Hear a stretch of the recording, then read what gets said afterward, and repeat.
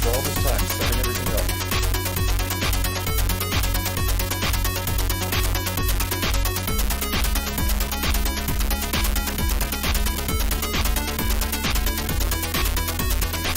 I don't have a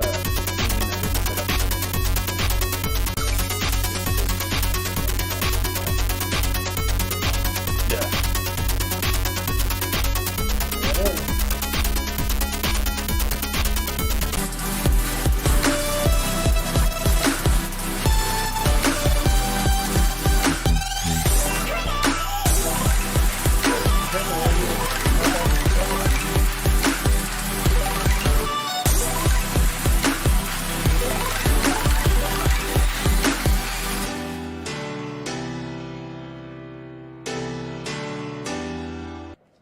Welcome everybody to Quick Save Save Bar Bar and and Arcade. Arcade.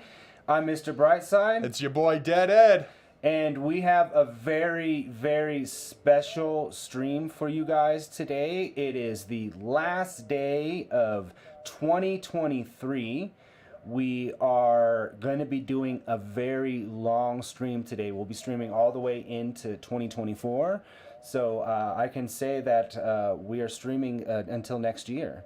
Yeah. Right? That's a real thing. Yeah, that's what we're doing. We're going to be streaming all the way until the next year. So that's a very long stream, guys. So, we got those little bladder things that you hook up and we'll just pee while we're here.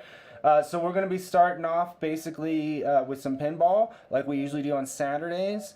We're going to be playing the favorite pinball tables that we played this year, regardless of when they came out, because we actually don't have any tables that came out this year.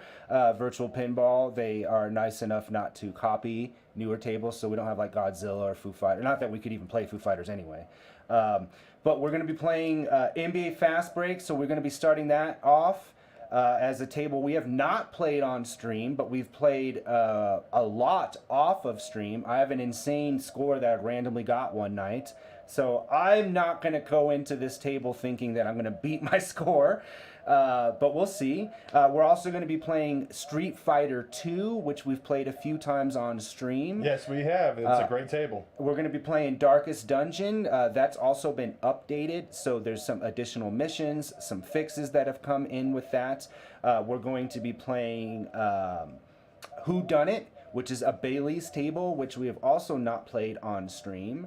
It's one of my favorite tables. We're going to be playing Nightmare on Elm Street by Gottlieb, one of my favorite tables, and then we are also going to be playing Doctor Who.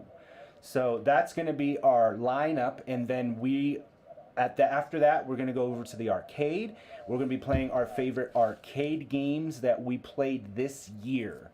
So we got Marvin's Maze, we got Mr. Driller, Galaga 88, Dig Dug 2, Cube Quest, and I think some other one. I can't remember what the other one was. So we have that, and then we're going to be finishing the night off with Mortal Kombat 1 and Street Fighter 6. So get comfortable, get some drinks, get some food going. You can pop in and out. We're going to be here all day. We're going to be getting trashed throughout the day. So, But not yet. Not quite yet. We're not starting that early. Dad will be leaning against, barely playing Mortal Kombat. So I thought we had this. So last week we had a Friends Miss, right? And so we had some drinks and stuff. And Dad was, it's the end of the night. Yeah. And he was playing Street Fighter, leaning against the machine. I thought you were playing okay, but Kim, who was obviously, she had a little medical thing that happened, so she didn't drink for a good part of that, said you were at the menu trying to decide who to select for like 20 minutes. And I was like, I don't remember that. She's like, well, so I was drunk. I was not quite as, but enough to not remember that. So that will probably be happening. So if you guys like the select screen of Street Fighter 6, we'll be streaming that tonight. Yeah, we're your dudes. We got you. We got you covered. So we'll definitely also be talking about big pop culture moments, entertainment moments.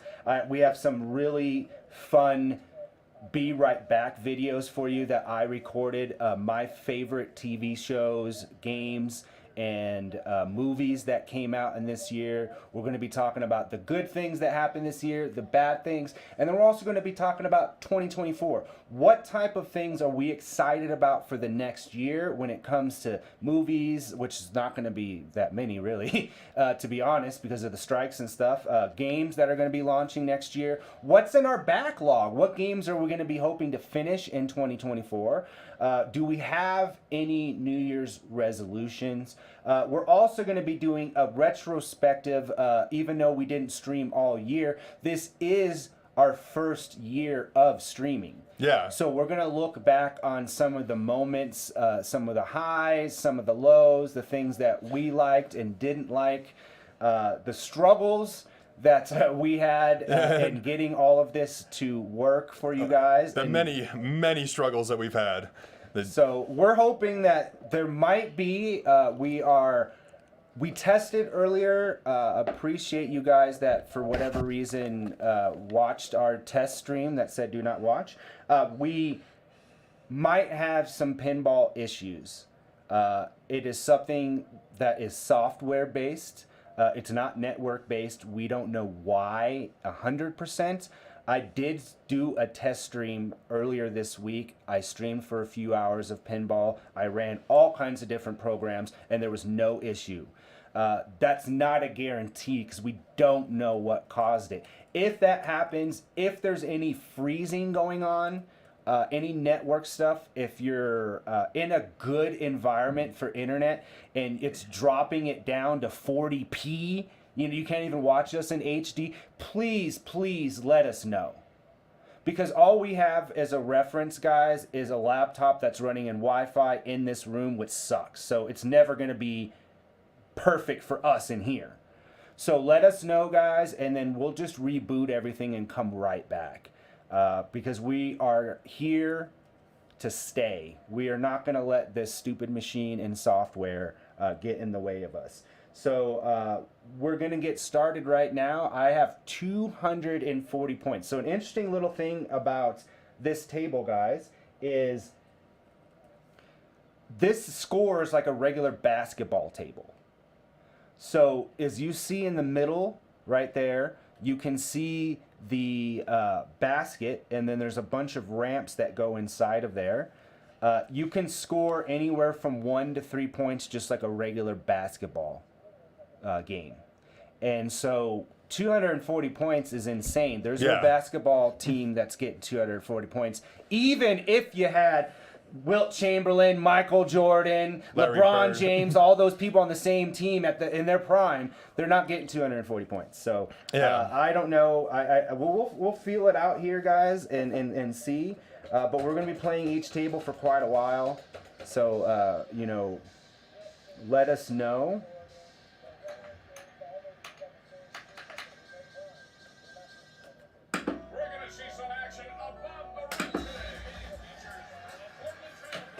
All right. This is early for me to be playing. I feel like it's morning still. Yeah, it is. I mean, it's just the beginning of the afternoon, but... That's a great start. Good old 2 points. So really, if we break this down into basketball, guys, you get 3 balls, but there's 4 quarters. So it's actually more like hockey, because isn't there only 3? 3 periods, yeah. So this is like broke down like hockey in the terms of, because we have 3 balls. Yeah. Oh, nice little pass there.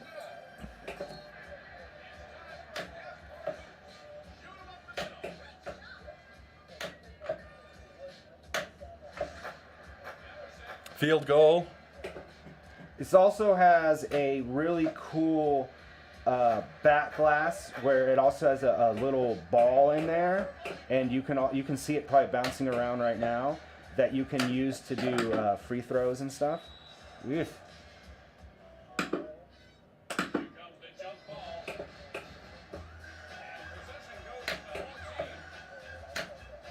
I always wonder, when people are creating music, do you think Queen, right, was this is going to be played in sporting events forever? Forever. Or House of Pain, We are the champions. They had no idea. They had no idea that it was going to be that big. You're up. That's how good I started. Dang.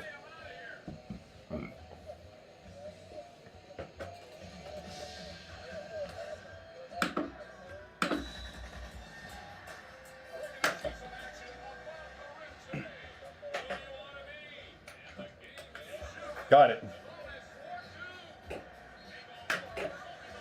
Oh.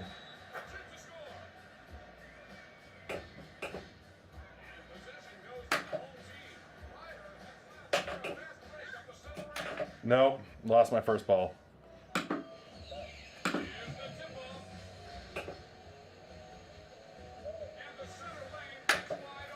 Like, Crazy Train, that was never intended. Like Ozzy's like, hey guys, I can't do a British accent, so just pretend I have a British accent and I'm on drugs. Hey guys, let's create a song that could be played at sporting events, because if there's one thing that I think about Ozzy, it's sports.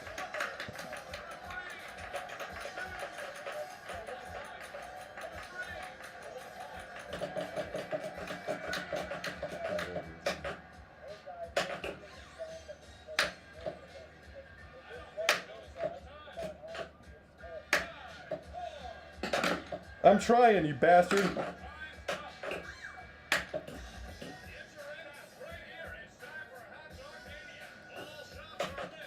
No, no, damn it. All right, third ball.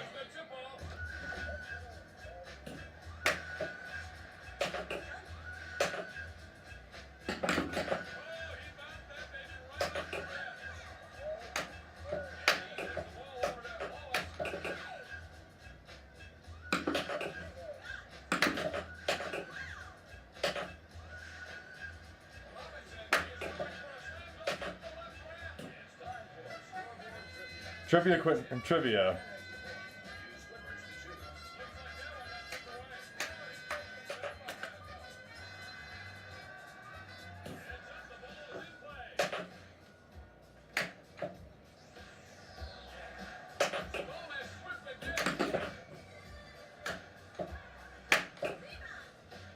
No, damn it. All right, I got a ball save. That means nothing. It means nothing. All right, 40.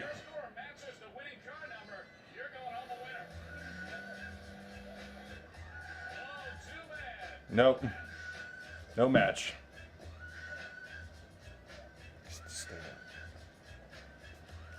Yeah, guys, we're gonna get this going, get this started here. Not starting off in the best, but hey, it's my first game, so I don't feel too bad. If like gotta warm up a little bit, you know, get adjusted to the way this is going. I kept shooting for this center, but I kept hitting the bumpers instead. So trying to maneuver that, of like figuring out of like, hey, I just need to focus in here, you know, focus on my shots. I love this table, and it's honestly, like, it's one of the coolest tables, especially in real life, because we play it at the bowling alley that's near us. It's not getting audio from this. All the audio is coming from this, from here.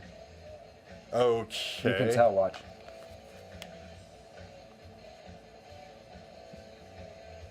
All right, guys, we're just gonna back out. I'm just gonna back out real quick here and see what is going on with something we already tested. Yeah, guys. Can you guys...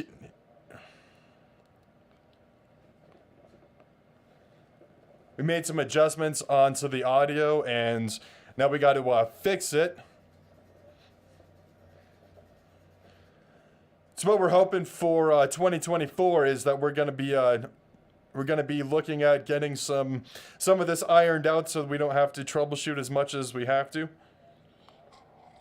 I'm gonna do this. I'm gonna play this video. You tell me if you can hear it, like it sounds like it's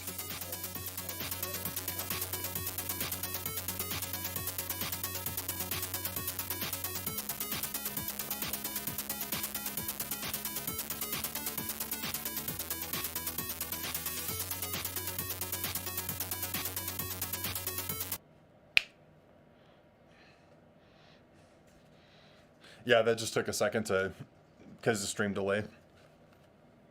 I just added on the wrong thing. All right, cool. So, Sorry guys, I had so much to do that I just set the audio for Pinball onto the wrong channel because Twitch only allows us to do one channel of audio. And of course I chose the wrong channel. Cause why not? But it's better to realize that now than later. Here we go. That's alright, I needed a reset with my crappy NBA first Fast turn. Break Pinball. I'm also curious, let us guys know what were your favorite games that you played this year, whether they came out this year or if they're just new to you, you just played. We're curious. It doesn't have to necessarily be pinball, it can be pinball. It could be handheld games, it could be mobile games, tabletop games, yeah, anything. A puzzle you did? All right, here we go. Today's game is being brought to you by Pinball in conjunction with the NBA. And the game is underway. And starting off strong.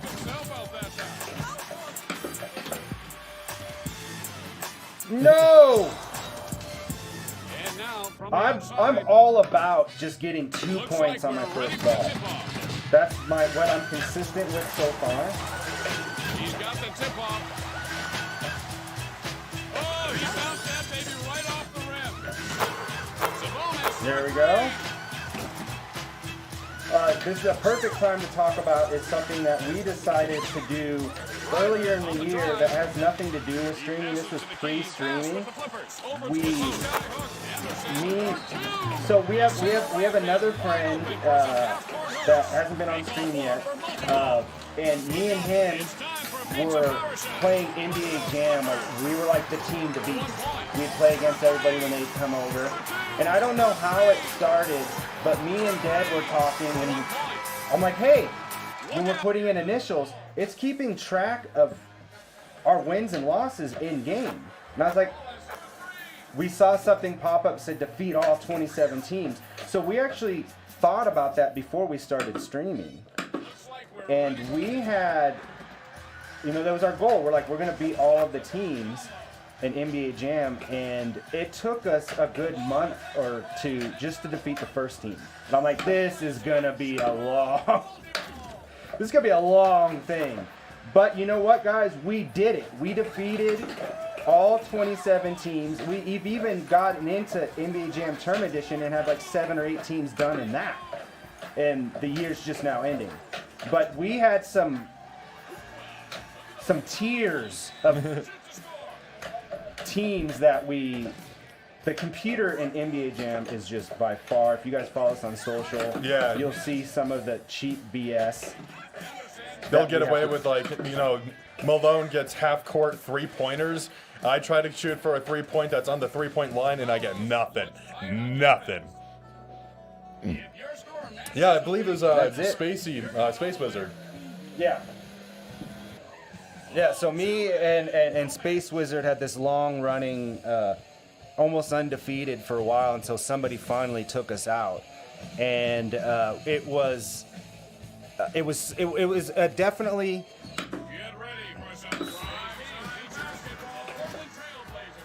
But it's been an NBA journey. Yeah, I got that center.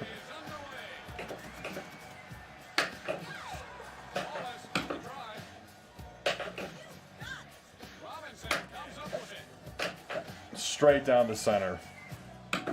Not looking good for my first ball.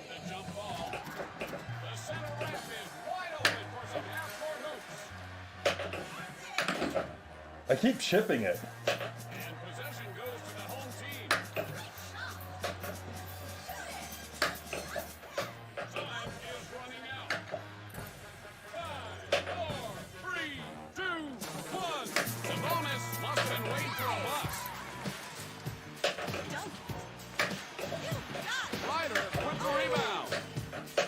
But it's been an absolute wild year for our first year of streaming. We have talked about streaming for a long time, ever since I first built this bar and arcade, it was actually Jace, your his twin brother. Yes, twin brother that said, hey, because we were playing Tekken, we were playing fighting games, like this would be a cool spot to do tournaments and we could, do some streaming stuff. And then we talked about, I think it was like one of the first times I actually like hung out with, I think it was definitely the first time I hung out with both of you guys. Yeah. When he lived here. And I looked into it a little bit, but then it was just like, in passing, we'd have drinks and we'd bring it up every now and again. Talk about it like, hey, this would be kind of a cool thing to do.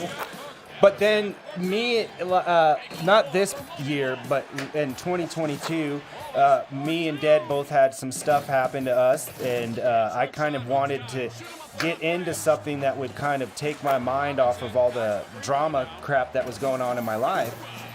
So I started really like, all right, what do I need? Because this is not a normal streaming setup. No, not at all. We're streaming from multiple devices. There's two of us instead of one of us, so we got to make sure we got, audio. We're using a dual PC streaming for the arcade. The arcade runs multiple games. We're not somebody who just plays Fortnite or Call of Duty, or maybe it's like, somebody like Jay Wong who will play not just Street Fighter, he might play some Mortal Kombat or Tekken here and there, but he stays within that realm. Yeah, it's all fighting games. Once in a while I'll see him play something retro or whatever, but it's very rare. Yeah, he's got a little bit of variety, but he stays on theme with what he is. But the other thing is like when you're playing fighting games and you're playing at such a high level, you have to continue playing, otherwise those skills soften and you're not as competitive. Of like, and he's done some pretty interesting things. I just watched a video of Jay Wong sitting down at CEO, and he had a bunch of people try to beat Blanca on the ultra hard settings and whatnot. Are you dead? Yeah, that was a quick turn. I did not do well. But it's a much easier setup to stream that way. You got a headset, you got a camera, and then you have your software on your computer or a dual screen. You might have a second computer or whatever. But ours is different. We're running so many different games. We're playing classic games, we're playing new games, we're playing console games, all on one setup. So just getting that stuff to work together has been a struggle without streaming. Oh yeah. So then we're introducing the streaming on top of that. We've had to constantly adjust our settings, get new equipment, because I do video work. That's my job. I do, music videos. I do, corporate videos. I've shot short films, all kinds of stuff. So I have an expectation of professional grade video and audio. Right? So that's a high bar to set. So, and doing it in a different realm, in a different way, in something that I've never done before, required a lot of tweaking. And we've still, even 7-8 months into this, we're still, you guys are going to see when we switch over to the arcade, you're going to notice, wow, it's going to look completely different, our camera. We finally are now we have no more webcams, guys. You guys will be able to see the full background. You won't be able to see the full bar, but as far as where we're sitting at the arcade table, I keep calling it a table. It's a cabinet. So you're going to be able to see everything in the background, and it's going to be a much wider shot. It's going to be a much cleaner image, and we're pretty excited to do that because that's going to match what we do with Pinball onto the arcade. So we're pretty excited for that. It's gonna clean up the image, and we're going to be looking snazzy. It's like we're getting should have wore a suit. Yeah. To be able to utilize, we're utilizing, professional grade cameras here, which with Pinball isn't that hard because we have room to set up this camera that's on us. But with the arcade, we only have to where the cabinet is if we want a straight on shot. So, I had to find a lens that was wide enough to be able to capture us. But it's gonna be professional grade. We got a mixer. We're gonna be getting new microphones throughout this year. Yep. So we'll get a little bit cleaner audio in terms of getting only our voice and not as much as the background sounds. It's not as bad on Pinball because it's nice for you guys to be able to hear the machine fire off. But we could always just set up a mic under the pinball machine if we wanted to have that as a separate. We have channels and whatnot. We can.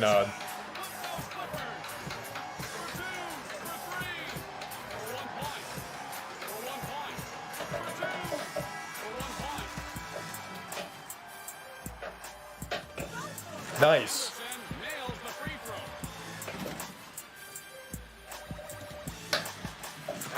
There we go. 42. My last one was 49. So I've gone up at least a little bit each turn. Can I? Because like if you start low, all right, fine, whatever. Yeah. But if I keep getting higher and higher, I'm fine with that. I just don't want to go like, oh well, you got 40, but the next one you got is 10.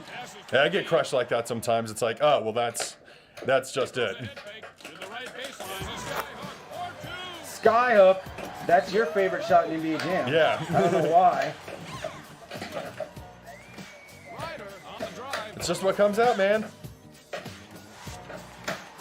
Hit up something.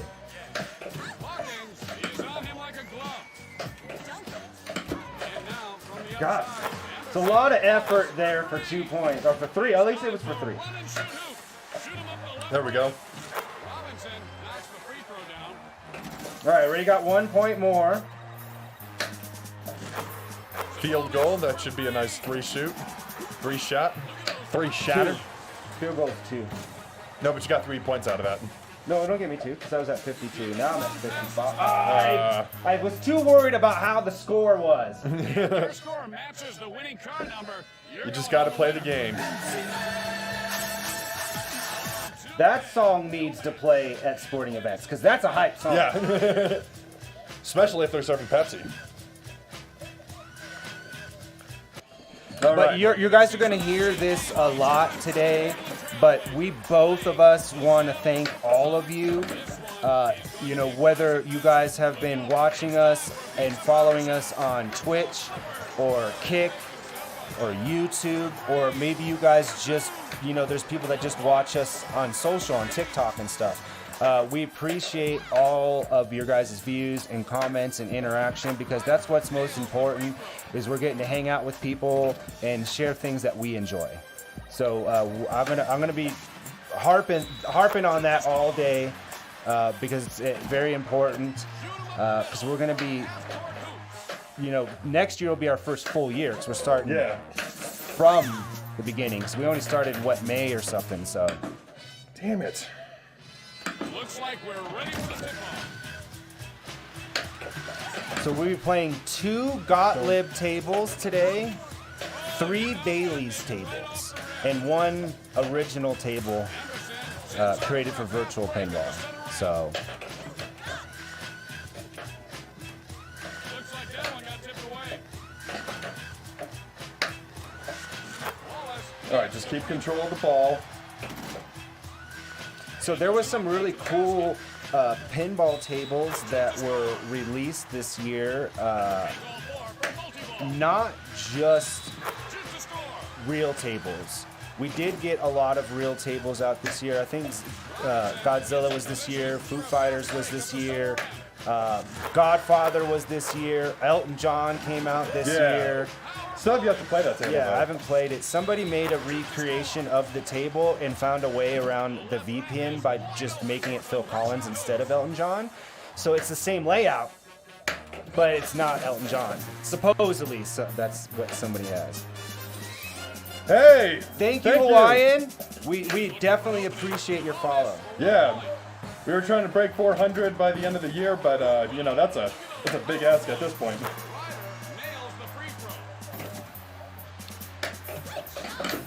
There was a lot of great virtual pinball tables that came out this year, original tables. We had Blood Machine came out this year, Darkest Dungeon came out this year. This new one that we have not played yet, I haven't even installed it, it's called Cyber Race. And it's all cyberpunk, neon, synth, and it looks amazing. There's a A-Team table that came out this year. There was some really cool original tables that people spent a lot of time doing. It's absolutely amazing. Shoot 'em up the left ramp for a run and shoot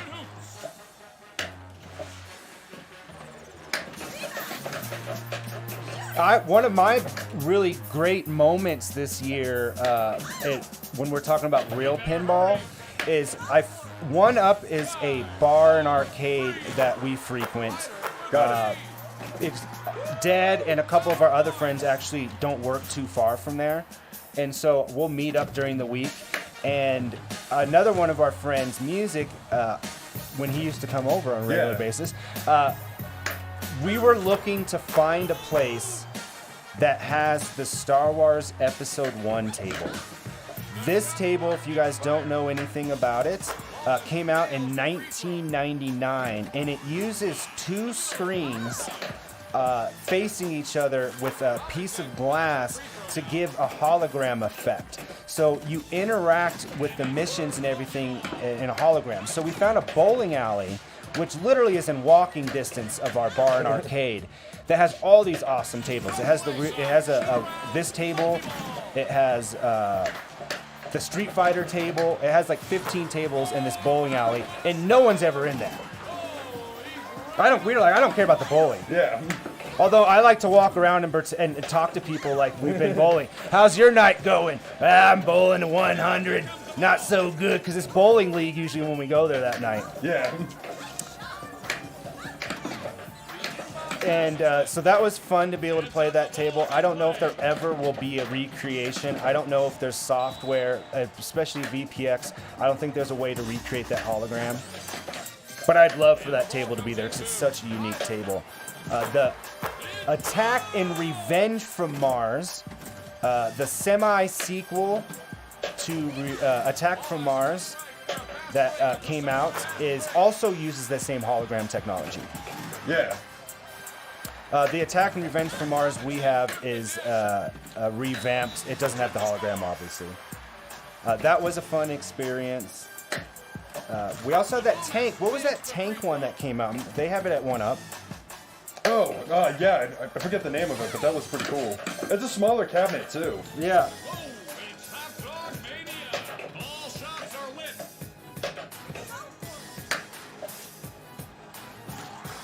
Oh, he should be wearing a cape today.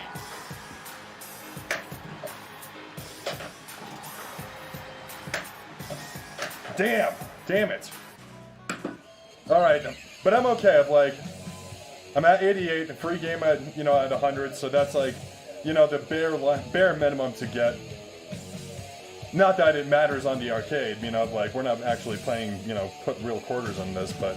Looks like we're ready for the tip-off. But if you don't treat it that way, when you are, you're going to have the same willy-nilly attitude. You gotta have the willpower. Baked himself out that time. Pinball M, we'll be playing that in the new year, and the new Pinball effects, that's installed and ready to go on here. We'll be playing those and seeing if any of them are worthy to be added to our high score challenge. Well, you know what's crazy is we use iScored to record our scores for arcade games and stuff. The Die Hard table has it integrated into it. It is the first virtual pinball table to use iScored. That's awesome. Multi-ball again. Sweet.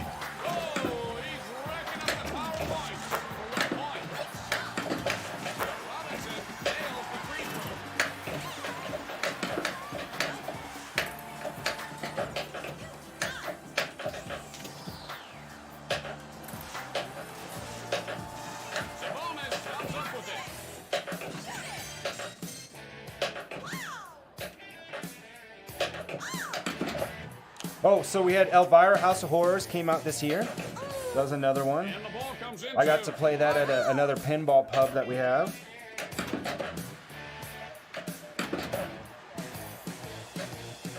And the ball is into Emerson Wallace for three. I got 100. By all means, I don't think that's a Venom, high score. that came out this year. That table was pretty awesome. For some reason, I still remember I got 8 million and James got 13 million. But let's break it down real, guys. We have probably the table that I've been looking for coming out next year. Jersey Jack is making this table. It is a Jersey Shore pinball table. What? We have gotten to that point, guys. No, thank you. I'll pass on that table. No, I'm buying the real one for you. God damn it. And you got to stream from it every day, at Every least day. 1 hour. Check out the situation. No, 1 hour in the morning and 1 hour in the evening. So it's the first thing you think about and the last thing you think about. Extra ball is lit? Nah. Put it up the middle for the $1 million shot. Damn. Think he notices the time. 4, 3, No, I'm not gonna make it. 1. Wallace must have been waiting. Oh, no, it's Stern making Jersey Shore. Stern. Oh no. I thought it was Jersey Jack by default because they have they're from Jersey. It's 112. Player 1, enter initials. Oh, James Bond came out this year, 007.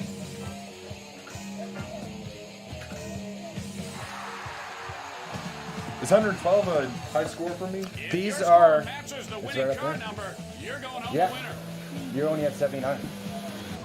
Oh, too bad. No match. What's up, Kim? Happy New Year's Eve. All right, so I'm gonna break down real quick. These are rumor tables for next year. We got Jaws, which has been a virtual table. The Jaws virtual table is amazing. Sonic the Hedgehog virtual table is amazing. Ghostbusters Vault, Tron Vault, a new Indiana Jones, King Kong, Super Mario, Pokemon, Dungeons and Dragons, new Marvel, new Star Wars. There's always gonna be new Marvel and Star Wars. And I feel like Pokemon. John Wick, these are ones that people want. There is a cool John Wick table. There's a bunch of tables that you've never seen that I've added on here. And usually I don't talk about them or share them if they're not fully done yet. Yeah. Like there's not DOF and stuff like that. Right. Like the A-Team is like at 0.9, so it's not a full release, it's just a beta release. Okay. But I got it on there because I was just like, I wanted to do the A-Team theme as I play pinball. Oh, for sure. I love A-Team. I'm like, I pity the fools who Here it is don't. right here. Is being brought to you by Atomic Pinball. I wanted that. That's the main reason I wanted the table. Is I'm going to be pressing that every time Yeah. the ball on. The Washington Bull playing the Boston Celtics. This one is going to be a classic matchup.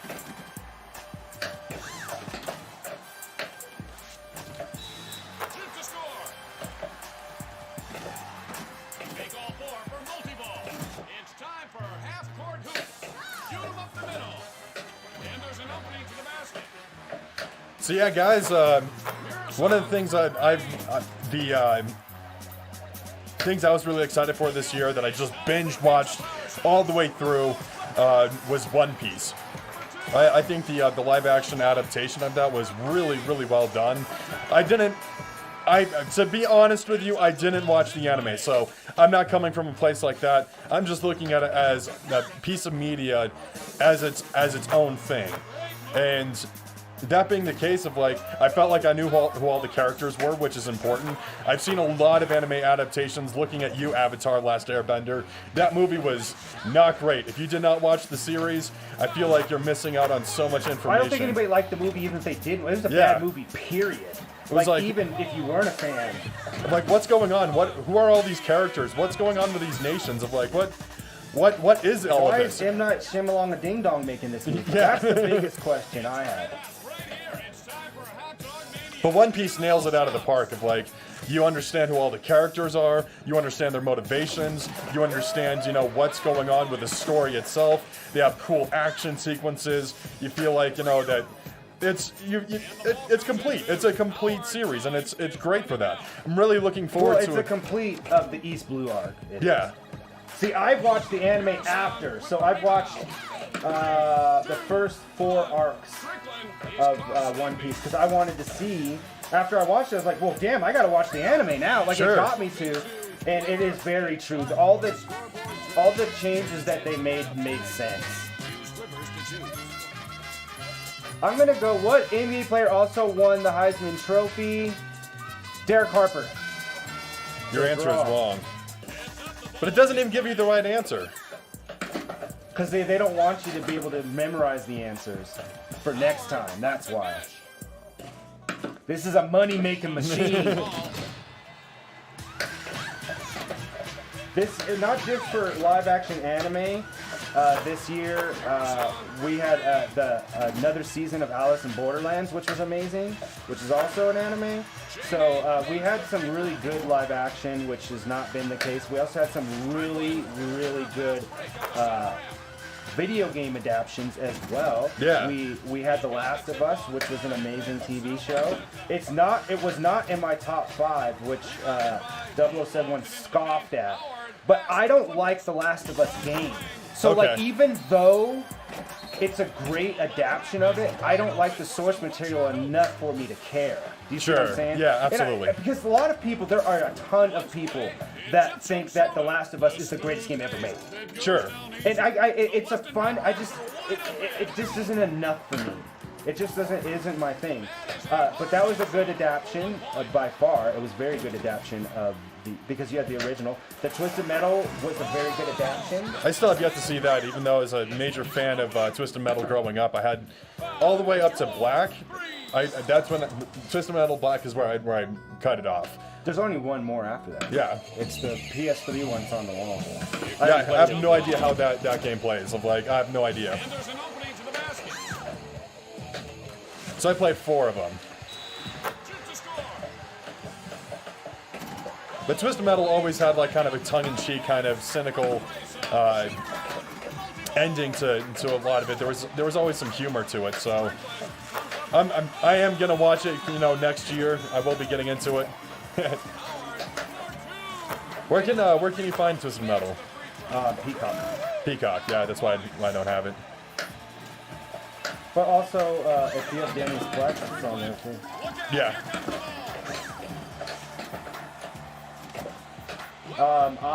Let's see. Come on.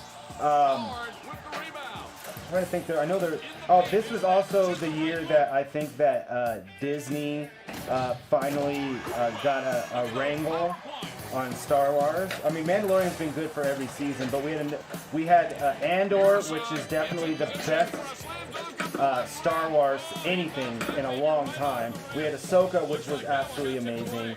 So I think that the TV shows and that kind of content has really paid off for Star Wars because the Disney output for films have been garbage. Yeah, besides Rogue One. Rogue One is amazing. Yeah, Rogue One was good. And so Kim finally watched all the Star Wars. She hadn't seen all the movies, which I had to scoff at.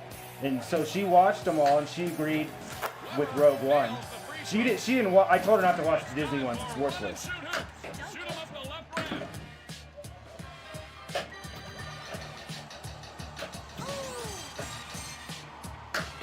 Ooh, come on! I don't think he knows it's the time. 5, 4, 3, 2, 1. Howard appears to be just browsing today for 3. Oh, he's racking up the power points.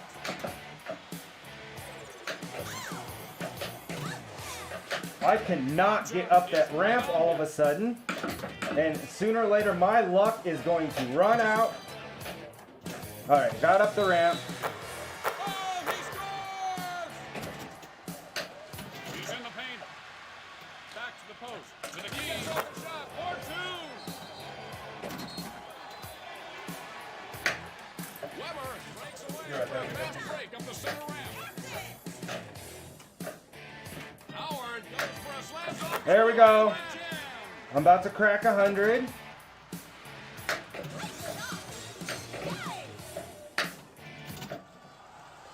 Over to the right baseline. The shot is up. Murasong for 2. And it's multi-ball.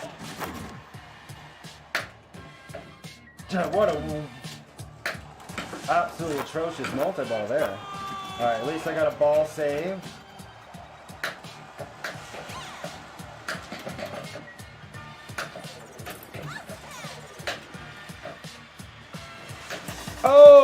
see that. Into Strickland.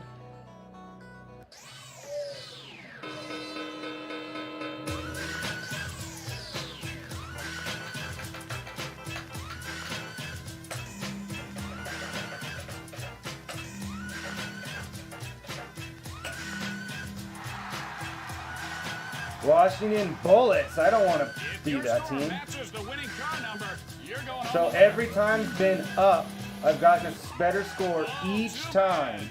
But as you get into the hundreds, being consistent with that, not very easy. Very, very difficult. So that's going to be difficult for us to maintain. And if Jump Around is your favorite song, then you have to, by law, buy this pinball table. It's mandatory. So I got 108, which I mean is nowhere near that. Yeah. Today's game is being brought to you by Valley Pinball, Washington Junction with Wow, that ball. Ball State Celtics. And the game is underway. Oh, the table is down about that. 4 points. Damn. So I got the fancy new camera set up. Kim was nice enough to come and help get that, so that you guys will be able to see that later on. Weber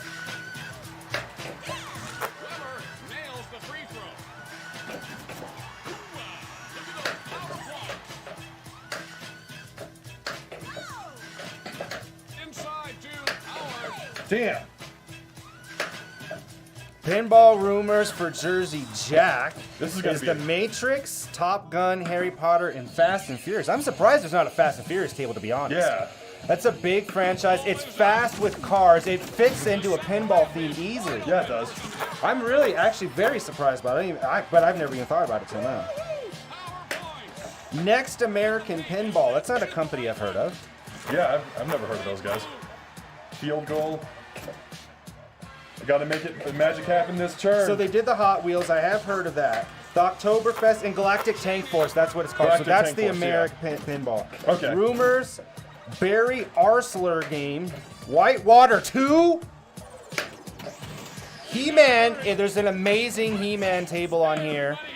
One of my favorite tables. I didn't put it on here for us to play because it was ones that we've played on stream this year, not games that I've played in general. 3, 2, 1. Strickland just hit the Cuphead. There's a Cuphead table. I won the $1 Spooky million pinball. skill shot. Yeah. You are still in the game. So the Scooby-Doo and Texas Chainsaw Massacre is Spooky Pinball. Evil Dead, Army of Darkness, The Princess Bride. Fuck! Looney Tunes was confirmed. The winning car number. You're going And also Texas Chainsaw Massacre. All right, that's it. Oh, too bad. No match. So it looks like Chicago Gaming Company, another pinball company, they made the Pulp Fiction table, which I've heard about. But they have the rights to Cactus Canyon, Attack from Mars, and Medieval Madness. Big Bang Bar, and Twilight Zone. So now that Bailey is no longer around, somebody's bought up those rights to be able to remake those tables. Because you know, Stern came out with a couple tables this year where that they had a Jurassic Park 30th anniversary. So Yeah. it's an updated version of a table that they already made. All right, and then there's cool. another one that they came out with this year. I think Ghostbusters was one that was a redo. So. All right, here we go. Got to beat 108. Welcome to NBA Fast Break Pinball. Who do you want to Ooh. Let's play some ball. Looks like that one got tipped away. Weber They got the 2 points for the Kim, you consistent feel- on the first ball. You feel redeemed? That's good. Oh, he bounced it, maybe. Take a little break before you go back to crazy work. Takes a power shot. Well, I think she was thinking about Star Wars because I made such a big deal on stream that she had never watched a Star Wars movie all the way through. And so she binged them. She doesn't really binge stuff. So she binged them this past week. So we got to have the other night we got to have a Star Wars discussion. No! Looks tired on defense. Here comes the jump ball. No, we're cease and desist from Disney. I heard that Star Wars. And count it.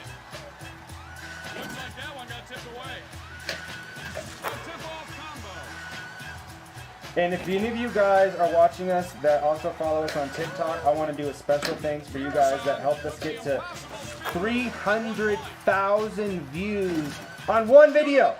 Yeah. One video, guys. Our Silent Hill video is now at 300 and some odd thousand, 304 or something. And I want to thank all of you guys for that. TikTok is a really great platform for creating short bursts of content. We take the best moments of our streams. Some people don't want to sit for hours and watch people. They just want to watch the highlights. Like some people like sports, they just watch Sports Center. If that's still a thing. That is. It absolutely is. Right. ESPN They're like, I just want to get the scores. Yeah.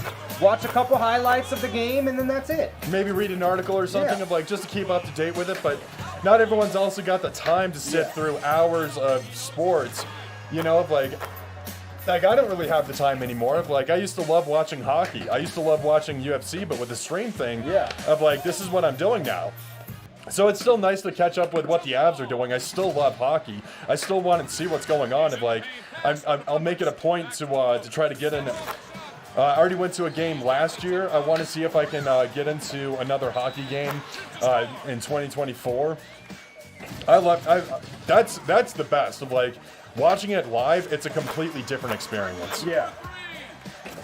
Just watching it on TV of like, there's a bunch of dudes doing stuff, but when you actually see it in real time, it's like, whoa. A bunch of dudes doing stuff. I need to feel the sweat from the dude on the paint. Right? Is that what they call it that? Going hard in the paint. Yeah.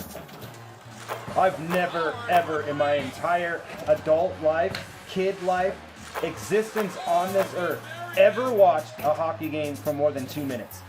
I've never watched anything that's a variation of soccer that has 2 goals on the side, except for football. Never in my life. I just never have. I've never been to a hockey game, but I would go to any sporting event. Like, you know me, I don't really care for UFC. Would I go to a UFC event? Sure. Yeah. It's not that I'm against it existing. I'm just, I don't get enthralled by watching something on the TV that's sporting. But there, because you're with all this group of people. It's like seeing a concert, right? Right. Like I'll see a concert of music that maybe is not my cup of the tea because you're in this environment with all these people experiencing this at the same time. Oh, exactly. And fights are way more hype because you are right there. If like, especially if you're closer to the cage. I want to yell out like things that make no sense too. Like, people get the rowdy. Bringer. Pile drive them. Yeah. You cannot. Hulk Hogan. Like, you cannot pile drive in UFC. You can't pile drive in wrestling anymore either. Yeah. People are breaking their necks. Oh yeah, and backs. You also in UFC you can't do 12 and 6 move. So, going like elbows straight down onto someone because you can destroy someone that way. Like.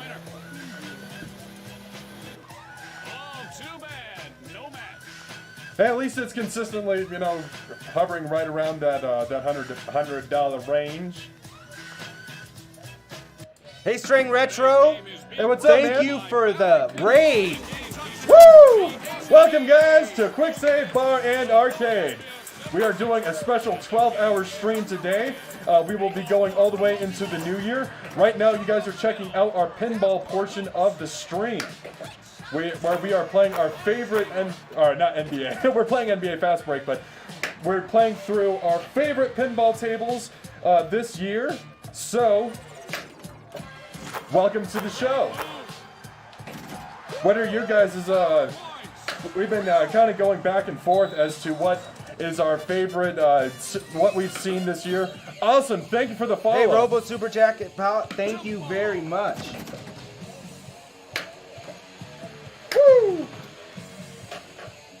And the ball's into Cheney Strickland. Oh, nice. He was just streaming virtual pinball as well. Oh, nice. What were you streaming? Yeah, what table? Hey, thank you, Staying Retro, for the follow. Yes, so I just got the new FX and M during the winter sale. So next week we're gonna start streaming those as well. I've only tried the tables briefly. Typically, what we've been streaming: VPX, Future Pinball, the Pin Event tables, FX3.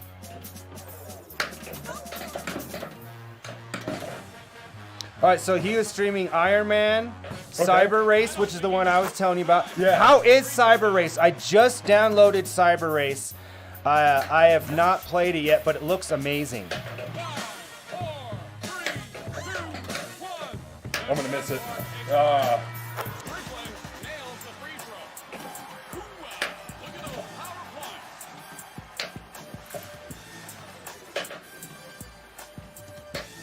He said Cyber Race is hard. Oh, is it? But the Cyber Race is amazing. Said it looked awesome. Yeah, I can't wait. I didn't have time to give it a test today. Trying to get everything, because we stream not just from this pinball machine.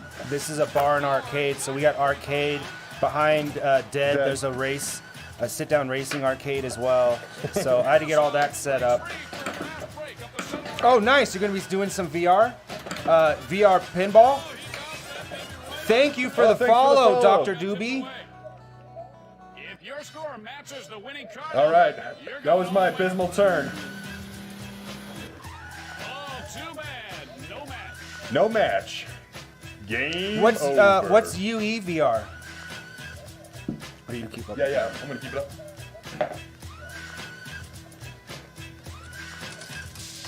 Yeah, I don't know what, is that UVR? UEVR? It's an FXVR. Okay, cool. Oh, nice. That sounds awesome. Of like, I don't know if we've done any, we haven't done any VR pinball, but that seems cool. That seems like it would be legit. Well, especially if you got a full machine like this. Yeah. It would give you the more depth that we don't get. Oh man, that was not smart for me to do. I have done it before. FX is building UE4. Oh, nice. Oh, it's Strangled Tro says it's an injector for the Unreal Engine in VR. Oh, nice. Awesome. I did test the new FX, and man, is that a resource hog? Like, I really had to drop, if I want to stream on it, I had to really drop. Now, I also have SSF, and so with whatever reason, FX makes it where it comes through my sub, all of the call-outs, so I have to switch to stereo, which, come on, Zen. Pinball M doesn't do that. Okay. It is still Zen, so I don't know what their issue. I was able to run that in 4K, and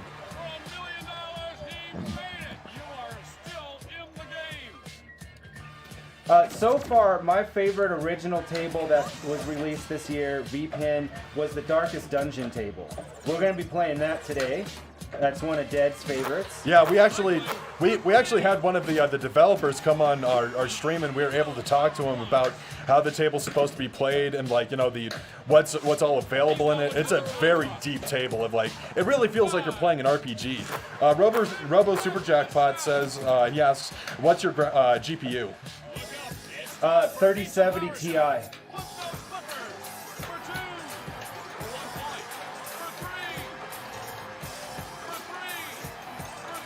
Merlin or Herbski? I forget, honestly, Strange Tro. I don't have the best memory. I just know that they popped in and oh yeah. Do you remember? The developer who popped in for our stream for Darkest Dungeon.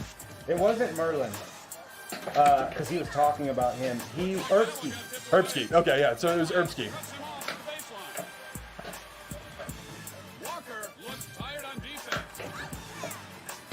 Okay, so Robo Super Jackpot says you can use DLSS for much better performance while streaming. It's a setting in effects. I haven't messed around with that. So basically, what does that use the deep learning to upscale? Yeah, Strange Retro. It's it was good times. It was very awesome to have that experience with the table had just launched. It was the day of the the release. day of the release. You're up. I did really good.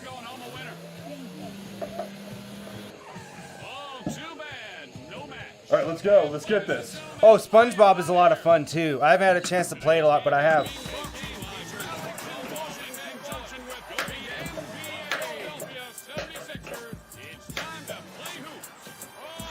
what's interesting, I haven't, we got to play it on our friends miss. We didn't stream this, but I really like the new Die Hard table. Yeah, as well. that table was awesome. Had a little complications with the backlash not always showing up on the screen. Well, because it runs on a new beta of VPX 10.8, so I cannot get Die Hard to launch from Popper anyway.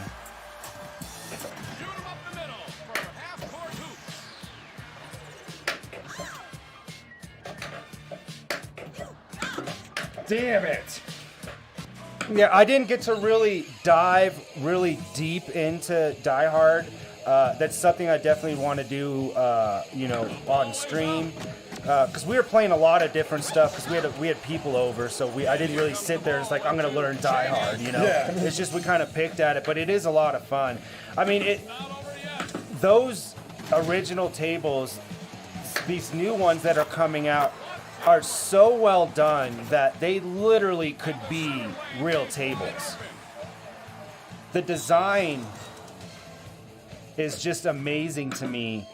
The amount of effort to not even just graphics wise, but the scripting and the missions and everything. Like, I've wanted to do an original table, but I see people releasing tables like this was 2 years in the making, and I'm like, I got too many other things I do.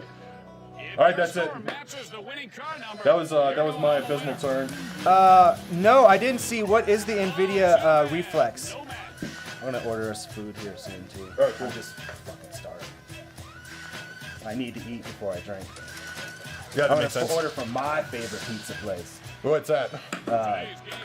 Papa Nick's. I don't know what it is. I can't remember the name. Papa John's. Please don't order Papa John's. I don't like their dough. Of like every time that I've ever had Papa John's, it tastes like it's undercooked. So I stopped eating from there. I do like the fact that they give you pepperoncinis. That's awesome. I wish all pizza places did that. Like maybe a little jalapeno action, a little spice.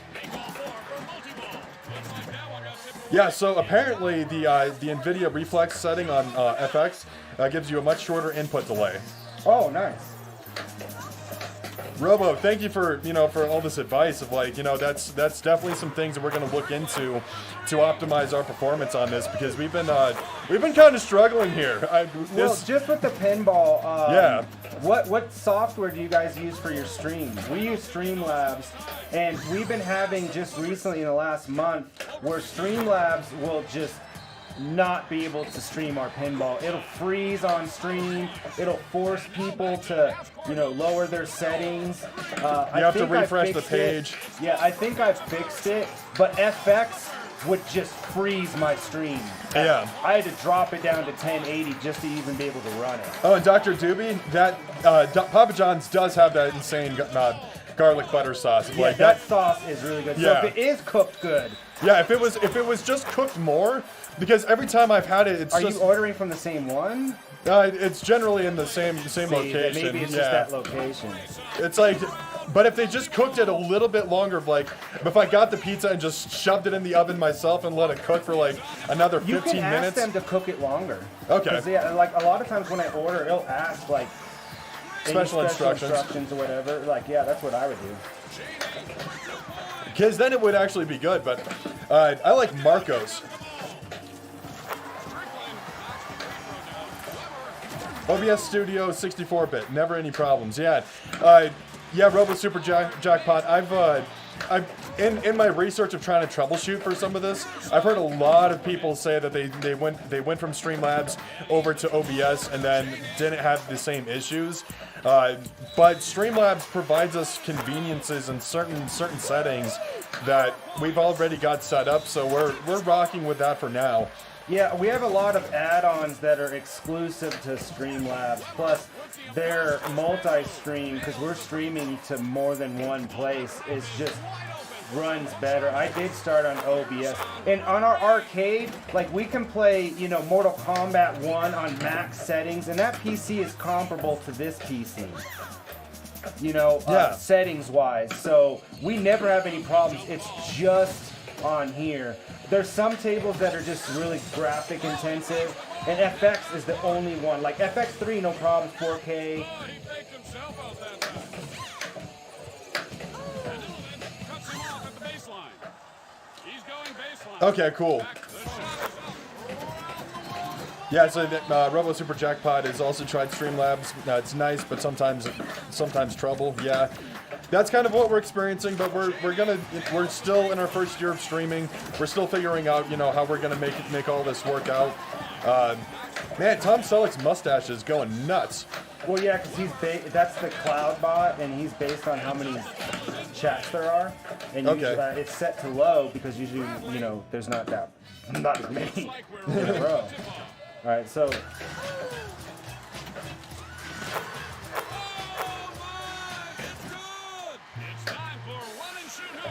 do you stream from multiple places, or do you stream to Twitch?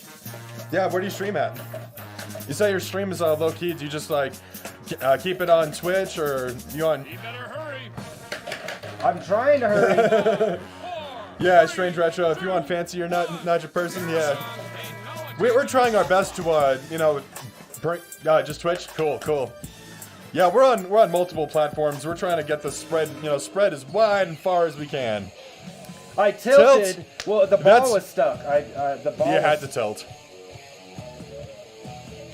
It's strange to me on digital pinball that you still can tilt. Well, yeah, I mean, but I have a tilt bob though. There it is. It finally got loose. There we go. I always think it's funny that we're playing a digital version, but yet we're still dealing with the same problems as a physical version Yeah. of balls getting stuck and whatnot. Hey, at least it's true That's it. to reality.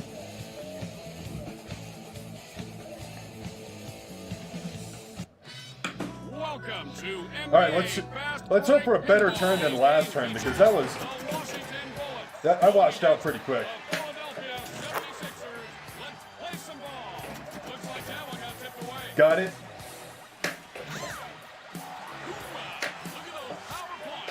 Well, a big part of it is, my day job is video production. Yeah, so, I have such a high standard of quality that I want to put out.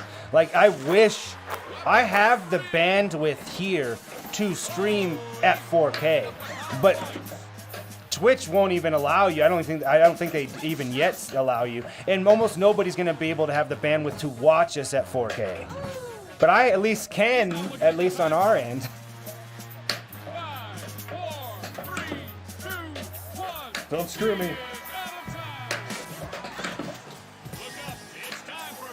Yeah, there we go. Flip those flippers! Let's get those 3-pointers in there. Yeah, our arcade uses a dual PC. The pinball, there's just not enough because there's 3 screens plus 2 cameras. There's not enough on our streaming PC for us to stream on there. But yeah, we got a bunch of cap cards, but we're using 4,000 or 5,000 hour cameras for our main camera. Oh, nice. Yeah, see.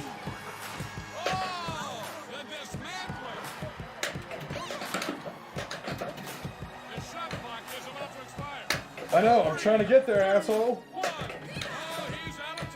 Ah! I got my 1 high score, and I think that's all I'm getting on this table. And there's an opening to the basket. All right, 43. What my dream is to be able to switch between these different setups without having to stop my stream. But you would basically need to have like a broadcast setup with a lot of different HDMI inputs into one machine. Yeah. And it's just our power on our PC, on our stream PC is already maxed out with already what's plugged in there. If we plug anything else in USB, it just is. Yeah. It shuts one of them down. For the amount of what we would need that thing to do, that's going to be a pretty penny. Yeah, I would love. My thing is, I would absolutely love to be able to be like, oh, we're gonna play a couple of racing games, and then play a couple pinball, and play some, arcade games, play some console on one stream, and not have to worry about it. But that's a pipe dream. Just let it expire. Appears to be just browsing today. Oh, what? Oh no, because I have to make it. Yeah, you have to have basically a machine that is built for just that. You would have to Yeah. get like deck links, and I know that Elgato also has some capture cards you can internally put, and you would need to have a very, very specific motherboard that would allow you to have that many PCI Yeah. slots. It's possible. It's possible, But but it's a pretty expensive, penny. yeah. That's what I'm saying. It's a pretty penny for that. If I was if we had 10,000 subs or something, maybe.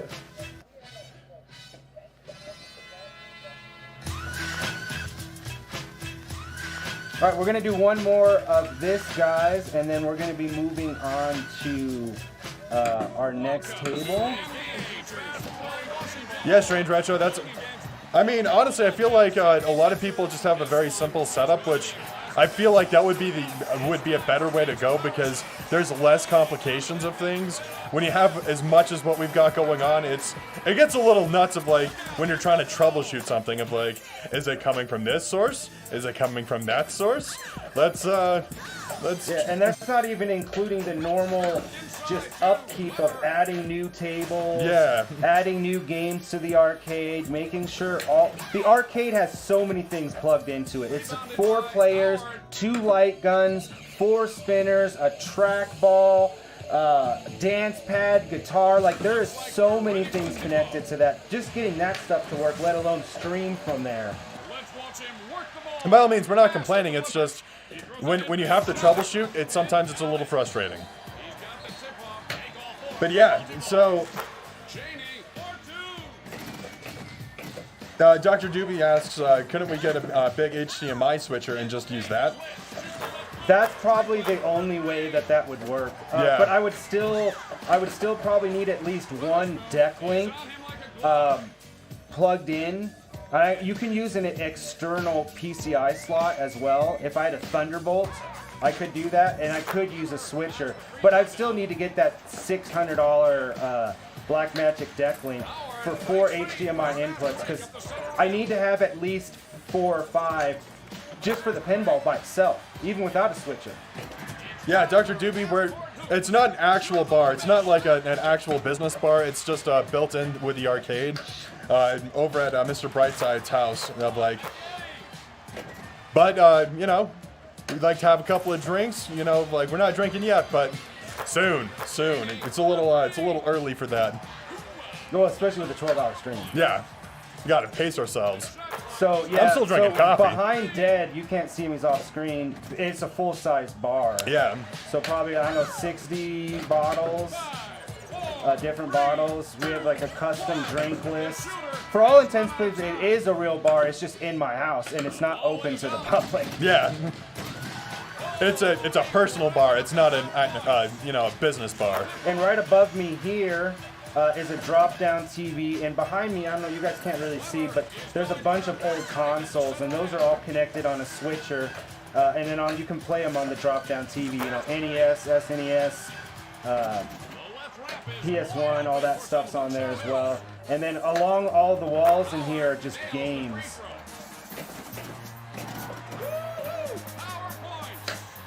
Yeah, Strange Retro, a good HDMI switcher is not cheap. Like, the whole build for a dedicated streaming PC that would take in all of the machines that we have, it's going to be an expensive machine.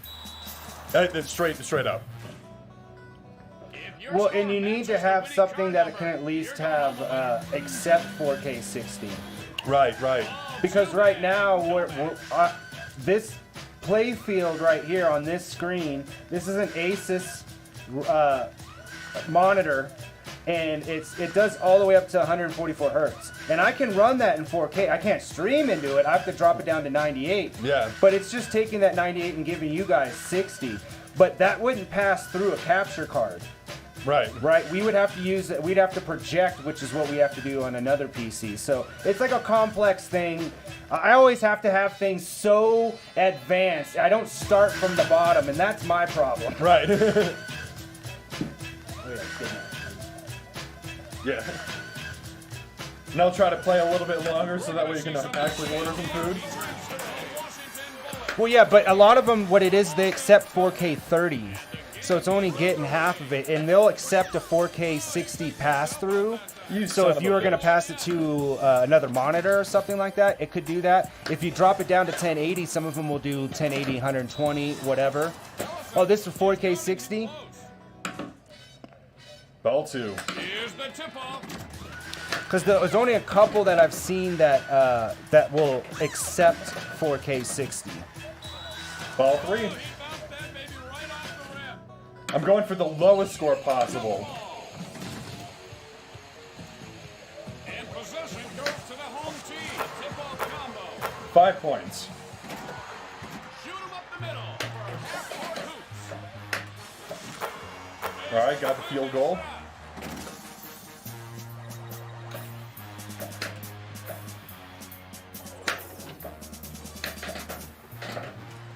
$1 million shot. I gotta make it. Bucks if he can put that ball in. Which one, what brand is it? He's not looking at the time clock. Got it. He wins $1 million. The pot of gold is all his. Stay on the court. Huh, I'll have to look into that. I haven't heard of that one before. Now back to half-court hoops. Woo! Power points. Shot clock is about to expire. 5, 4, 3, 2, 1. The shot clock expired. So, because if you look at the pinball, and that's the hardest one, if we're going to use a streaming PC for that, you got the playfield, back glass, full DMD. That's 3 capture cards you need just for that.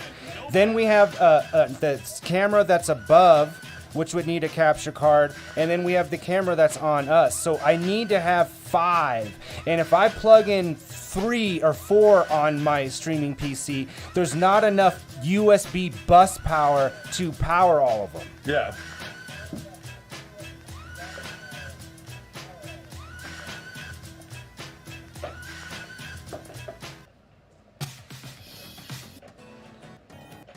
All right, moving on to our next table. Live Gamer Ultra 2.1.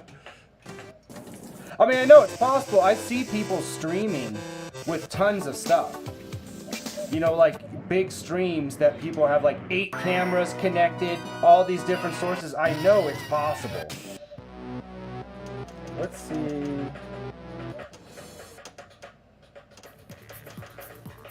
Switching tables, guys.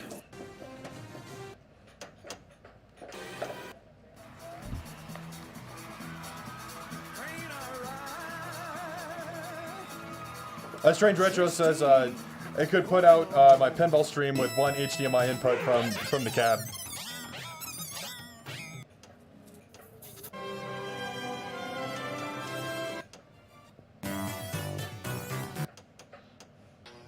There's Die Hard right there. We were talking about that. I do like that table. Like, came late in the year, but it came right at Christmas time. It was perfect. It was perfect. Oh, I gotta finish ordering this, so you start this table. This is your choice anyway. Oh, Darkest Dungeon? Cool, yeah. Hopefully. I already hit the split, so.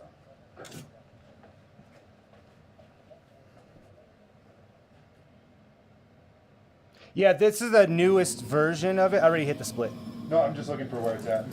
And You're talking to the Rolex wearing, diamond ring wearing, kiss stealing, wheeling dealing, limousine ride, jet flying, son of a gun, and I'm having a hard time. oh, come on. This man understands Very forgiving, that very forgiving. adversity and existence are one and the same. Shoot again. A hand's breadth from becoming unwound.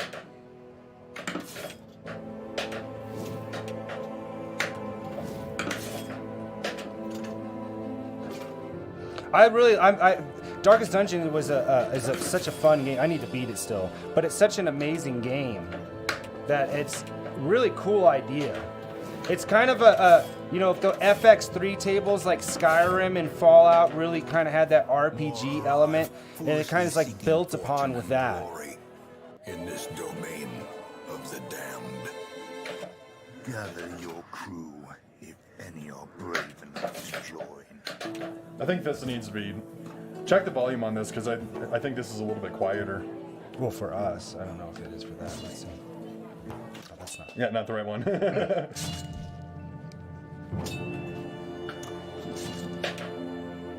No, it's fine. All right, cool. It's just quiet for us. We have an issue of running the game audio through our mixer on Pinball because a lot of our enhancements that we have on our sound card don't pass through voice meter, so we don't get like the full 7.1 that it should do, even though voice meter allows for 7.1. So that's just something I haven't looked into yet. So the only way for us to check is to use an app for Streamlabs, and then we can adjust the audio from there and listen to the stream. I had a chance there. I had a chance.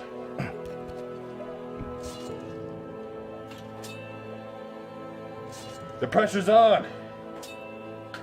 I've not been doing. What? That was awful. I didn't know that was possible. Against the back. Skill shot. Thanks, guys. Thanks for letting us know. They said everything sounds great. All right, cool, awesome. And now the true test. We appreciate your input, and we appreciate you guys chatting with us. It's like, or expire. like hanging out. It's fun. Woo!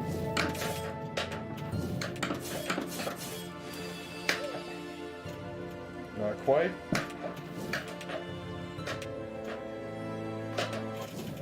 And now the darkness holds dominion. Black as death. No, I keep chipping it. Try to get into the end. Thanks for the cheer, dude. We appreciate it. Yeah. So what's Here. some of the difficulties you guys have had, headaches and stuff for streaming? It's nice to talk about the old war Yeah. wounds, you know? Nice to know that other people also have frustrations with streaming. Of like, that's not all. I'm just so scared of this ball. All right. So I'm playing just the tips. I hate it when it bumps like that. Come on. No, that's straight drain. That's my ball 3. Yeah, we had some issues with crackling audio for quite a while. It would Yeah. sound fine on our end. We were able to finally fix that by using this mixer.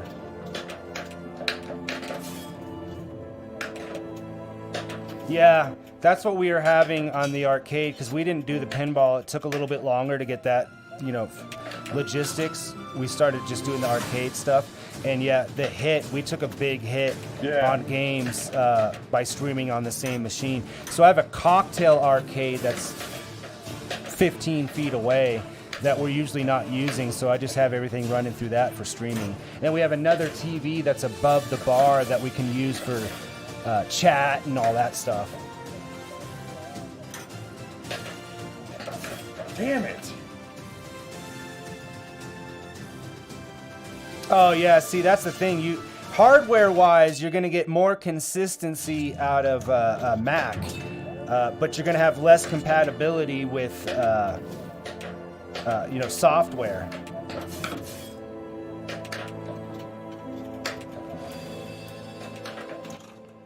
Death. See, what's great though is you guys. If you look on we don't have anybody on anywhere else. But what's nice is that with this chat is you guys could see chats from anywhere, from TikTok or Kick or anywhere else. YouTube. But yeah, we have issues of our bot just turning off because we have like a bunch of games and like I can gamble like right now. Let's see here.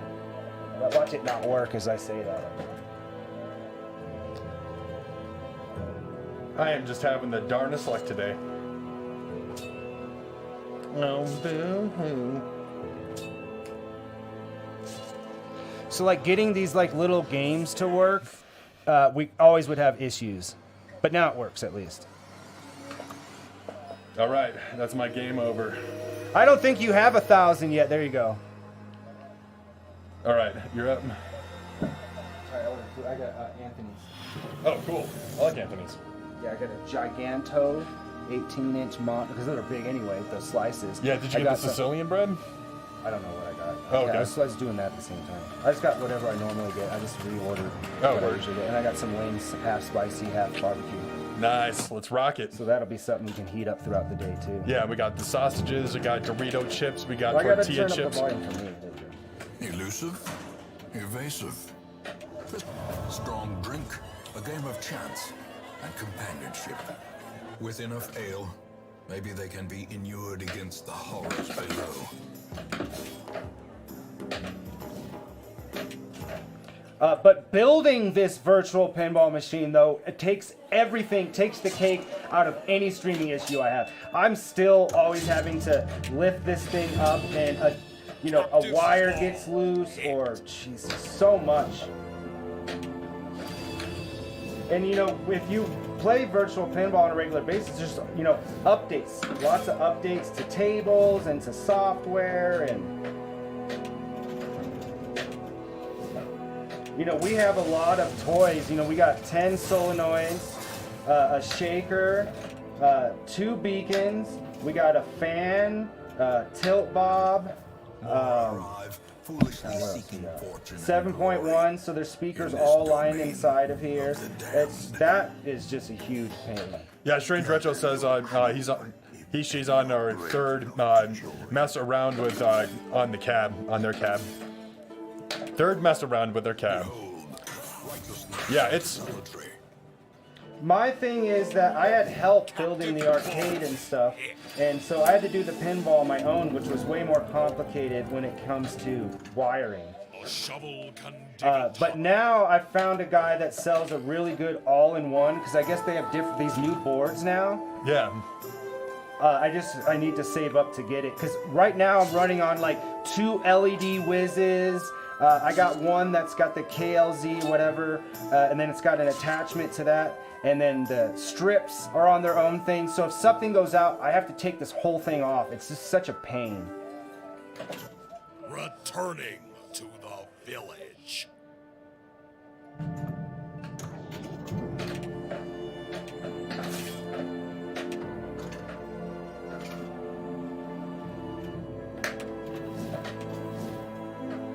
So this time, 2 beacons,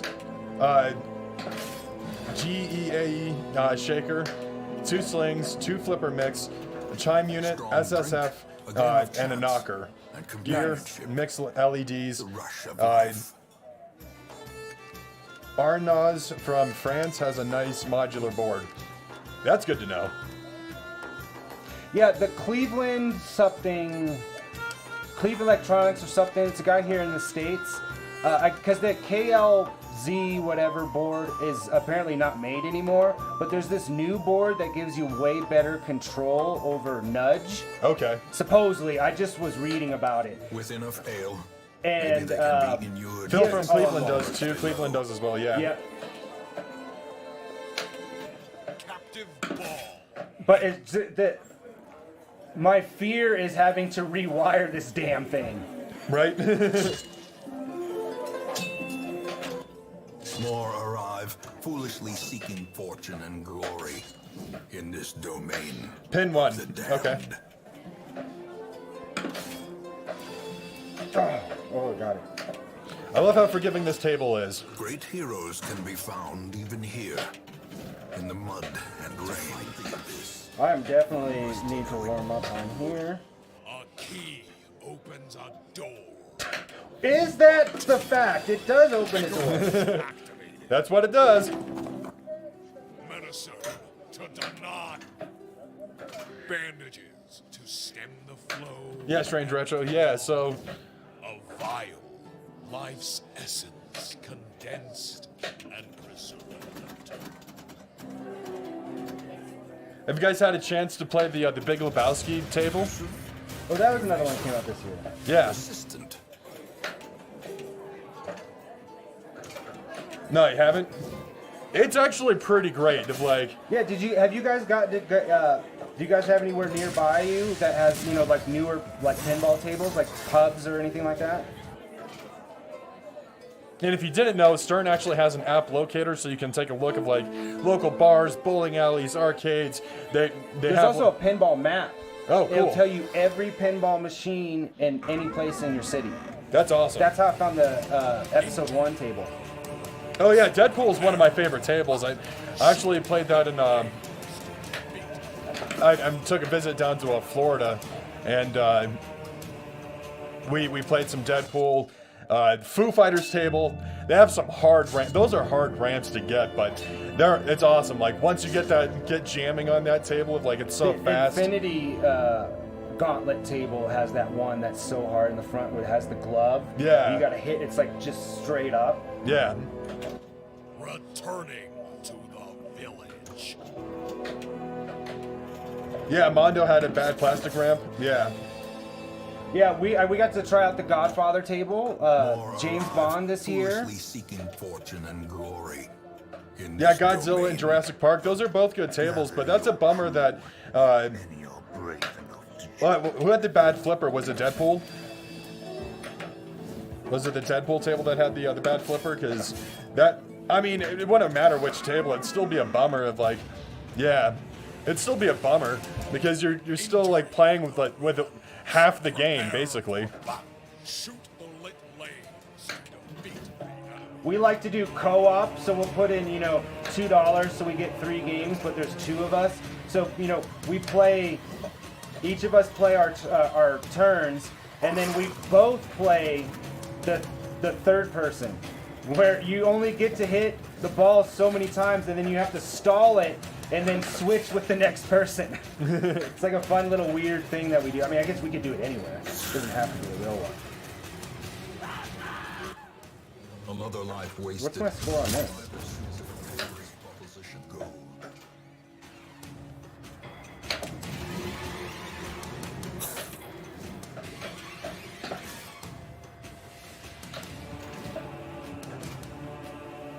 What is my score on this table? Let me check. It should be. I think I did just pull it up. You got 2,325,000. I'm not too far away from that. We're habitual scorekeepers, so we play a lot of high score stuff on the arcade, and then we keep track of our pinball scores on the iScored app Yep. as well. So we just have that up on a screen over here. We keep track of all of that, and my personal goal is always to try to beat my whatever high score that I have. There's a few tables that I've gotten a high score on, and I still have to beat that. But if I'm lower on the totem pole, I just got to beat that. That's it. I just got to be better than myself. Really having trouble with those right. It's always just. That's what's been happening to me today. Of like, I keep like chipping or of like just getting the tips of it or hitting the There we go. My room. All my the bumpers. Just like home. it's. Reclaim what is Kickers activated. Yeah, iScored is great. It's nice that the Die Hard table like integrated it into Yeah. the table. That's super cool. So you can see, because us is just the iScored we have is just for like people that come over here, like for us, and if somebody comes over, we always at least make them play one thing to put a score on, Right. even if we never see them again. It doesn't matter if it's an arcade game or whatever. And I was lucky. But it's nice that they have that integrated with that Die Hard table. Now that iScored has an API, because Pez, that's such a great program. I mean, because there's places like, originally I was gonna open up a real bar and arcade. That's what led to me building this. Is it fell through, which is fine, because if we would have opened during COVID, we would have been Yeah. screwed. But I used a lot of what I was researching to build this. And iScored is something that we wanted to have at our bar and arcade, so we could have like tournaments like Pac-Man Right. or Pinball or whatever, and we'd have a central place to keep the scores for people.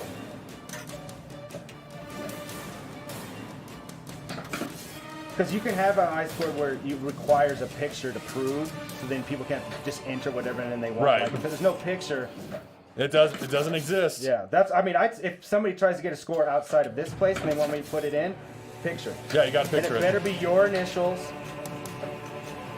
Not like, oh, I don't use the same initials. Yeah, it better be elsewhere, consistent, yeah. you know, of like I'm dead. I'm consistently dead. Except for when I drink coffee, then I'm alive. Woo!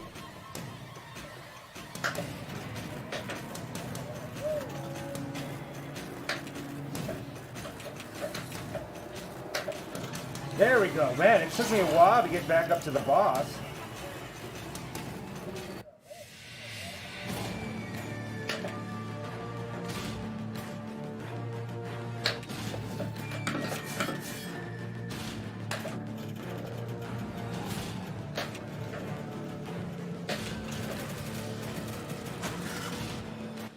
And a shout out to our Kick viewers who Oh, are. whoa. Oh, multi-ball. Here we go. But a shout out to our Kick viewers. I know more often than not we don't get anybody chatting with us on that platform, but you know, We have a lot of lurkers on. yeah.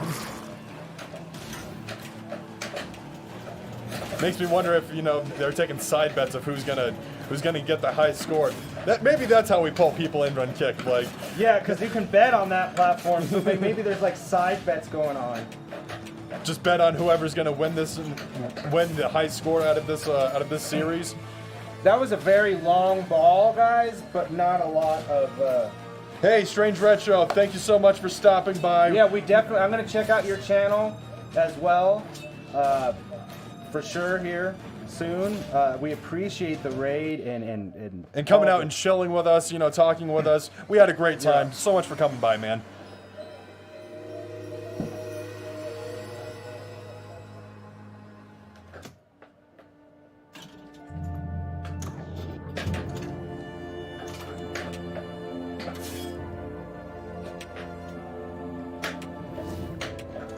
Strong drink, a game of chance, and companionship. Left ramp to collect my crew. Okay. With enough ale, maybe they can be inured against the horrors below. Medicine to deny death's panacea.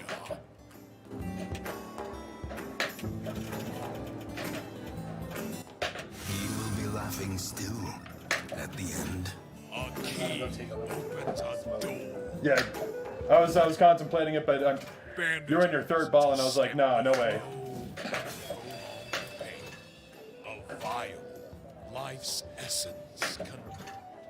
A shovel can dig a tunnel. All right, guys. Been kind of having a rough. I've got the high score on this table, but I got to beat 3 million.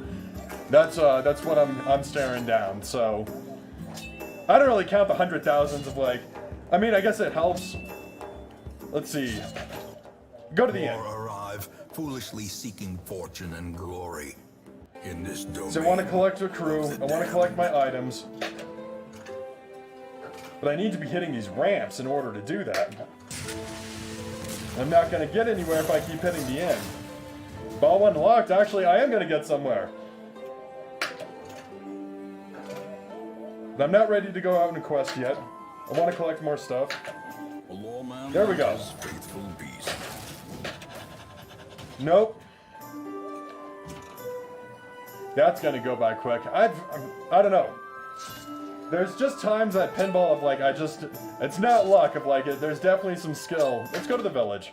Let's try it. Let's explore around. Let's move around. Let's check it out.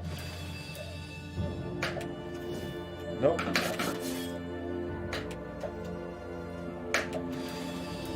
Little too late on that. Like at a Most reshoot. will end up here, covered in the poisoned earth, awaiting merciful oblivion. Gather your crew. Cool. Any are brave enough to join. So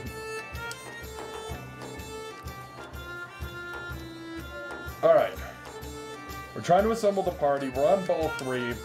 I'm trying to get this Strong drink, a game of chance, get this and going. companionship. The rush of life. Ball 2 locked. Awesome. We're going to be trying to get that multi-ball.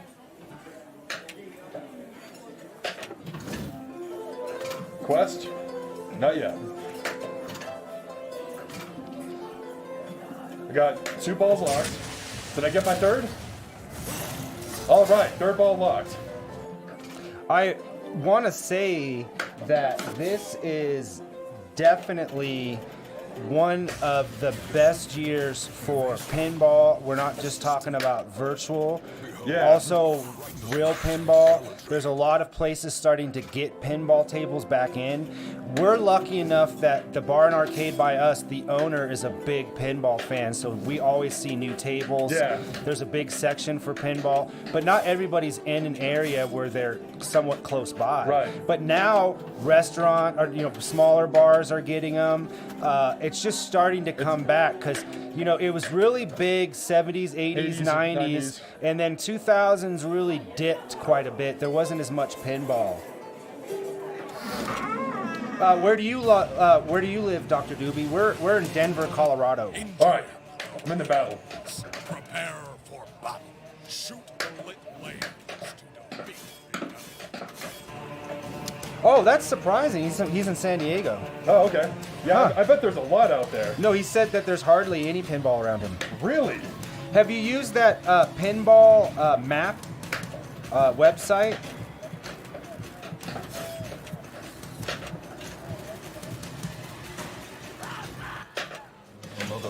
Kicker. Remind yourself that.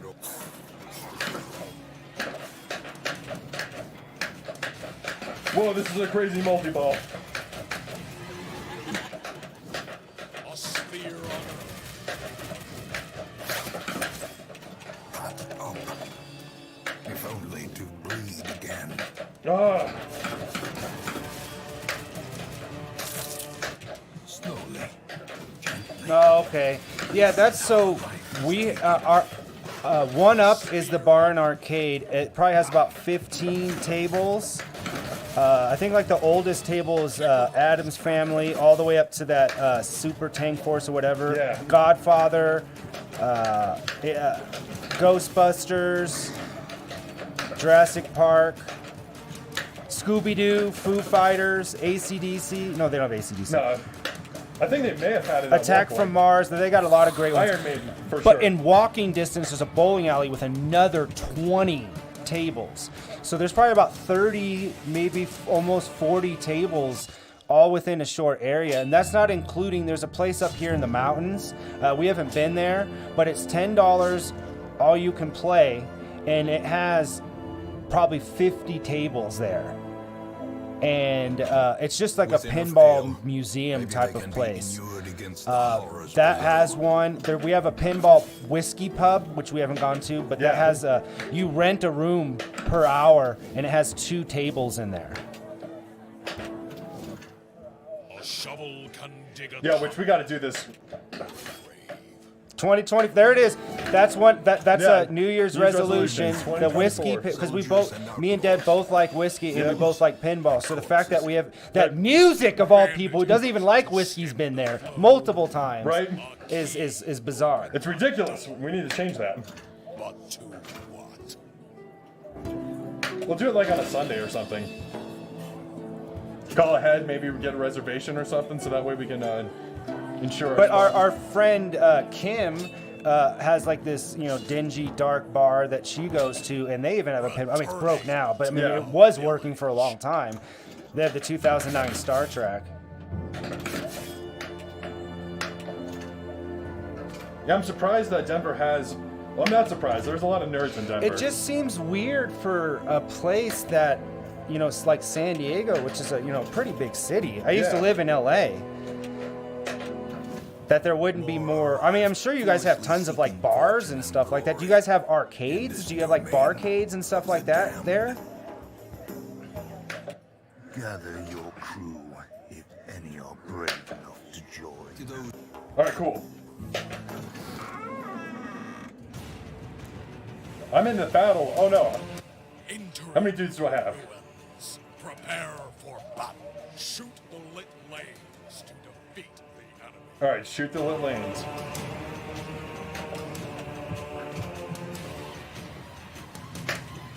Nope.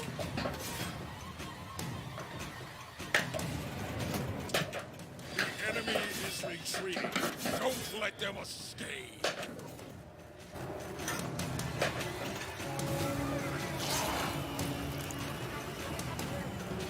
Shoot the ramps. Yeah, that doesn't make any sense because we're in Colorado where if you do not hike 14ers, you're not a true Colorado. Like people, there's people here.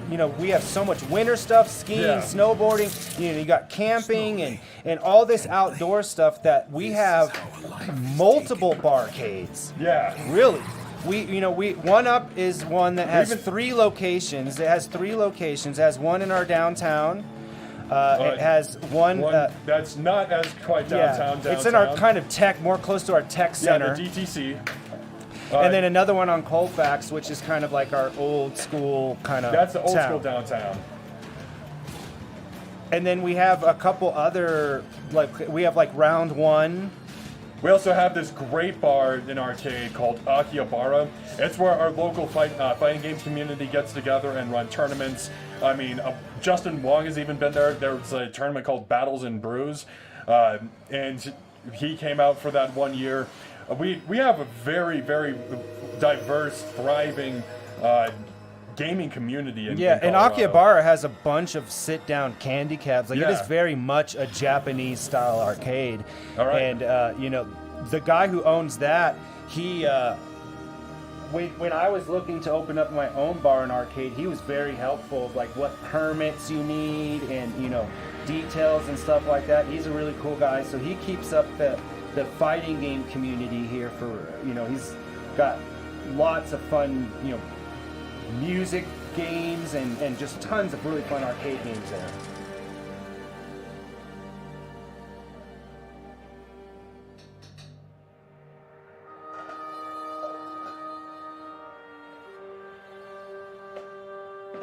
All right. Was that a high score for you? No. Did I beat 3 million? No, you didn't. I didn't know what your score was. No, yeah. That's why I just walked away. I'm like, I don't think I beat 3 million.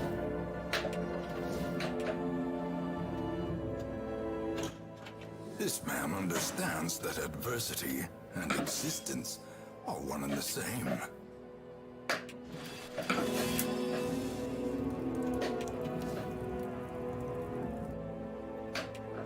Strong drink, a game of chance, and companionship, Oh, that's the yeah. rush of life. Venom's another one that's at that place as well. He has Venom.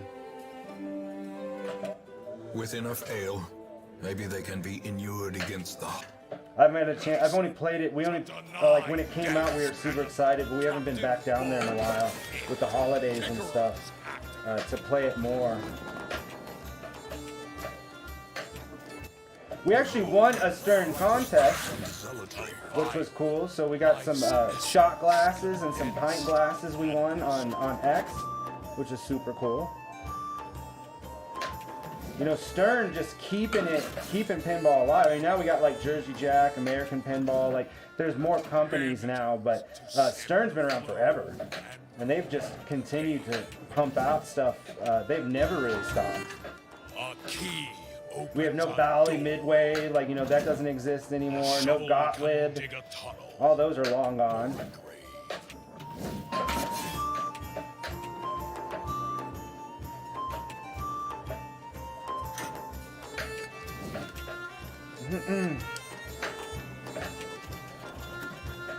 A lawman and his faithful beast.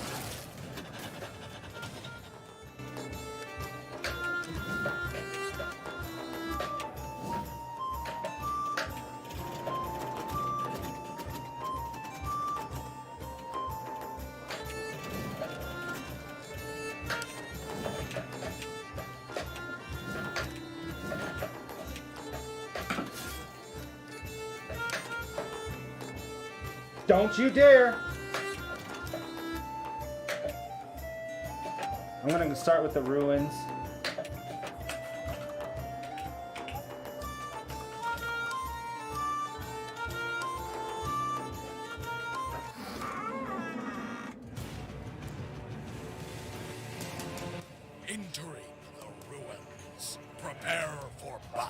Shoot the lit lanes to defeat the enemy.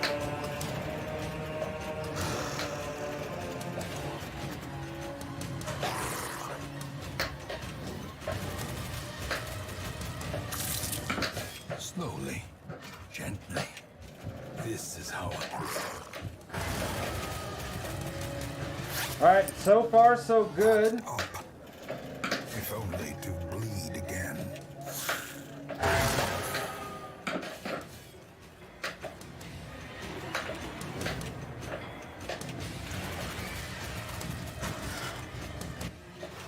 A sphere unearthed in the rubble. Damn, mother, I'm in multi-ball and I got another multi-ball.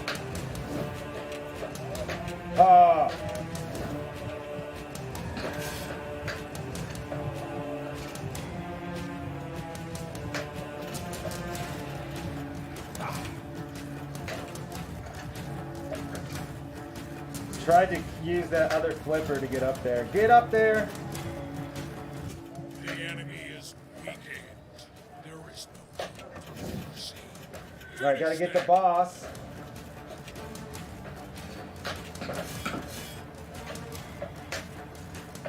Not the end. Quest. Get to quest. There we go. Boss battle.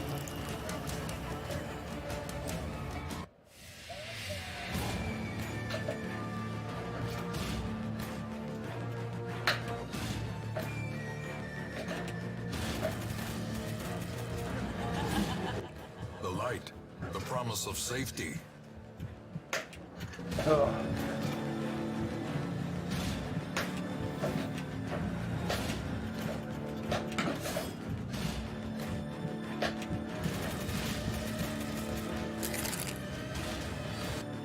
Extra ball is lit. All remedies. There we go. Got one hit in.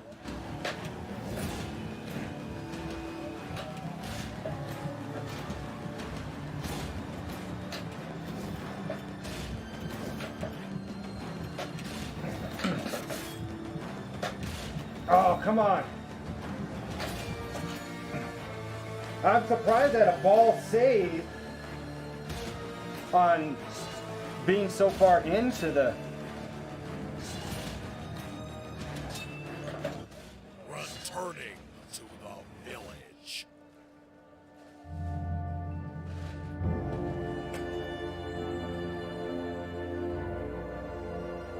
Yeah, it is super complex, at least from what I saw. But yeah, it's something that you definitely need to play quite a few times. You know, it's a little bit harder with real tables because they cost money and you got to be there, you know, you got to be there often enough as opposed to virtual where I can just sit here, pop in, try out a table.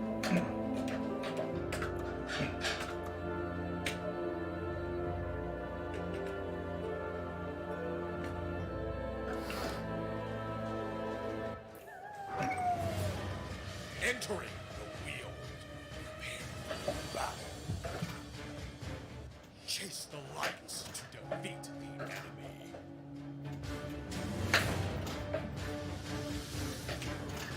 And the food just showed up.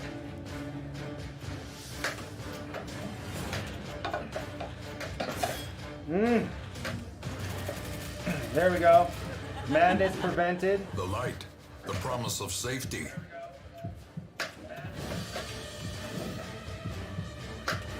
Come on.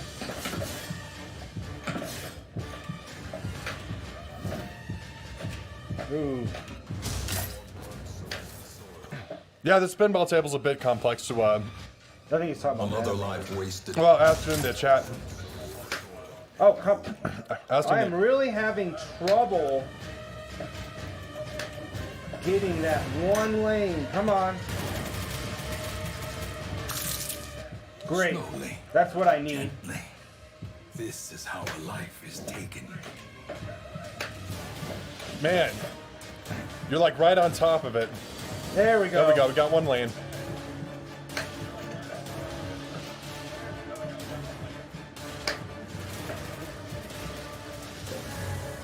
Revive a fallen hero. Sure.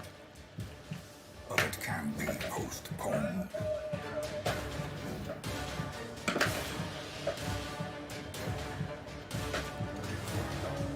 Man, I keep missing that lane.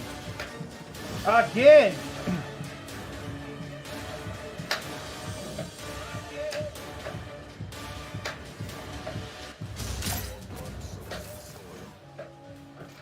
People are just dying left and right.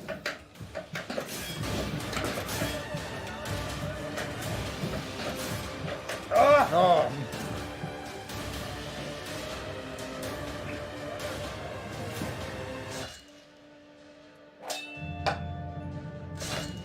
Returning to the village.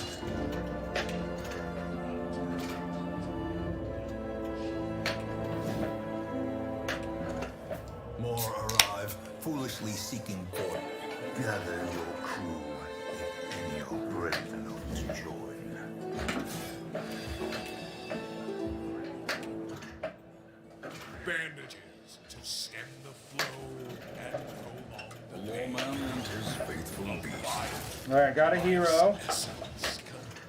A key opens a door. But to what? Got that all important key. That's what I've been missing apparently. Captain Ball. A shovel can dig a tunnel or a grave.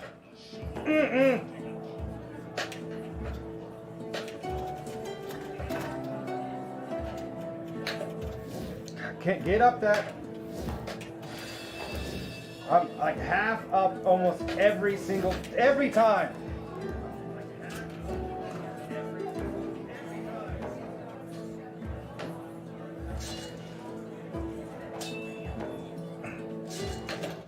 Returning to the village.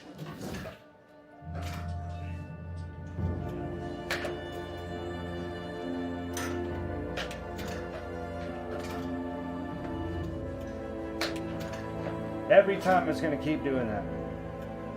One more time for safety? Nope. Strong drink, a game of chance, and companionship. The rush of life. With enough ale, maybe they can be inured against the Captain Ball. Oh!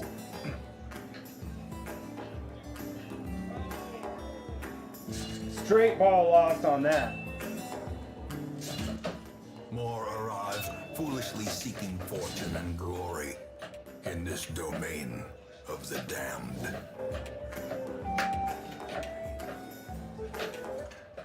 Medicine to deny death. Man, I had a really strong early start to this table.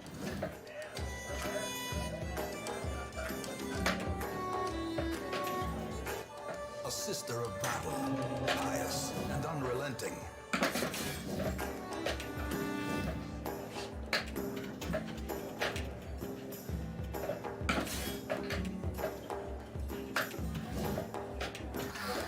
There we go. Entering wheel.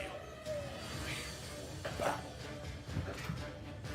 Chase the lights to defeat the enemy.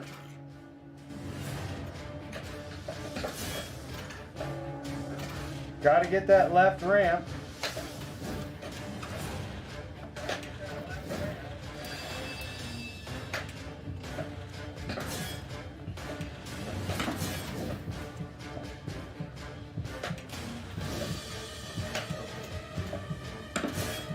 So you beat the high score.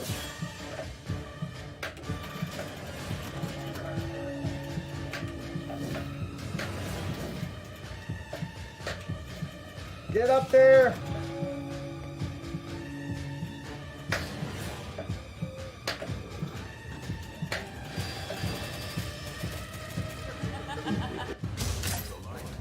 Death blow, that's not good.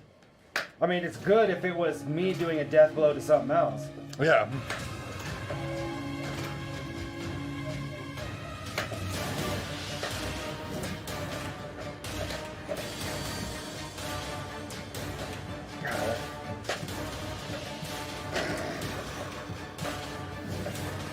There it is, come on.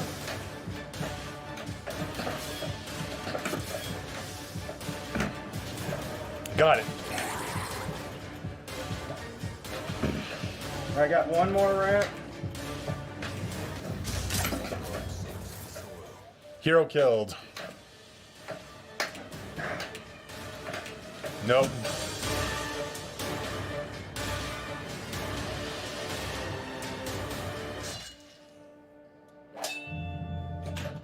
Gather your crew, if any are brave enough to join.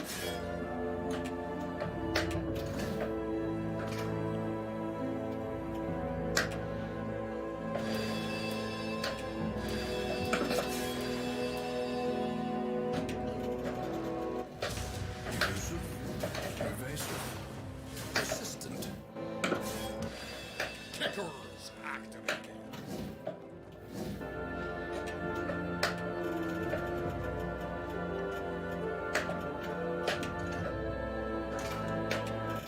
He will be laughing still. So the other day when I was setting up stuff for the arcade with the new camera, so I was trying to loosen something and I was like, man, this is every which way but loose, which I always say, but I actually said it in a scenario that it makes sense. Literally.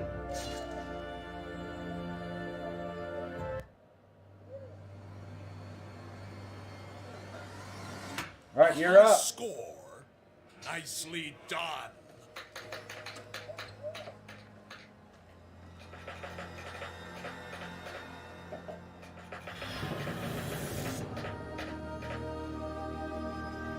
Got the new high score.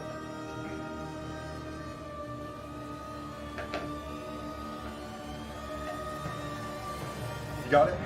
Yeah. All right, cool. Because I don't want to press start and then have us lost.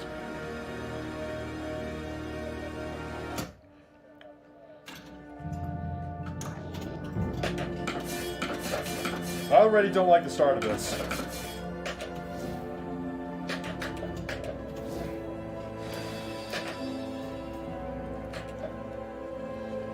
All right, ball A saved. moment of valor shines brightest against the backdrop of despair.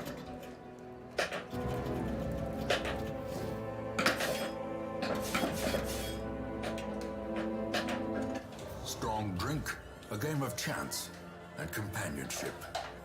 The rush of life. All right, so I gotta try to get. With enough ale, maybe they can be inured against the horrors below.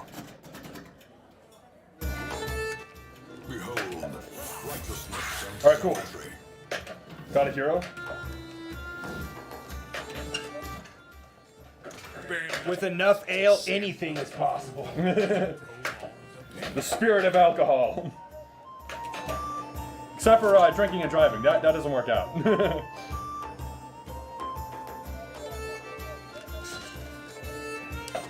And if you guys are watching us all night, then you don't have to drive anywhere. Let's go to the village. Returning to the village. So what's some of your guys' favorite games? Bid games, if you will, Bid that you games. played this year? My number one game this year was a close call, but for me it was Final Fantasy 16. For me personally, I know this is a generic answer, but Baldur's Gate 3, that game, I played Divinity Original Sin and Original Sin 2, and I really like Larian Studios. They make awesome RPGs. If you guys are into turn-based kind of combat and whatnot, it's a really, really good game, and Gather your crew, if it follows D&D, the 5th edition, because I've also played Dungeons & Dragons tabletop. I've gone through, a couple campaigns, and, oh man, I lost my ball too. I've played campaigns of that, so I know how Dungeons & Dragons work. So the rule set for integrating into a video game was really well done. There are certain things that you What's can- up, Herbski? What's up, man? Companionship. The rush of life. What better laboratory than the blood-soaked Really enjoying the updates. This is our first time playing the updated version. I guess it was last week or something that dropped. Dig a tunnel or a grave.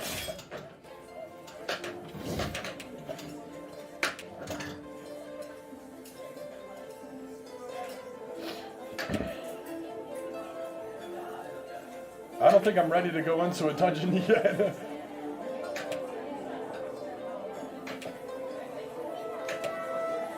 Ertsky, which is the easiest dungeon to go through? The Cove, I think. The Cove? Doing great. Doing our marathon stream, playing our favorite tables that we played this year, and yours is the Ruins. Sorry, I said the wrong one. And yours was one of them. Your table is one of them, so we're playing that. This is our first time playing the updated version.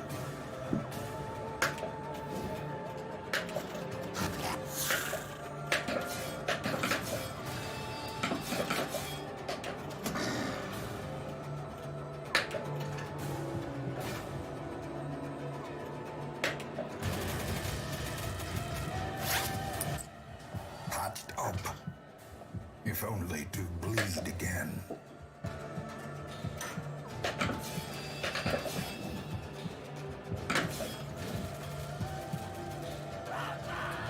Because Heart for me, attack. pizza is like if I need to fold the slice, that's pizza to me. Yeah. No, I lost the ball. In the most like disappointing way too. That's on me. That can't be With helped. enough ale, maybe they can be in your Playing NBA Fast Break. I did get a high score on NBA Fast Break, or at least recorded high score. Nice. for We're me. gonna be taking a frosty. We're gonna be starting some frosty beverages here soon. Yeah. We just didn't want to start with our long stream. What's up, Dark? What's up, Dark? Yeah, I didn't have time because I had to set up for the stream, but I did not have time to try out Cyber Race. But you're the second person today that's told us. Yeah. It's the talk of the town, yo. A sister of battle. We're part of the virtual pinball community now. Yeah. All right, am I back at the Cove? All right, yeah, I'm back in the Cove. I'm back in the battle. Entering the cove. Prepare for battle. Shoot the bumpers to defeat the enemy. Okay, shoot the pop bumpers to defeat the monster. So that's what I got to do. I got to shoot for these outside lanes and get it there.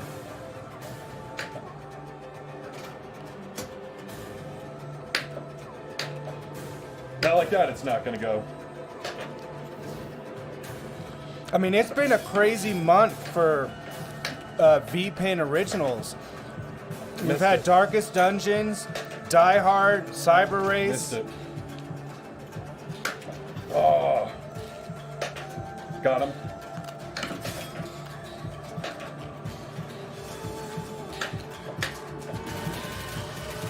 Come on, give me a good item. Slowly. Oh no, heroes' lives are shortened. This is how a life is taken.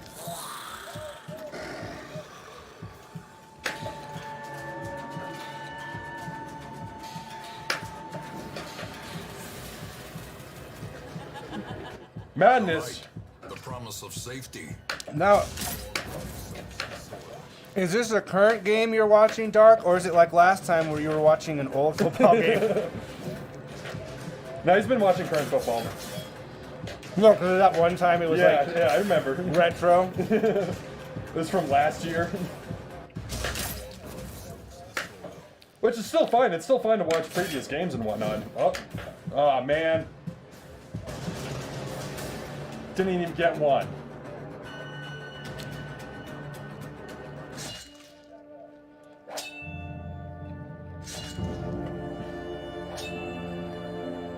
Well, let's go back to the inn. More arrive, foolishly seeking fortune and glory in this domain of the damned. Bandages to stem the flow and prolong the pain.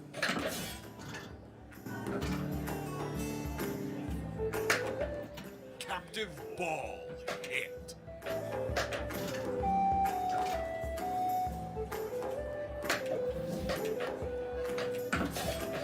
Nope. A lawman and his faithful beast.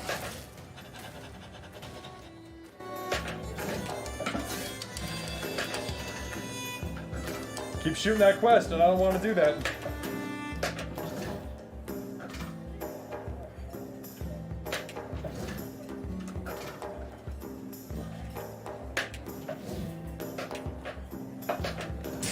All right, guys. Ball unlocked. Shoot for that multi-ball. Not that way.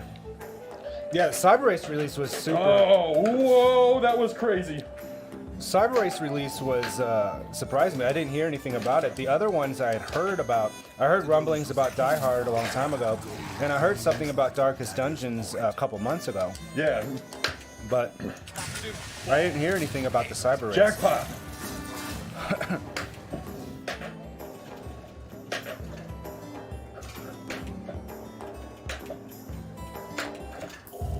All right, going back into it. Going back to the battle. But there's a whole group of virtual pinball people that are up to, they know the ins and outs of what tables are being worked on and stuff. I Yeah. need to be in that group. Yeah, right?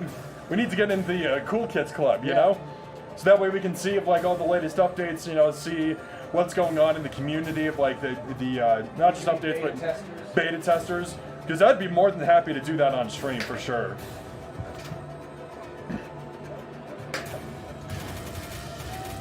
And I'd love to collaborate. I'd love to get together and, you know, do some interesting stuff with some interesting people.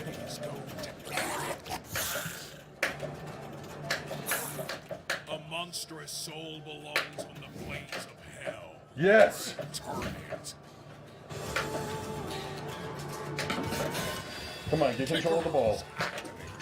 I didn't need to go there.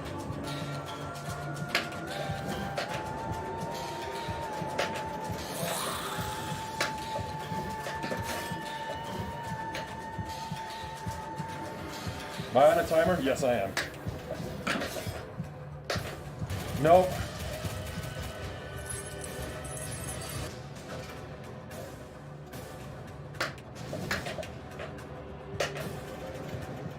Oh man, I didn't get any of those bumpers. I got up the lane.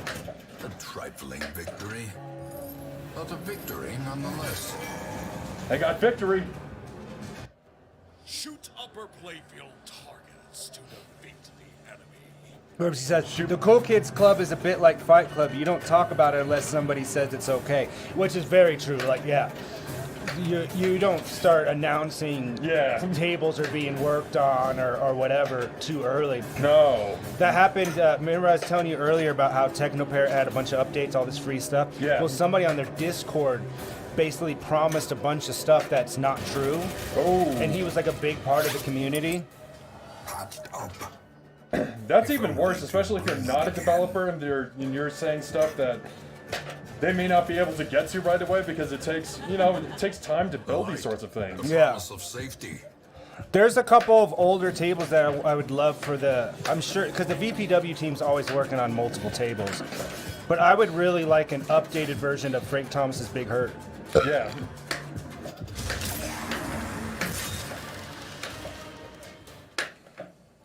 Yeah, Herbsky, we just watched the video right before we started streaming of Jurassic Park, Yeah. but I haven't found a link either.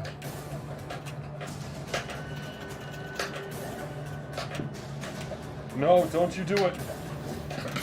I was excited about the Mario DX 1.18 getting an English mod. I haven't installed it yet on our Racecade. So next Saturday, guys, will be our first stream from the Racecade, which will be awesome. Oh man. Almost got up there.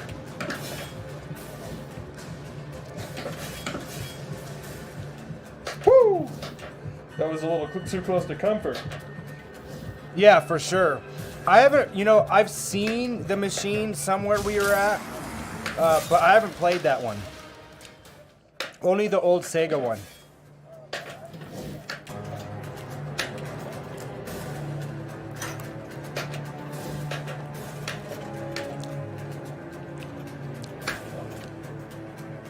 I was also excited that they have Initial D Arcade Stage 8 for Technopair Online.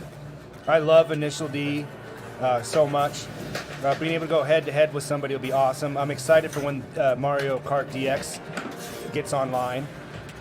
I think Arctic Thunder is another one that they got working. I don't think I'm gonna make it.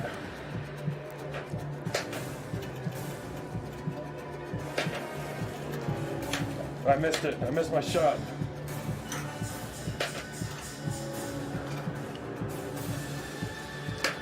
Are you talking about Time Crisis 5? Because that one already works. I've already played through it. We have it here. Tomb Raider also is already done. I haven't played it, but I've tested it.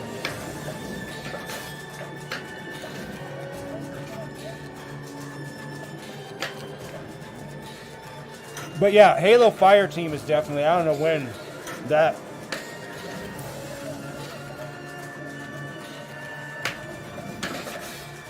Damn. Oh. Oh, where do you work?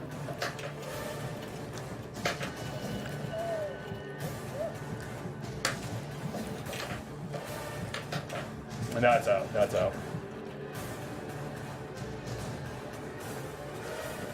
Oh, nice. 16 RAMs, 483 spinners. Yeah, because our Bard arcade has Time Crisis 5. It has, what else does it have? Terminator Resistance, Salvation Yeah. Resistance, Not so bad. I got Carnival. close- Carnival, yeah. Oh yeah, we even have that at our favorite bar and arcade. They have a lot of gotcha machines coming in. Yeah. I don't like those. I don't like the gotcha machines. No, because we get drunk and put a bunch of money in Yeah. trying to win whatever the Sonic. And then we throw something up on TikTok and it goes up, goes. We have this video where it's just me attempting to get a Sonic the Hedgehog plushie. And instead of me getting the plushie, which it looks like I almost get, I get one of the balls instead. And that blew up for whatever reason. I'm like, there's no rhyme or reason to some of this shit. There's a big subculture of claw games. Yeah. I went down a rabbit hole after that, and there's like a people that just post nothing about it.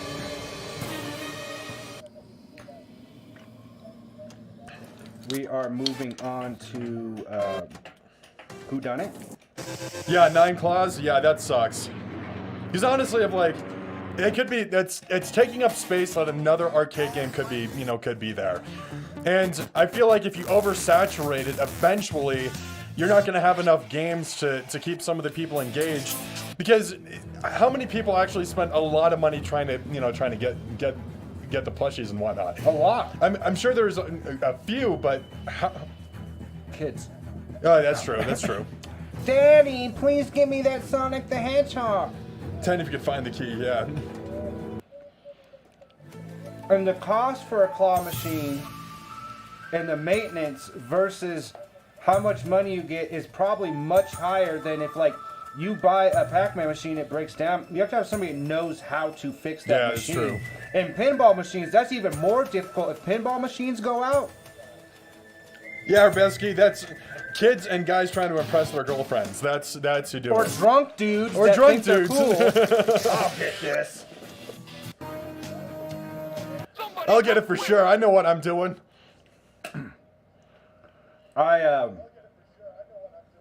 We spent at the One Up downtown.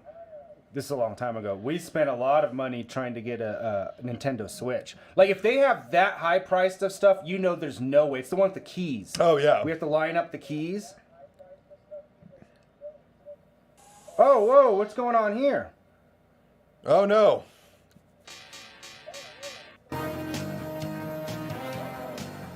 I'll have to fix that. I'll just go to Nightmare on Elm Street. Okay. I don't feel like We messing got up something in the back pocket.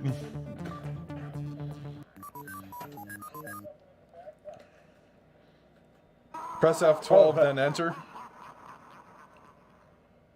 I don't think I set that up for 10.8. The kids And that's of why it Elm launched Street all weird. don't And I also know think yet, that I launched this but wrong something too. is coming to I get want to them. launch There's it without something the out there, pad. isn't there? There we go. It's got to launch it the right way. F12 and then enter resets the camera view. Cool.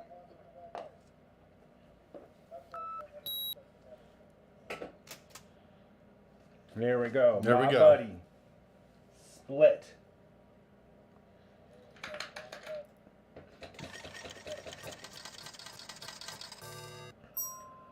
Ready?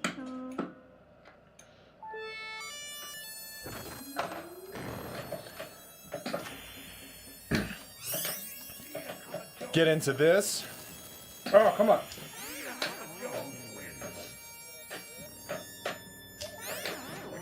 What's Pull the up the- score? Yeah, but let's pull up the score on this bad boy.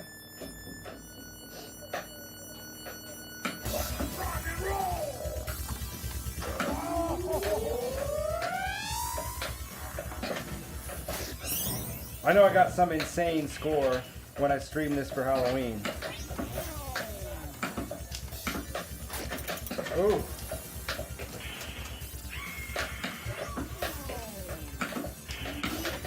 Oh man, there's just a lot going on.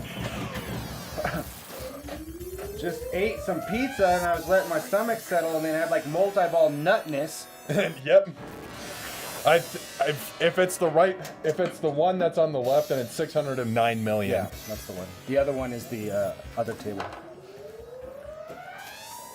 Need a cup of Joe? Yeah. I've been drinking coffee all morning. I'm ready to go. Like, had a cup when I first woke up, and then I got this little gag gift that this coffee thing. It's hard to explain, but it was enough for a pot of coffee, which I'm very thankful to to those who gave it to me. Drank a pot of coffee. Oh, it's something that the Freddy says. Oh yeah. I'm highly caffeinated. Woo! Not a great start. Nothing. That's already it. Okay. But I always feel like, on a scale to 1 to Cornholio, how caffeinated are you?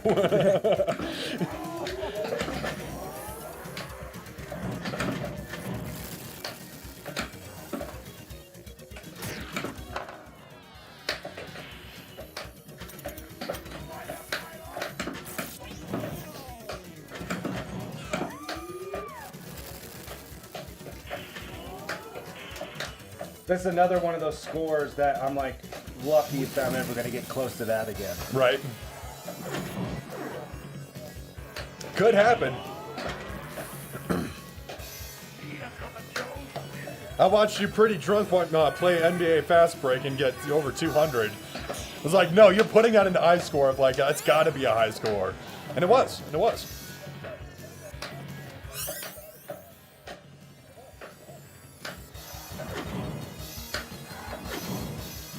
Oh, well, cool, Dark. Yeah, check back in with us later. We'll see you soon.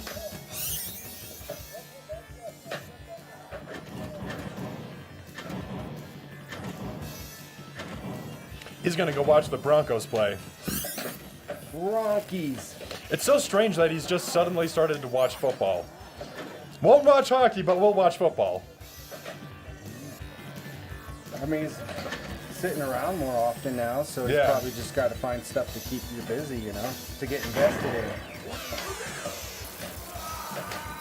But he just never watched it before, of like, you know?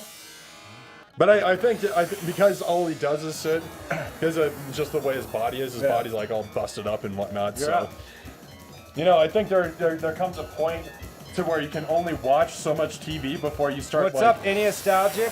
Yeah, what's up, man? It's like, I think Any Nostalgic must have an alert that if I'm playing the Nightmare on Elm Street table, he gets a special alert. How have you been? I haven't seen you or talked to you in a while. Nope. You gotta shoot again.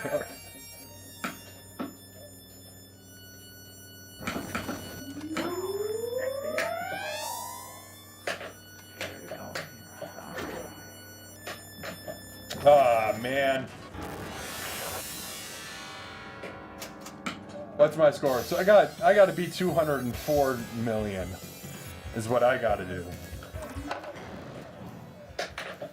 Well, it ain't gonna be like that.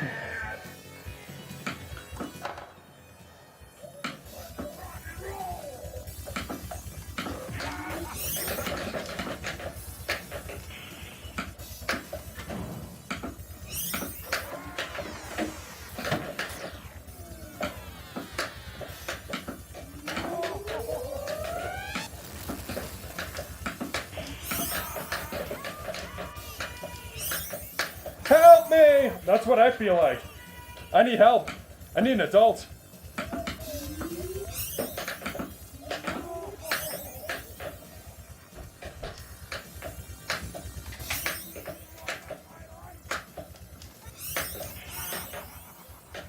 Oh, shit. No. What you got there? Oh, is that the, Yeah, there's 2 left. Old jubilation.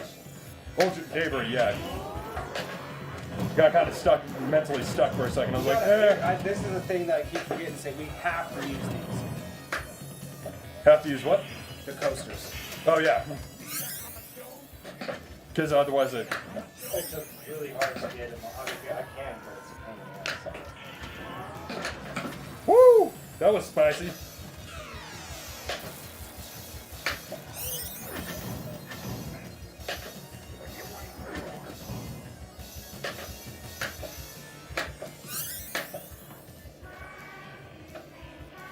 Mystery. Straight drain. 37 million. Insert coin for extra ball. That is game over. Game over.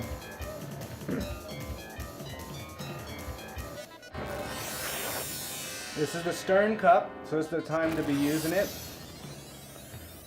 Got this from a contest from Stern. We got a shot glass as well. Alright.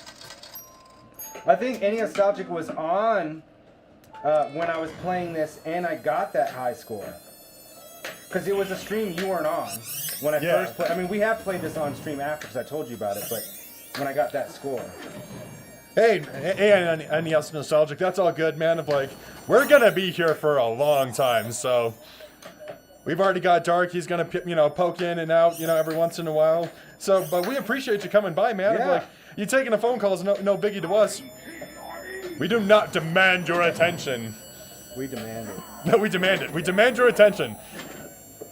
Anytime that we stream, we want eyeballs on, locked in, heart to heart. Yeah, Dr. Doobie, it was awesome hanging out with you. Of like, we are going to be trucking through a 12-hour stream, so definitely feel welcome to come back anytime, man.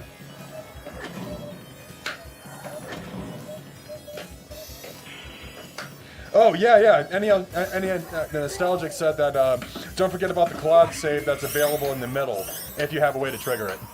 And we do. It's right there. It's the...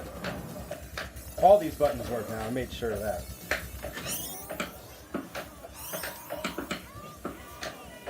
Help me!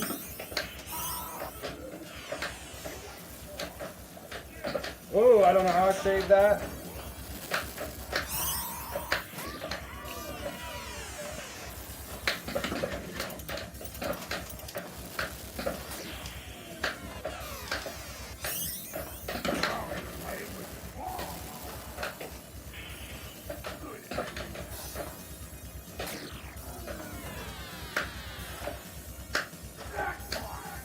I love that sound. Jackpot!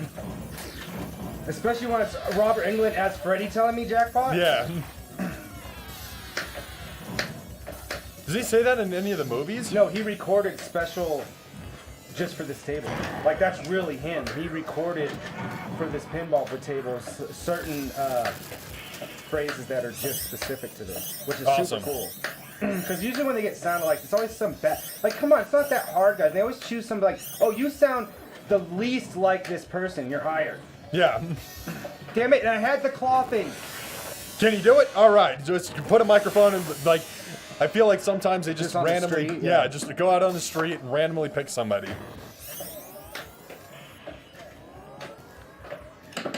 I had to save again, guys, and that was the time to use it.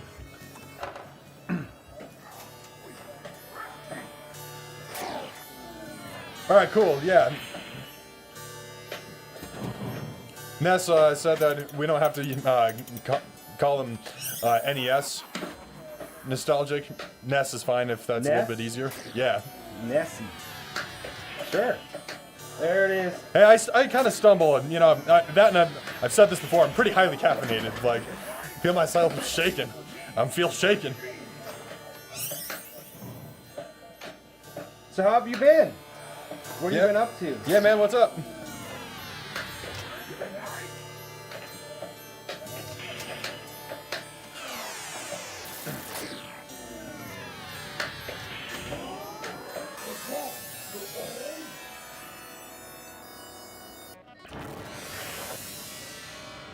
All right, 216 million makes me feel better.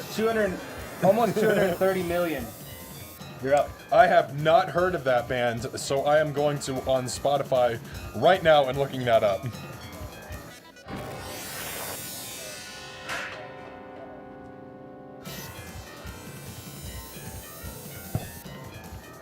Oh, awesome. Where in Africa did you go? So you just got back from a trip to Africa. I've got that loaded. Yeah, what about Africa? He just got back on Christmas Eve from a trip there. Oh, awesome.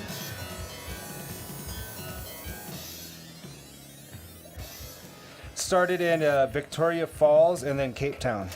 Oh, cool. That's South Africa, right? I mean, Cape Town I think for sure is, but Ready?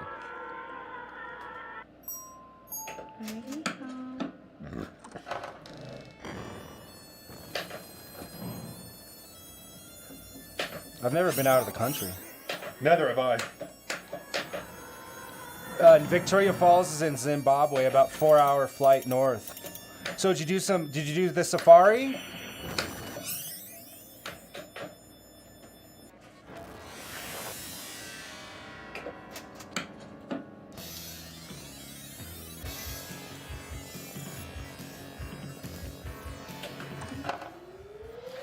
Got it.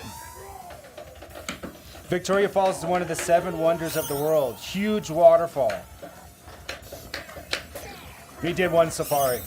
All right, that's cool. When I was I'd go to shooting, Africa. That seems awesome. when I was working at that expo, the outdoor expo, they had a Yeah. lot of like package deal booths and stuff. Sure. And they had a lot of safaris and stuff. So I got to learn a lot about like the safari packages and stuff. I mean, some of them were like $50,000. Like these were insane. Like they fly you to Persa helicopter and you got your own chef. I'm like, I don't know how many What? people you're gonna get walking through this place with that.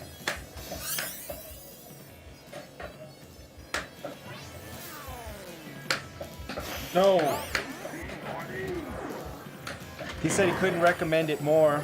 It was an incredible trip. Yeah, that's what I've heard from people that have gone there. And that's a lot. I mean, you only went literally to one area. I mean, if you think about it, because there's all that stuff up. You know, you got Egypt is also in Africa. You got all that Yeah. stuff up north. You got south. You got jungles, desert, Sahara. Like there's Mountains. you got so much different stuff in Africa that people just think of like zebras and elephants, you know, and then they're, you know, and that's it. A lot of people don't forget that Egypt is even part of it. Right? Oh man, not doing. This has not been a great day for me on pinball. But what do I got to beat? 204,000. I'm at 156. 204 million. Or 204 million, excuse me. And I'm at 156 million. Oh, I bet, yeah. Cape Town's super developed. All right, I got another multi-ball.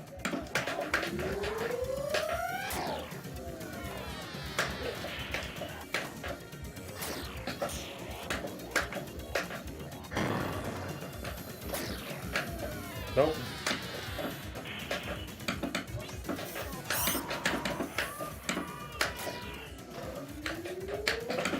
Kim keeps telling me that I need to get my passport, go to some tropical island.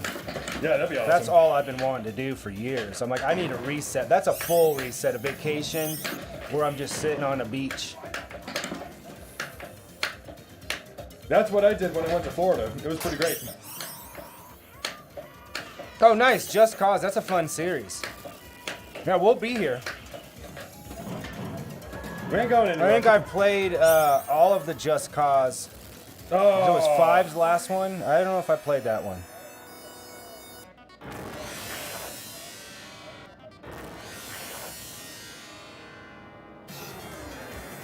All right, cool. Well, I got close to my high score, so not so bad. Yeah, I had like 230 million, so I mean, I don't know how close that is to mine. But at least it wasn't, I mean, well, it's not very close, but compared to the 20 million I got before, it's a huge difference. Yeah. Ready?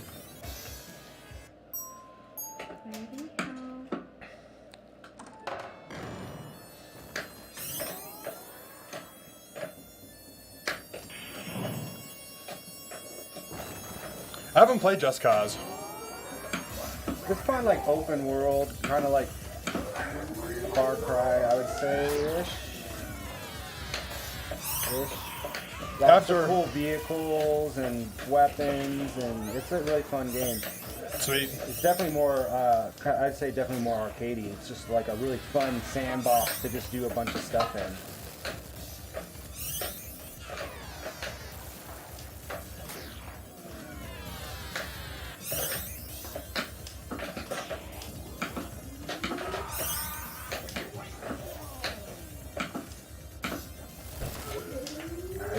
I hit it at the right time, but I don't have it.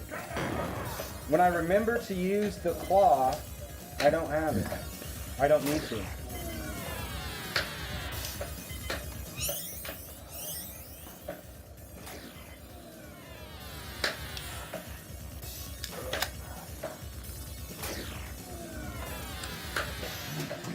So another movie that came out this year that I watched was Bill Burr with Old Dads. It was okay, honestly. Of like not as funny as his stand-up comedy and whatnot. It's a little bit more of like a heartfelt kind of movie and whatnot. But and it touches on like generational topics and whatnot. Of like there's no spoilers, but one of the plots is that these three best friends are in business together, and they sell their business, and the new owner comes in, and he's a millennial, right? So there's, that adds to the intrigue. There's, it talks about being a dad, that's older in comparison, because I think there's something that's a little bit more difficult as you get older and having kids, because you're not as young. You can't, like, you're a little bit more limited into, how much you can do with a little kid, especially when they want to play rough and you have like low energy because you're old. Because let's face it, like, you don't have the same energy as, like when you're 50 years old, you don't have the same energy as a 20-year-old. You just don't. That's what cocaine is for. Yeah. Just do a couple lines, it'll be okay.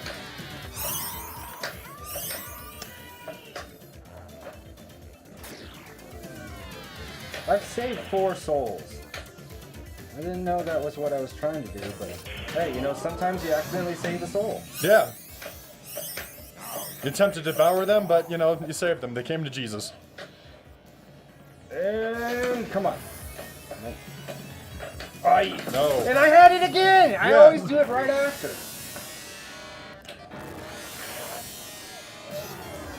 You're up. I can just bring this with me. I know what I'm doing. My top 5 movies this year, number 5 was The Killer. Michael Fassbender, David Fincher, one of my favorite directors. Very much how Fight Club was about consumerism. This is about the American workforce and kind of the mundane, except that he's a hitman. He treats everything just like it's a normal job, but everything just keeps going wrong for him. So it's like really much a satire, but not Okay. done as a comedy. Right. Definitely Michael Fassbender's best performance in a lot of years. Number 4 was Super Mario Brothers movie. It took them 30 years to make another one, and they of course made it animated, which was what it probably should have been Honestly, to begin with. that was a surprising movie. I watched that recently, so I was like, didn't know what to expect. Of like, they start off in like the human world, and then they go into whatever world that Mushroom Kingdom. Yeah, Mushroom Kingdom. It was like Land of the Koopas. Yeah, that was really just nailed it. Jack Black's perfect as Bowser. Yeah. Some musical performances. Peaches. There's a petition right now because it didn't get best song for Oscar. Like, come on, people.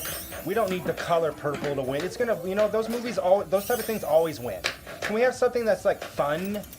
Like, where's the fun? The Oscar people, they want some tragedy. You know, it's always got to be a Macbethan type of scenario. Right. People enjoy having fun as well, guys. Someone's got to die in a movie. That's all I'm saying. Of like, and no one dies in Mario. No one. Not even Bowser. People seem to, on Instagram, love the Mean Drunks video that I posted. So, Oh.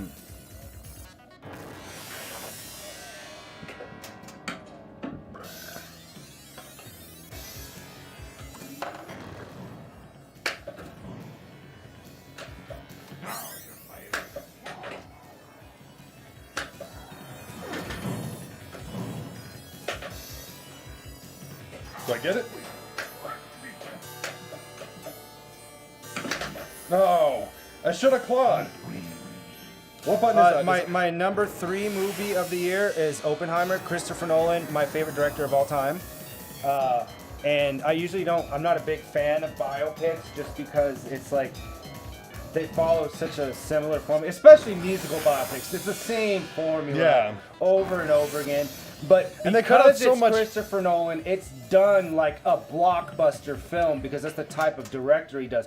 So it jumps between Oppenheimer's life at different times throughout there, and it's tense, even though it's a 3-hour movie. Sure. It's tense because they're racing against the Nazis Right. to make an atomic bomb, and you Right. get all these people coming together. And then later on in his life, he was like pretty much discredited. And very much had a not a very good ending years because he was a proponent against using These the bomb. weapons. Yeah. Yeah. And the and thing we is used it like, twice. and he quotes the Bhagavad Gita. I forget how the actual sutra that he quotes, but he makes a very grim statement after he realizes what exactly kind of destruction that they've invented, and years afterwards he became a proponent against nuclear weapons. And they tried to discredit him, like they Yeah. went so much, like he was a communist sympathizer because before the war, there were people in America that were communist, but it's not communist in the sense of what Russia was. Right. It was a different they wanted things to be shared more equally between people. Like the very, very basic of what communism is, not Right. what the dictatorships have used it as in all these years. Right. And so he was briefly went to some of the events, and this is way before Russia and all this other stuff. So they threw that stuff out at all these hearings afterwards, and they're like, no, that's not the same thing. Yeah, I'm absolutely against communism, but would I still go and listen to what they have to say of like to get perspective? Sure, because I'm a curious individual. Yeah, this of is like You could they're be- trying to 1930s communism. Yeah. Like this is not Russia Cold War, and they were trying to go after him in the 50s. or Maoist China. Yeah, none of that stuff. So, and it was like all he did was go to a few events because he was very much a free thinker. He didn't go there necessarily because he believed in all these things. He just wanted to get different perspectives. And so, but it was just Cillian Murphy, best performance of his career. Robert Downey Jr. proving that he is more than Iron Man, does such an amazing job in that movie. Is a subdued. His role is so much more subdued. You expect this kind of hyperactive, because that's not even just Iron Man. That's even when he played Holmes and even Right. his earlier roles, he was always that he played that high energy. So to play against type so well, he did such an amazing job. And the score is good, and Christopher Nolan always shoots in film, so it's shot in film, and there's no CG. He does everything he's ever done. All the Inception room, all of the stuff in Batman, all that stuff is practical effects. He just highly believes, and people believe in something when they know it's real. Even if Yeah. it's something that's not real in real life, that you really made it. Like they don't show the Hiroshima and all that. There's no reason to. No. But he did show the very first test because that was important to be like, this works. Right. Because in our history, they didn't know, because theoretically, once that bomb first went off, it could have destroyed the world. That was a real Yeah. fear. They had Because no idea. They had no idea. So the bomb going off, the special effects and all that stuff is practical. Right. It is not CG at all. So like that's just a dedication. And honestly, isn't there real footage of the tests? Or No, I mean he recreated it in the film. no, I'm asking if like legit like. Oh, I missed it. Missed my skill shot. Is there? Yes, there are video of it, real video. We have some Straight that we line. tested in the Pacific as well. Yeah. As a kind of like nudge to Japan before we did it. We have a video of that as well. I know. Russia tested one bomb that was so massive that it was Norway, Finland, one of those countries tested for earthquake activity because of how much it shook the ground. I mean, these are having that kind of tech out there is scary, you know. Yeah, but it's the mutual destruction. That's what happens. So number 2 was Spider-Man Across the Spider-Verse. Into Yeah, the that was Spider-Verse was so amazing, and I didn't know how they'd be able to top that. The animation's somehow better. The story is more adult. There's tons of cool new Spider people. Punk Spider-Man's my guy Yeah. now. That was just expertly done. I like the story of Miles of like. Yeah, that's what I'm saying. Focusing on yes, Peter B. Parker is in it, and he's Sure. older, and but he's not the main character. Well, we've had decades of Peter Parker. Yeah. Okay, of like having Miles as a new protagonist breeds fresh air into And his- choosing Spot, which is such an obscure villain to use. Yeah. And like having Spider-Man 2099, like that's just Yeah. amazing to have at all.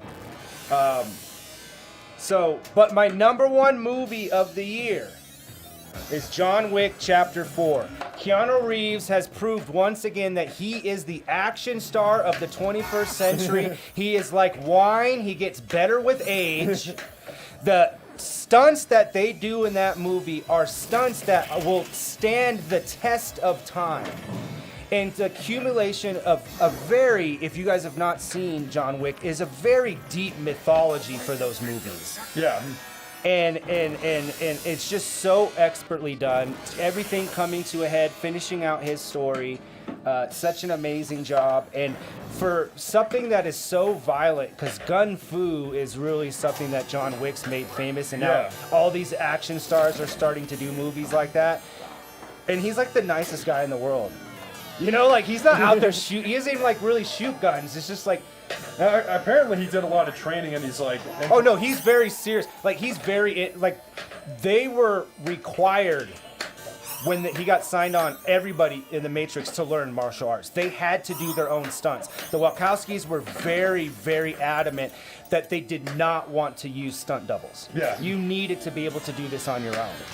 And so he just got a bug, you know, which a lot of actors, they have to train and do different things for a role that they find. Like Paul Newman did a racing movie when he was young, and he was a lifelong racer. He raced Indy cars and all kinds of stuff because it was a big thing. It was something he's like, wow, this is awesome. I want to do this for the rest of my life. And that's how Keanu Reeves was with martial arts. He's continued to keep up with Right. that.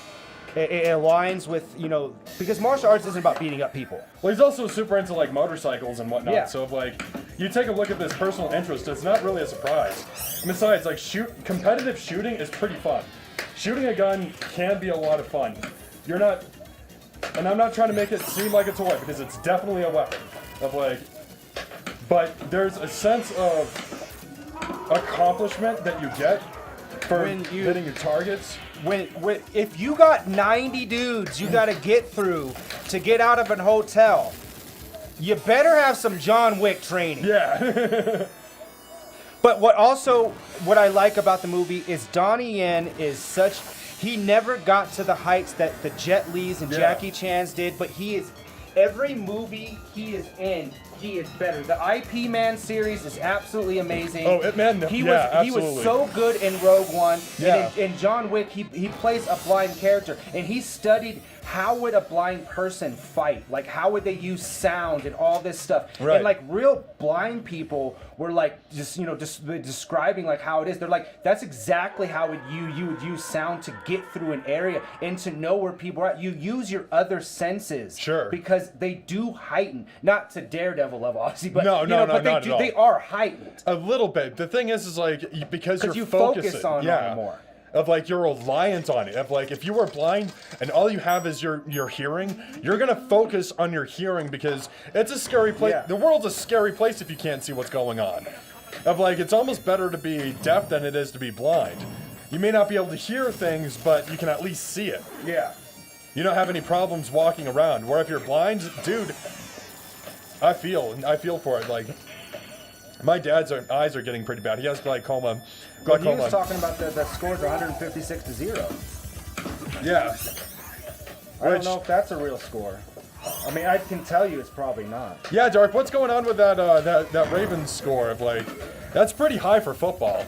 I don't think there's ever been a score in the 3 digits. I mean, it makes sense for basketball. I mean, There's been some insane college ones. If they have like a bigger like college go against some smaller college, Yeah, where they just get they'll get like destroyed. 90. I've seen that. I've heard of that in my life. All right, some honorable mention movies, guys. Indiana Jones and the Dial of Destiny. Don't, if you've not seen it, because people told you that it was worse than Crystal Skulls, which is impossible. Nothing can be worse than that movie. It is a good movie. It is. Did we need to have another Indiana Jones movie? No, we did not. But Harrison Ford's done such an amazing job kind of doing this farewell tour to all of his popular characters. He did Force Awakens, he did the Blade Runner 2049, Yeah. and they play, all of the action scenes are playing to him being older. Yeah. They're not making it, he's not in a refrigerator surviving an explosion. Like Yeah. it's fun. It's a fun movie. The only thing I didn't like is it had a very cheesy, dumb ending. But other was than a that, joke. I thought Okay. it was really, really well done. So if you guys are hearing the internet tell you that, most of those people haven't even seen the movie probably. what I like about what Harrison Ford has kind of done is it really feels like he's passing the torch. He's being realistic about his age, but it feels like his legacy is going to carry on. Not of like, oh, he's always going to be remembered as like, he's always going to be remembered as Indiana Jones anyway. Of like, no matter what, like that's it. Of like, Yeah, nobody else is Han Solo. like no one's going to be Han Solo. That's impossible to recast. Of like, it's perfect. He's too perfect in that role. The same thing with Indy. You can make another Indiana Jones-like movie. Well, and he's also, this is the year that we had people that I grew up with, actors that would never do TV. It was frowned upon. Like if you were a certain level star, you never. Now Yeah. we're in a different era of TV with Netflix and stuff where you'll have big movie stars Right. being limited series and stuff. But we had Stallone in a TV series. We had Arnold Schwarzenegger in Fubar, which was absolutely amazing, which is basically a sequel to True Lies. He was in there, and then Harrison Ford was in 2 TV shows. He was in a Yellowstone prequel, and he was in my #1 TV show, Shrinking, this year, where he plays this old, cranky psychiatrist with Jason Segel. It's like the best mix of drama and comedy I've ever seen. Okay. It is so funny and so sad. And it's just so expertly done, like written like real people. But Harrison Ford being funny is not something I think about. Sure. Like he's snarky. Like Yeah. Indiana Jones is funny because he's snarky, but it's like a different type of comedy. Well, so is And Han Solo. Yeah, Like, exactly. He comes off with these off-cuff comments and whatnot of like, that He's works. witty. It's a Yeah. different type of thing. And in this, he's laugh out loud funny in this. Okay. And it's really, really well done. So he's just also, he's 80 years old and he's still reinventing himself as an actor. And that shows that somebody still has a passion for Right. their career. And so I felt that in Indiana Jones. It was made with a lot of love, even though it's the only one that's not directed by Spielberg. I think it was really well done. The de-aging in the beginning, that scene, people have had problems with that. I thought it looked fine. I don't think de-aging's ever going to look perfect if you know that the actor isn't that age. Your brain, no matter how good it's looked, is going to tell you that's not true. The uncanny valley is always going to happen, no matter how good it is. But that sequence was amazing. I thought it was a really great opening sequence, showing Indy younger. The fact that they brought back Nazis, Yeah. time travel, that's the only thing left for Indiana Jones to do besides Atlantis. So I think that they did a really good job. And another honorable mention movie, it's your turn. All right, cool. Another honorable mention movie for me, guys, is Saw X. Saw X was a return to form to the earlier Saw movies. A, because you had Tobin Bell back. Nobody else is going to play Jigsaw. They've had too many movies of him, like it either takes place at the same time or he had so many people with his legacy. Yeah. That it got ridiculous. They went back to basics. Tobin Bell, it takes place between Saw 1 and 2. You brought back Amanda. Really good twist, really simplistic story, and it was great to see Tobin Bell back. And it's exactly what, it is probably the best Saw movie besides the first one, by far. It is very well done. The twists aren't forced, because you know where it's going to go, because it takes place in between. Like if you do a prequel or an in-between-quel, that's a real thing now. Yeah. If you do that, you can only do so much because you know where the story's going to go. Right. And so, I think that they did an amazing job with that. It did really well, too, so it wasn't just... And my last honorable mention for films, guys, was Guardians of the Galaxy 3. James Gunn really went out on top, leaving Marvel to go head DCU. So now we're looking forward in the future with a new DC universe headed by James Gunn. Guardians of the Galaxy, the most consistent trilogy that Marvel has put out. Guardians of the Galaxy 3 was exactly how you end a trilogy of films. You do a retrospective of everything that's happened. The characters all have some sort of finality, but also things go on. Everybody has to die. But it was sad. You got to see Rocket's background, and it was very sad. It was, of course, very funny. The action was well done, and it didn't feel like there was anything left to say. It's kind of like a final performance from a musician. They should go out and leave everything on that stage, right? Right. That's it. I'm done. Finito. And that's very much what Guardians did. So I feel like the only good thing that Marvel did this year was that. So if you guys haven't seen that, you should. And I don't know why Chris Pratt just gets so much hate, but he was in 2 good movies. I think he did fine as Mario. It didn't distract me. He didn't try to be too Italian. I didn't even know that Chris Pratt was in it until I looked up the movie. I mean, I sounded like Chris Pratt, but he didn't try. That's what I'm saying. He didn't try to do a Mario voice. I think that would have been worse.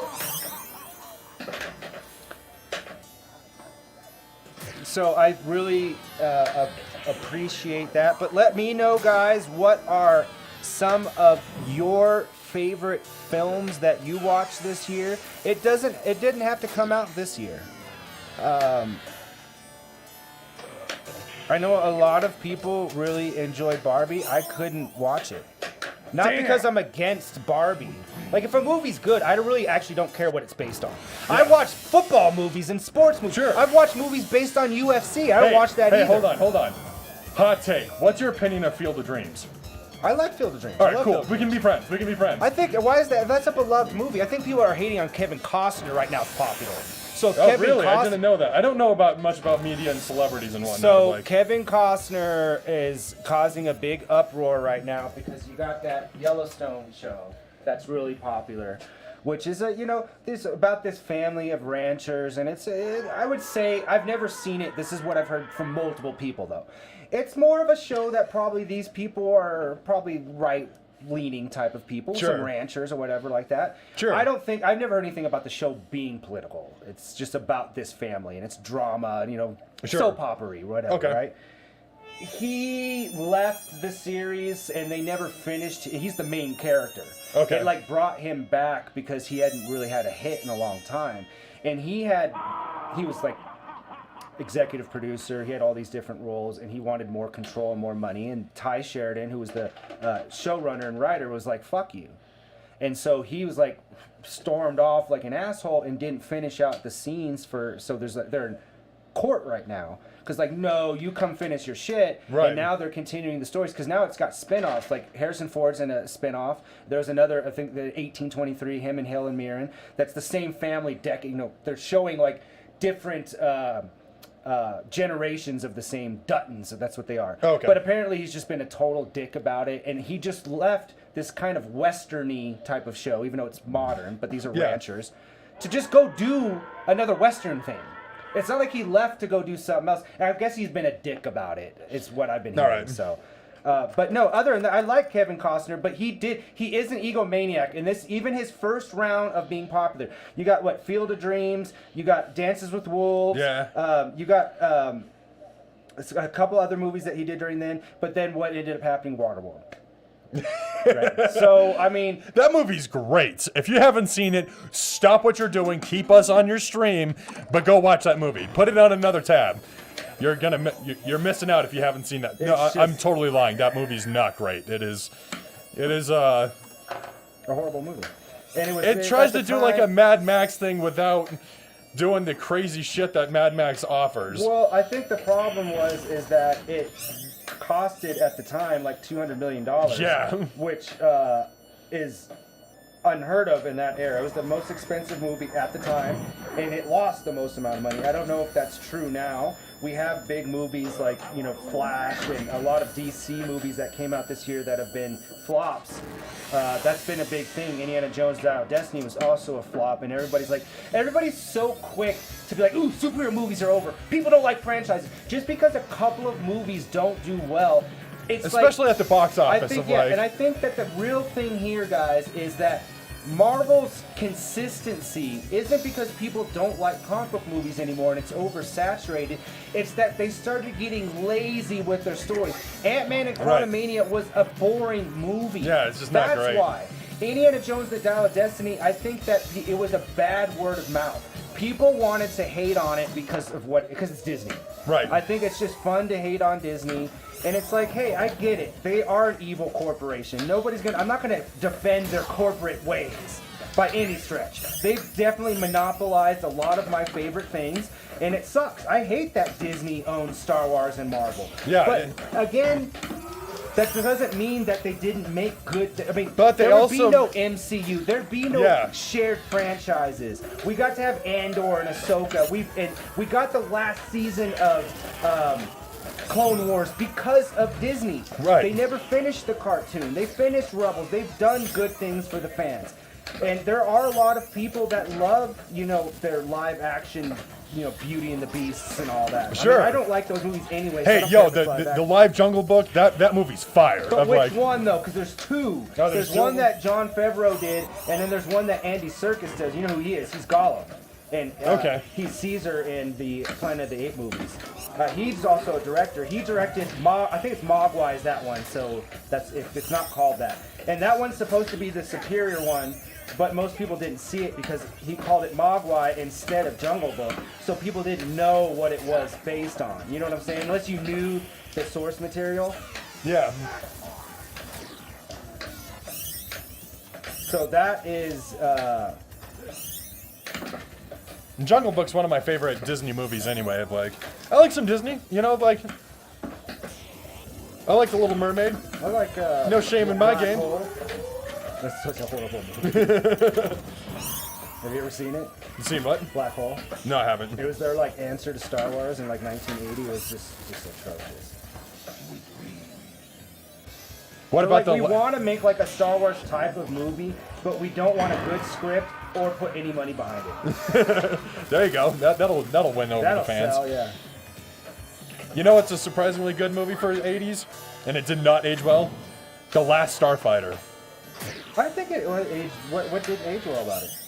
Well, it's like very 80s of like. Oh yeah, It's very- So, I was actually hearing a video about this not that long ago, where if we look back in previous decades, right, of culture, 80s is the only one so far in the history of entertainment and stuff like that, that consistently so many generations, there are people that, like, for me, I could have a kid that's in their 20s, and there's other people that have kids in their teens, and then young kids or whatever, right? Yeah. So there's like almost 2 generations after me. Almost generations, sure. Right? Every single one of them has something from the 80s they like, whether it be music, you know, there's like, I saw like something about posted on Instagram, and it was a friend that I have, and her daughter, who's like 8 years old, she like posted on her account, not the 8-year-old's account, but her mom's account, Sure. a video, and she was singing The Cure. And I'm like, That's 80s has aged different for pop culture. Yeah, that's for sure. I think that's why. So like, it's totally saying it's totally 80s isn't the same thing as saying like that's a totally 50s movie. You know what I mean? Like where it's like there's a lot of things that are did not age well from 1950s. Sean Connery just give a little slap. Yeah. I mean, there's like a lot. Sean Connery's Bond did a lot of really not very good things. I understand, like, there was something, I saw an article and they're talking about, like, if Bond needs information because the world's going to end and he needs to manipulate a girl to sleep with him, knowing that she's going to die because she's the bad guy's girlfriend. Yeah. That's called a casualty of war. That's not womanizing. He did that to get the information he needed to save millions of lives. Right. That's different than him being like, I want to bang this chick and I know she's going to die. Or there's one where he uses a woman as a human shield. Now, those are differently unacceptable things. But if it's in the process of saving millions of lives, that's a different scenario. Right. And what if she's a bad bitch too? You know, like. Not like a bad bitch, like, damn, you a bad bitch, you're hot. Like, not that. Like, she's just bad. Yeah, she's just evil. She's an evil woman. Octawussy. Octawussy.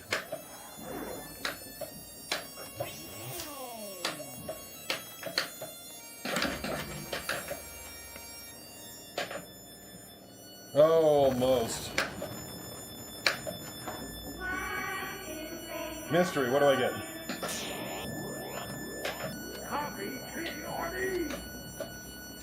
Copy what?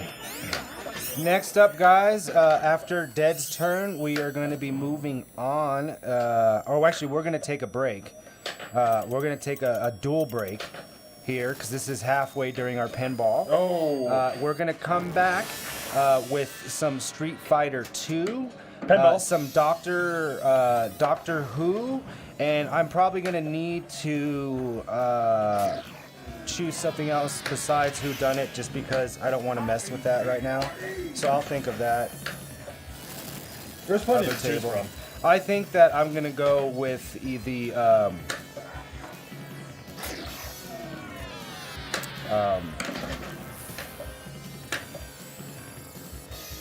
retro jukebox one. The video game one. Huh? With the Pac-Man and all that. Oh, okay. Because that's a good one as an we'll do that as the last table. And that'll be a perfect segue into the arcade. Yeah. Look at that planning. I should get paid millions of dollars for this. Tip me right now. No. We did get a tip. We did? When somebody cheers you bits, that's money that they're cheering you. Yeah, that's awesome. I forgot Dr. Doobie did that for us. Those were some cool guys. Yeah, that was awesome. I hope they come around more often. Because I'd really like to be more a part of the VPN community.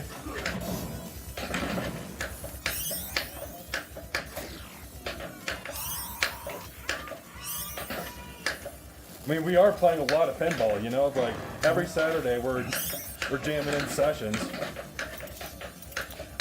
So during this Be Right Back, we're going to have a special video of yours truly. So if you love seeing my face, well, good for you, because you're going to see it again during the See break. a lot more of it.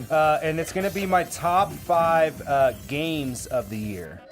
So that will be the special little Be Right Back. And then we're going to come back and we're going to talk about some big moments, some gaming moments that happened for us on stream.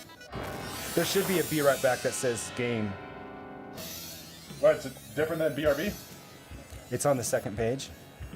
at the very bottom. I didn't change the icon so it's easy to remember. They'll say "Be right back" game, I'm gonna hit split.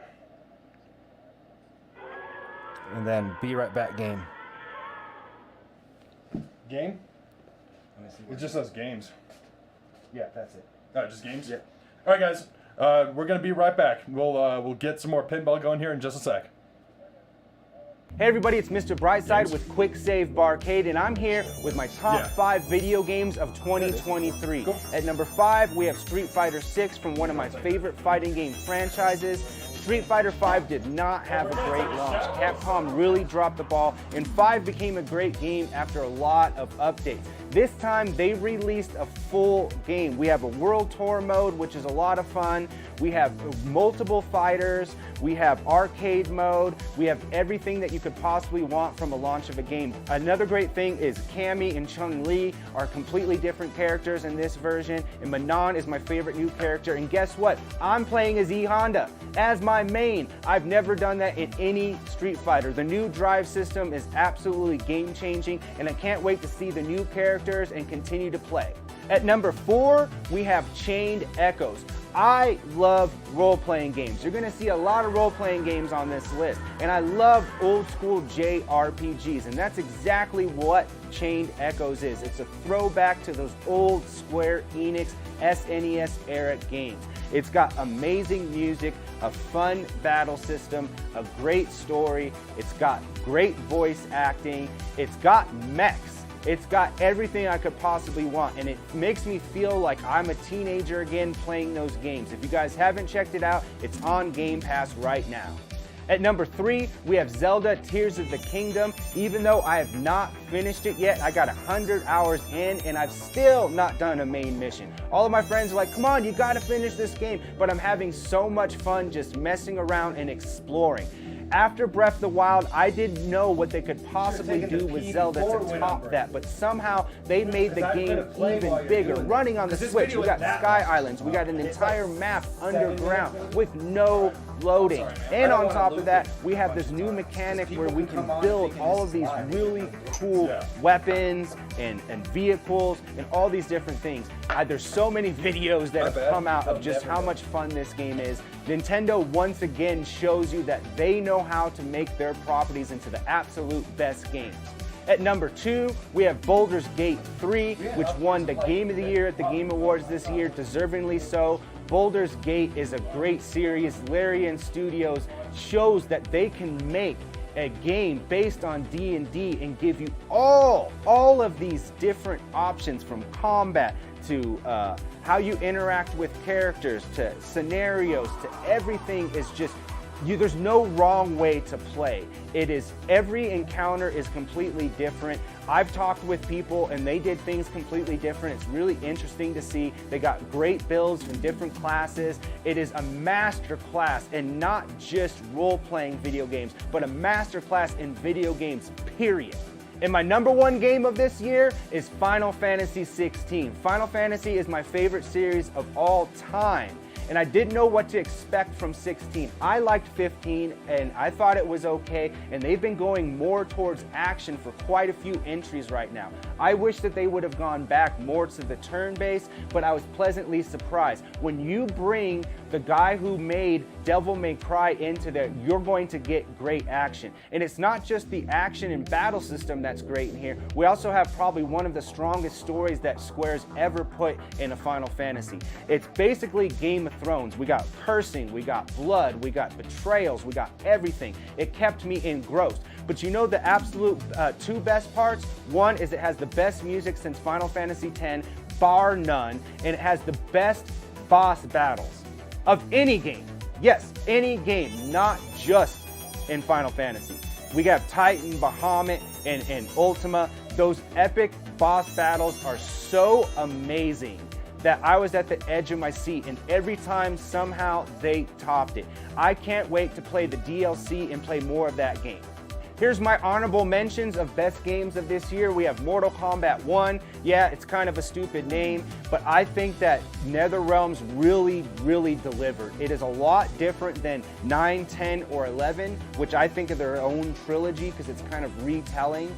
The story is fantastic, which you expect. It's got tons of modes, which you expect. I like that it's more vibrant. I like the new characters. The cameo system is really fun, kind of having that character that you can bring in to do different things. And the combo system is absolutely insane. It is the most fast-paced that Mortal Kombat's ever been. Next honorable mention is Super Mario Wonder, which is the best 2D Mario in, well, a really long time. Nintendo shows once again that there's so many different ways that they can reinvent Mario in 2D. It is one of the most joyous games that I've played in many, many years. It's colorful, it's fun, it's not too hard, but not too easy. It's got great level design, great music. It is definitely just a joy, absolute joy to play. Next up, we have Star Wars Jedi Survivor. I loved the first one. I like Souls-like game. I've never been a big fan of the Souls games. I just don't have the patience. I know, I suck. What can I say?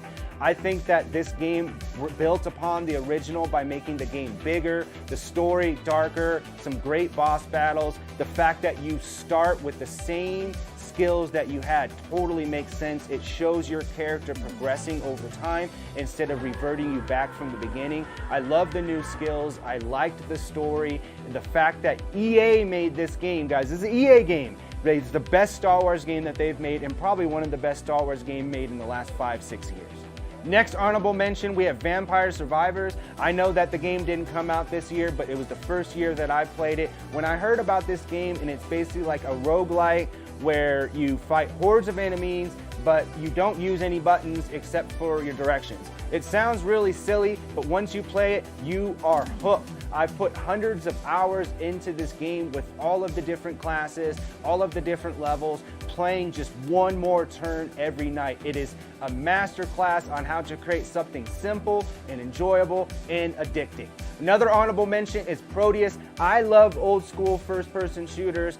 I don't like the newer Call of Duties and games like that very much. I like Doom and Quake and all of that stuff that I grew up with, and this is a throwback to that. This game could have come out in 1997. I would have known the difference. It's a small, short game. It's bursts of huge action nonstop. It's a lot of fun. It's on Game Pass. Check it out right now if you like old school first-person shooters. And my last honorable mention is Final Fantasy VII Crisis Core Reunion. I have a PSP and I've tried to play Crisis Core a few times, and it's not the action combat that really turned me off. It's just playing a role-playing game on handheld. It's just never been something easy for me. Maybe I just can't see with these old eyes. But I'll tell you what, playing the updated version was actually better. I like how they retold the story just enough to have it fit into more of the Final Fantasy VII remake. Seeing Zack's story was actually great. The combat's a lot of fun, and it's not super long. I was able to beat it in about 20 hours. It's a really fun game, and it definitely adds to the Final Fantasy VII story. If you like this video and you want to keep up to date with our streaming, go ahead and like this video. Subscribe and turn on notifications. Hey everybody, it's Mr. Brightside with Quick Save Barcade, and I'm here with my top 5 video games of 2023. At number 5, we have Street Fighter 6 from one of my favorite fighting game franchises, Street Fighter. We're back. Yeah, what's up, guys? Had to take a little potty break, you know. Let us know, as you guys just watched that video, what was your favorite games of this year?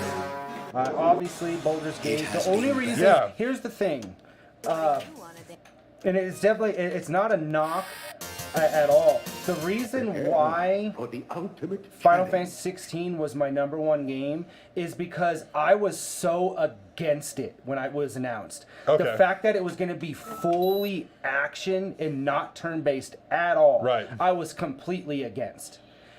With Baldur's Gate, Larian Studios is so consistent. I'm not surprised of how good Baldur's Gate is. Right. That's why, because Final Fantasy is my favorite series, obviously. Well, so I hold it to a different standard. Well, you know what I'm saying? Divinity Original Sin 2, like, if for you guys who haven't that aren't as familiar with Larian Studios, that is a very, very good game. There's and Baldur's Gate 3 just expands upon that foundation, including D&D 5e rules. So I mean, it is fantastic of what they've done with that project, but you kind of come to expect that out of them. And with Square, like 15 was super divisive. It was more action oriented, but they decided, hey, you know what? We're gonna make because every Final Fantasy is a different story, right? It's an anthology. That's what Final Fantasy is. It's an anthology. It's always a different story. There's just certain things that cross over between them, like spells are named the same thing. Like there's always a Cid with an airship. There's things like that. But they decided, hey, you know what? We're gonna have cursing. We're gonna have blood. We're gonna make it like Game of Thrones. So they also didn't just change the gameplay so much. They changed the way they tell stories, which is big. It has the best soundtrack since 10 by far. And Final Fantasy's always been known for its music. 8 has a jamming soundtrack. It has. You have Titan, Bahamut, and Ultima. Those boss fights are the best boss fights I've ever played in any video game ever. Ever. And I was telling Music about this because he hadn't done it yet, and he hit me up. This is like about a couple weeks ago when he's like, I'm going to get back into it because you were talking about it. He's like, dude, that shit. He was like, Titan was so good that you're like, there's nothing they can do to top it. And then you fight Bahamut, and you're like, that's God tier. And then you have this Ultima fucking battle, which is the final boss, and it is just like an hour and a half epic mixed in with like cutscenes because everything's in real time, so it's not like cutscenes. You're fighting as a giant titan, and then it's just like an anime. It's like watching the most epic fight in an anime, but you're controlling it, and it's just so expertly done. That's awesome. That they need to have a boss rush mode where you can just play the boss matches over again. So that to me is why it won. One thing that I do want to, I've talked with you a little bit about this is this year I tried Vampire Survivor. A lot of people have talked and swore about the game. It's such a bizarre roguelite. All you use is a direction, and you just are stacking all these different skills over time as more and more hordes of enemies come. But they have a co-op mode now. And I have it on here. So that's something I definitely want to stream because that's a game that we could do.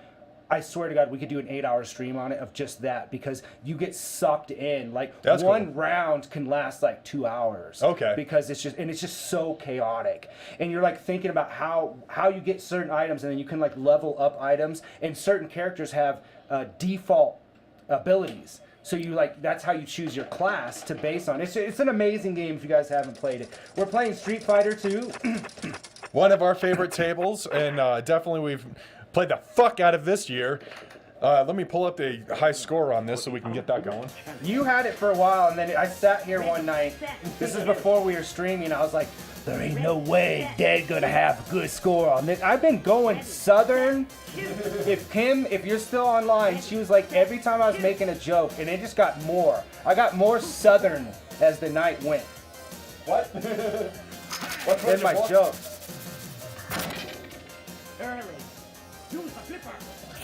Another thing that I really like to do as a joke, guys, is I like to come up with, I forget what they're called. They're like phrases like, you get more bee with honey, or you know those phrases, you know what I'm talking about? But I like to make up ones that make no sense, that aren't real, just to see how people react.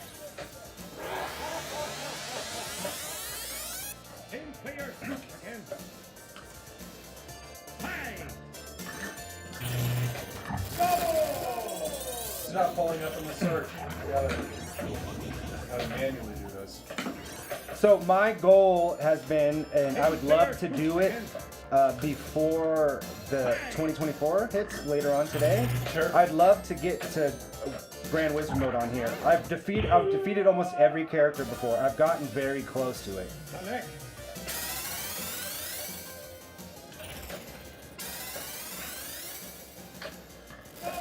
It's just such an ugly table, guys, but it is very, very fun.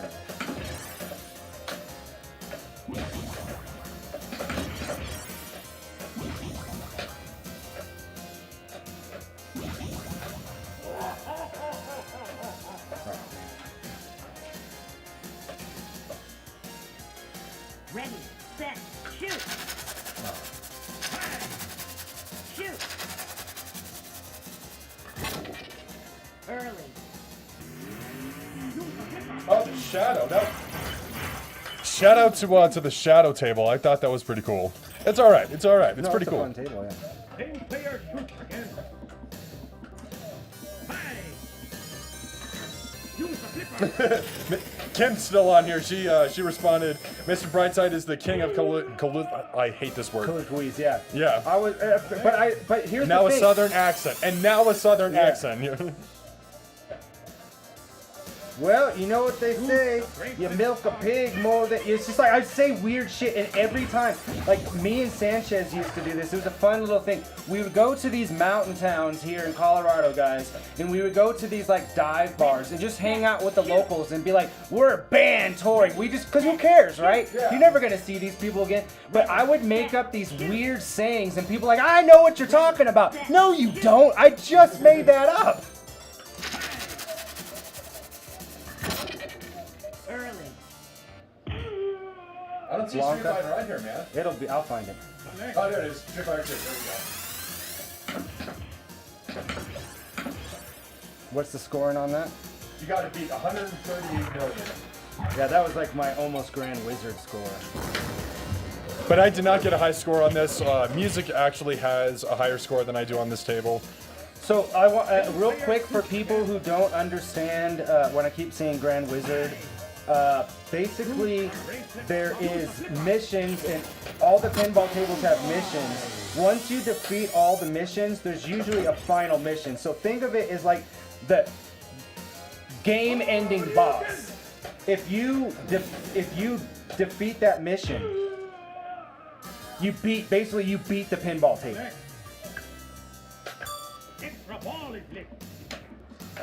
Assassin's Creed Mirage. I've heard that's really good. It's a throwback to the older Assassin's Creed. They started to get too action RPG, too big. Yeah, it starts to break Which is fine. I'm not saying those are bad, but sometimes it's nice to have something that's self-contained, you know? You know what I'm excited for? Prince of Persia. I grew up playing that game. Extra ball as it drains. Yep, that's how it goes. So I'm excited. It's a remake of Sands of Time, which is a great Prince of Persia. Yeah.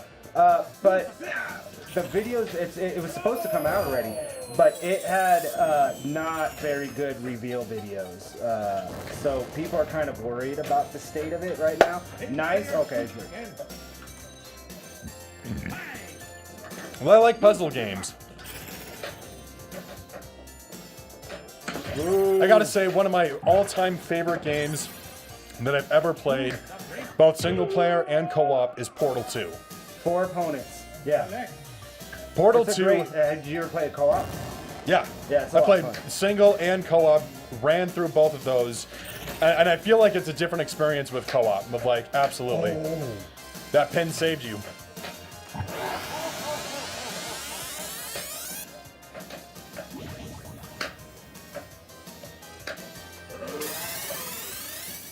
Visualize yourself, Tree. In there.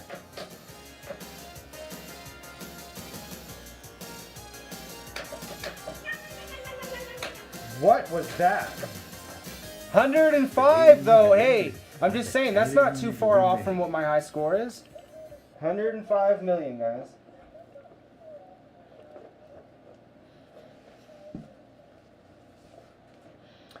That's a good first turn.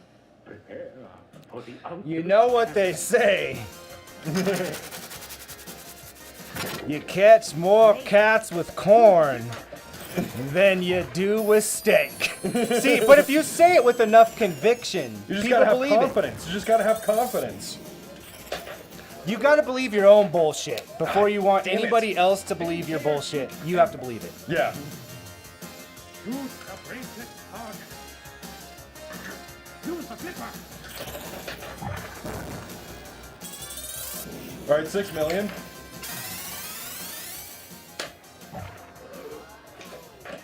Use the bracelet target.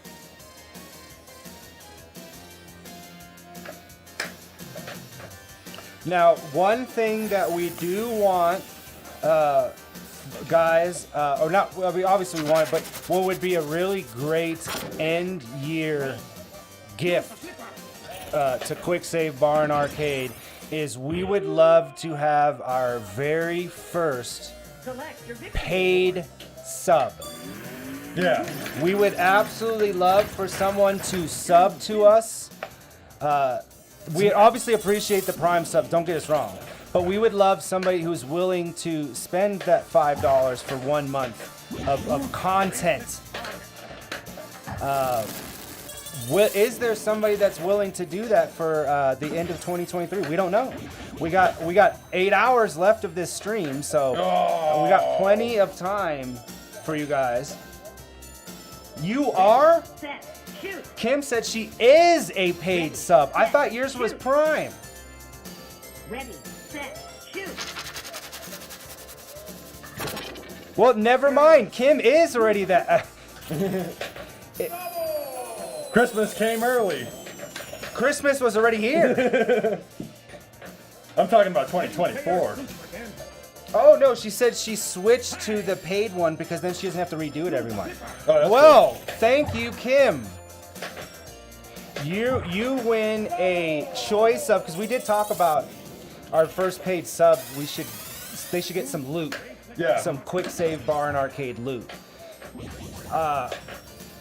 You can get a choice between a bra and a No hoodies. Can't do the hoodie. Multi-ball. a shirt or a sweater, or long sleeve shirt, short sleeve shirt or. I was thinking a long hat or a sleeve. beanie. Yeah, but I think maybe women aren't as often wear hats as men do, so we have to have or a hat or a shirt. I guess it doesn't matter what kind of shirt.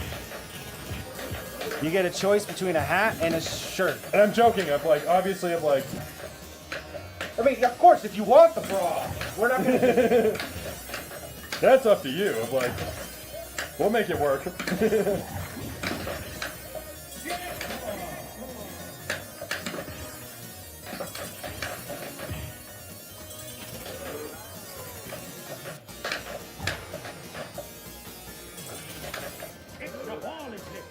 Extra ball is lit? Off a multi-ball? Granny Goodness already pulled the trigger. I mean, she loves that fanny pack. Roaming Ninjas round, 5 million. I'll just take the 5 million. I feel bad for Granny Goodness. She was out. She got herself out of the Charisse-a-thon tonight, but then for whatever reason, for no reason, felt bad and decided that she was gonna go. And then yesterday, she's like, "Oh yeah, it'd be cool. I'll see you guys when I get off of work." I said, "No, you're not. You're going to Charisse, because that's what it is. You're going to Charisse's house, not Danny's house. You're Yeah. going to Charisse's house. You're gonna go spend time with her friends, because that's who's gonna be there. We're not there. There's no music. That's who you're gonna see." She's like, "Damn, I probably should have never." I said, "You had a way out." You had a way out. You could be a part of the stream. You're Granny Goodness. You're one of our biggest supporters. Yeah. All right, I already beat my high score. Let's go. Let's go. You got 7 opponents left. All right, so yeah, let us know, Kim, which one you would like, and we'll get that to you. And then you can wear, with at least with a shirt, you can say, people are like, "Oh, what's that? Oh, this is this." I don't know how many people you'd be showing your bra to. It's not going to be as good as advertising for us, is what I'm saying. A hat or shirt. I defeated Blanca off of a launch ball. We need new hats, and you don't even have a shirt. I have one. Yeah, It's I an need to get a older shirt. one, but I mean, all the stuff has the new logo on it. So I keep forgetting to go onto Streamlabs and ordering it.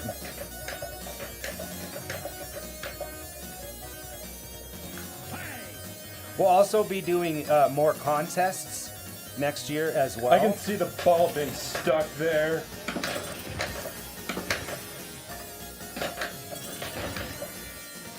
Don't you both? She said the bra says that I'm a slut for pinball, that I could go to Mardi Gras. There you go. Mardi Gras is probably the place that you could definitely get the most advertising with your bra. Yeah. What's a 1-2 punch? Shoot Blanca out for extra ball. Nope. You got a ball save. It's what's nice about this table is shoot Ken for ball. So you got to shoot the Ken one. Is that there's more than one way to extend the ball save on here. Some tables don't even have a way to extend the ball save at all. It's just whatever time it is.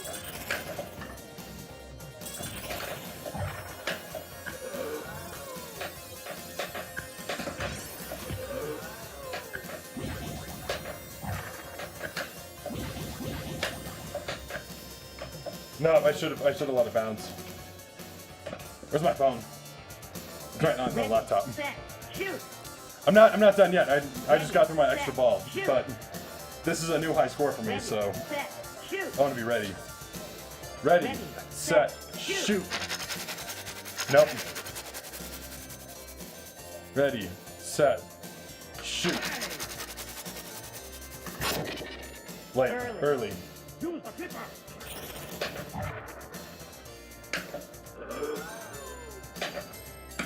Ah, damn it. Shoot again. I gotta tell you, this Jubilee beer is pretty strong. I'm feeling a little bit after just one beer. This is quite a good beer, guys. If you walk away. Got it. What's your go-to beverage on New Year's Eve? We went to a fancy. I felt like a dame going out on the town the other night. Kim took me to a nice Italian restaurant. Yeah. Had multiple courses. Like I can't imagine the last time that happened. What? Yeah, it was fancy. It was I mean, they're not gonna say the restaurant was that fancy, but we had a fancy type of meal. I had what was it, Kim? It was some sort of bubbly type of thing. I'm like, you know what? Because I was like, I always have wine. If I'm having Italian food, that's the only time I drink wine. Okay. Like I have wine with an Italian. Because when I was a kid, the only time I could drink alcohol was when we had Italian meals, because that's what you do. Everybody has a glass of wine. You Right. have your table wine, you pour it over, whatever. I mean, honestly- besides a jug of fun, I used to have a jug of fun. I used to tell her that she didn't know what that was. Carlos Rossi jug Yeah, I of know. fun. Yeah, I got way too wasted. I drank half the kids that come in gallons. Yeah. You know, I drank half a gallon. I was the Yeah. drunkest I'd ever been. I threw Wine up. drunk is a No, different drunk it's too. fucking awful. Of like, No, the drunk is fine. yeah, but The when you hangover drink is the worst. Is worse. It's not worth it. No, but having a glass of wine with Italian food, especially if you pair the wine correctly Yeah. with the pasta, dude, there's nothing. It's like cigarettes and coffee. Of like, it's hard to beat. Yeah. All right, Sagat. Prosecco. Yeah, it was really good. That's that creme brulee. What is that? What else do I have? Some sort of creme brulee. I just can't say it. You know what I'm talking about? Creme brulee. Have you had that? Actually, it's Kim can say what it. So it's like custard that they use like a blowtorch. Oh no, I've had that. I've had that. So it was so good with fruit on it. Yeah. Creme brulee. I Yeah. didn't even eat. I was so full from that meal that I didn't eat until like 9 o'clock last night. Wow. And it was like, that was over 24 hours later. Because I don't eat a lot. Like, Sure. Ready, set. But it was really good. Because chicken parm is my favorite, right? Favorite Okay. meal, if anything, not just Italian. And so if I go to a new Italian restaurant, I don't care how good their pasta is. If their chicken parm sucks, I'll never go there again. So I always order that first. Sure. And it was really good. And it was, they gave me 3 good big pieces too. It's hard to say I don't have a number one favorite dish that, because There's not one thing that you're like, if it's on a menu, you're always gonna try it. Like for bars, bar food for me, I always try their nachos. Okay. That's my whole thing. I'm in this search of the best bar nachos. Because it's the perfect thing that I can still, if I have a meal at a bar, if I have too big of a meal, then I don't drink anymore because I'm too full. But nachos is perfect because you can pick at it. Yeah, right. And you can share it. Somebody comes, you're like, hey dude, you want some nachos? Like, I'm not gonna do that if I'm having a burger or something, Right. you know? Because a burger is one of those meals that you're dedicated to it. You Yeah. can't eat half a burger. I mean, I guess you could, but People use fork and knife. Laughlin does. for a burger, Blasphemy. So did you see those really tiny cupcakes that we had for Friendsmas? They're like this big. Yeah. She used a fork and knife with that, and I said, I'm disgusted today. Like, this is too highfalutin. When here you... Yeah, Kim says it was a good spot. Wouldn't say fancy.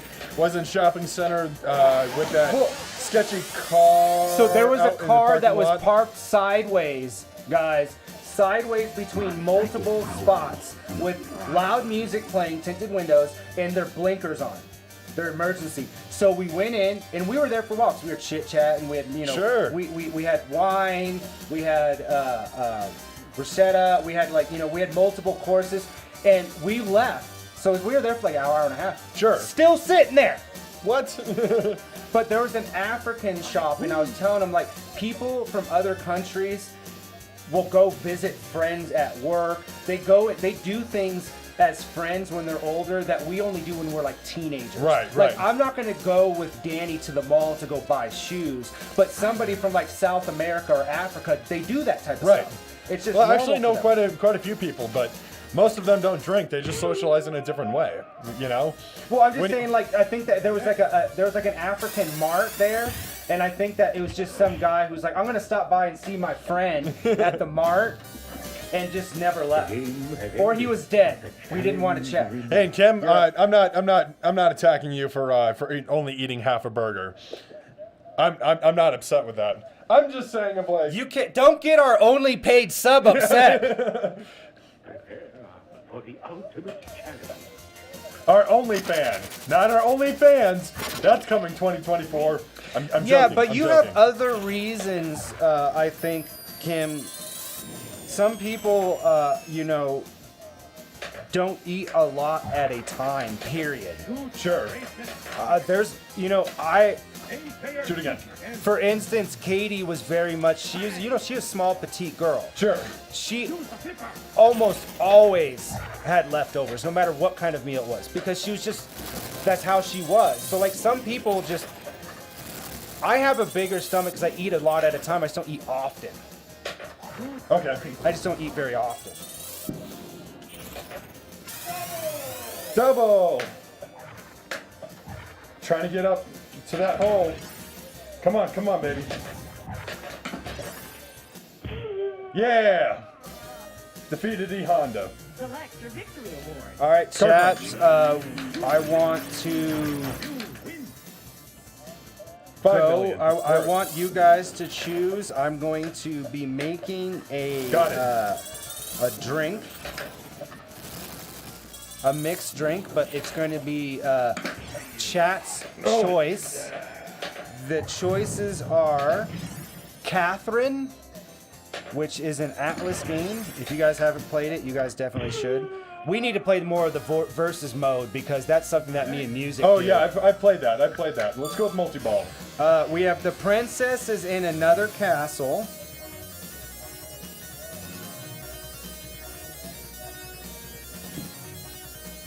I'm not done yet. I'm not walking off either. I just wanted to grab my beer. My beer.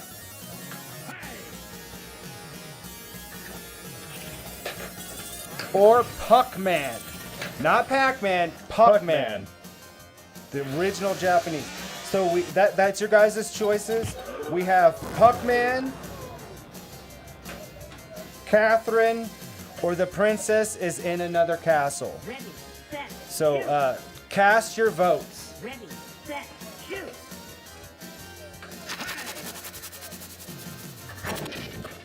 Early. Use the flipper.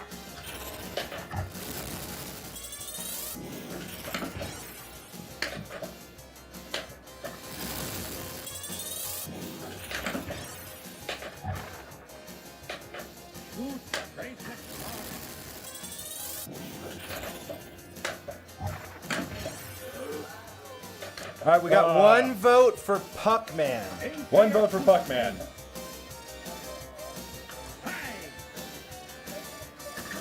Use the flipper.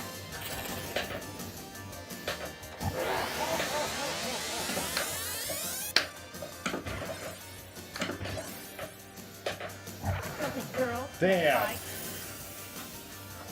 It's all right. Last turn I beat my high score.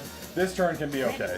Like, But no, you don't want to say that because consistency is the most important thing in pinball. that is true. That is true. Because that's what what we usually do is we have super high highs and super low lows and not a consistent middle.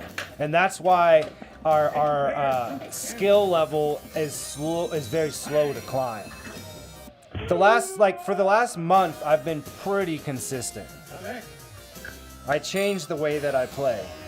The only time that I haven't done well today is when we had the raid, because I was more obsessed with that. I wasn't paying attention. Sure. All right, we need another vote. Come on, I see you lurkers there. This is your one time that it's required viewing experience to vote for Puckman, Princess is in Another Castle, or Catherine. And also to let you guys know, here at around 6 p.m., we will be moving over to the arcade. We're going to be playing our favorite arcade games that we played this year, which is Galaga 88, Marvin's Just Galaga Maze. 88. That's Yeah, it. There's that's a long it. pause of like, that's all you're getting. 8 hours of that. No, we're joking. Yeah. Mr. Driller. Love that game.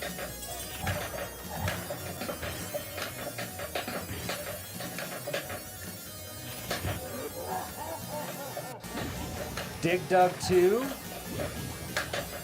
Yeah, I remember that game. That was awesome. But what was your other ones? Oh, Tax Scan. Tax Scan.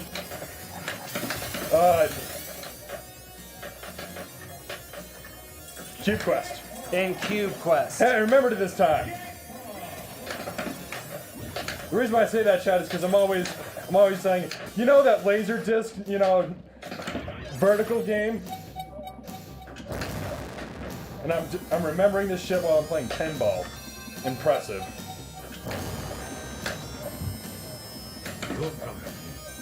Don't, son of a bitch, I hate it when it does that.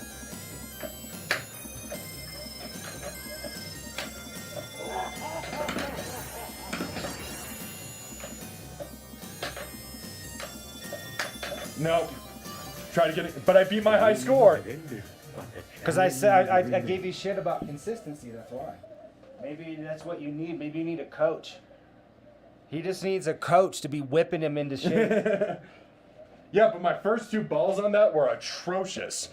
They were terrible. I made it all up in that 3rd ball. So, but I do that as like self-soothing. It's okay. It's okay. You got one on the board. That's all right.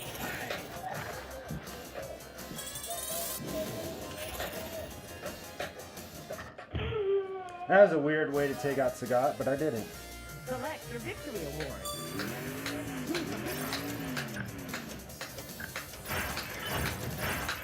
You win.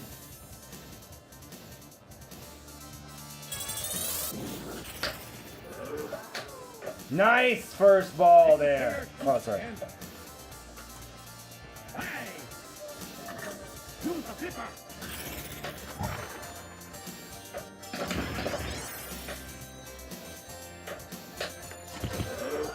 Well, only one voter, so I'll give it to chat. Should I keep it to beer and whiskey as I always do, or should I actually have Mr. Brightside make me one of those drinks off the menu? Just need to mix it up. Try something different on the way out. Early. Use the flipper. Because my usual of like, if this was an actual bar, the dead end would be just a beer and a shot of whiskey. That's it.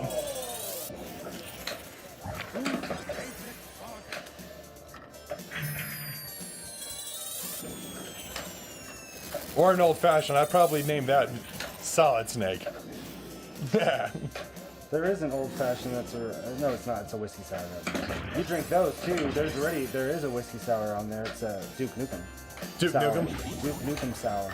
Duke Nukem is some guy. You know that guy's drinking a whiskey sour. Oh yeah, for sure. I better have a really good last ball here, guys. Late. Use the flipper. shout out to all our YouTube people that are checking us out. We appreciate you. Aim player shoots and high.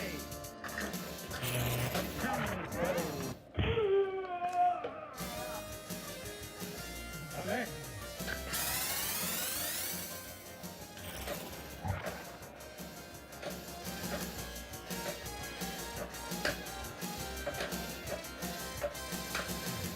I was trying to get for that Honda. The game I was trying to win the Honda. challenge remains. What's this about being consistent? Where's the consistency, boy? Well, I was consistent in the last two, just not that one. Just not that one. But I've been consistent over the last month. That is true, That's what that I'm is saying. true. Like that's been really high consistent. I was worried about the voting process. We got multiple votes going on right now. We have which drink should I make between Catherine, Princess is in another castle, or Puckman. And then Dead decided to start another survey at the same time, and if he should have whatever that vote is. You win.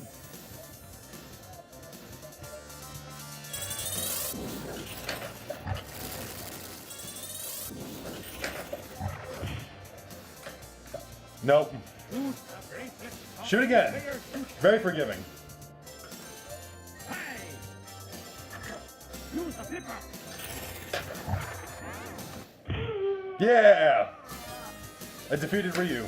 Select. Multi-ball. I seem to be doing well with multi-ball, so... Nope.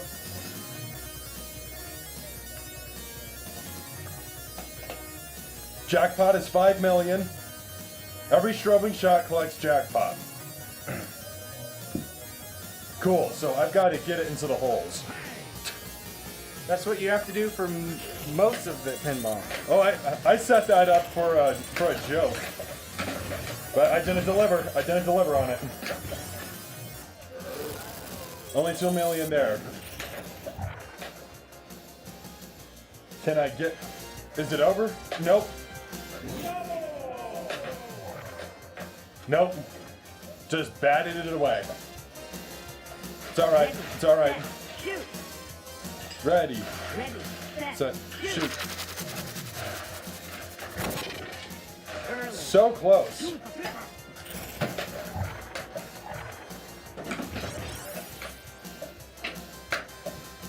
Come on. Come on, man. Who did I defeat? Bison. Cool. Select. Let's go with Roaming Ninjas round. Let's keep questing it. 1G.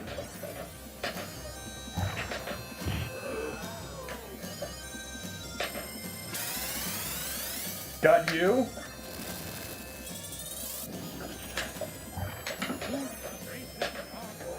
Oh, damn. That's a straight drain. I was trying to spell guile. Ready. Set. But I got one more ball. Ready, Ready. set, shoot. Early. Early. Use the flipper. I've gotten that once before, Blake. I've gotten that skill shot before. Vega defeated. Cool. Select. Multi-ball. Let's just keep...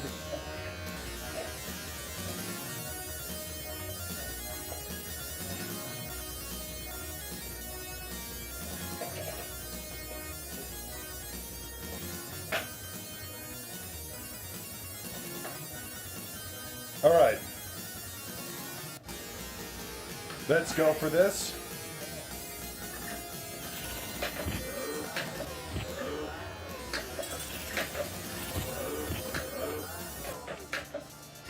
Well, that was... All right. I got Guile at least.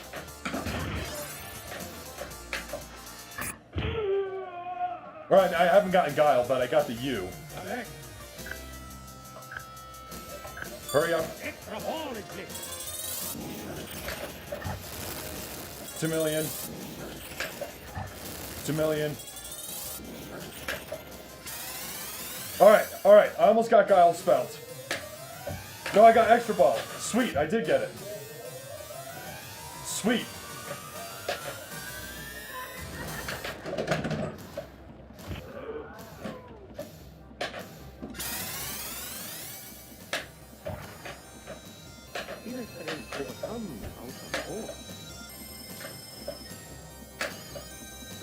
Almost. So close. So close.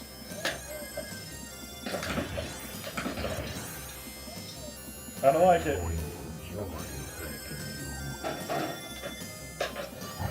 Let's try to go for that ramp. Let's try this ramp.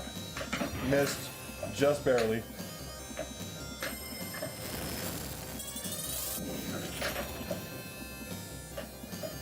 Fight again. I got the extra ball, so we got that going for us.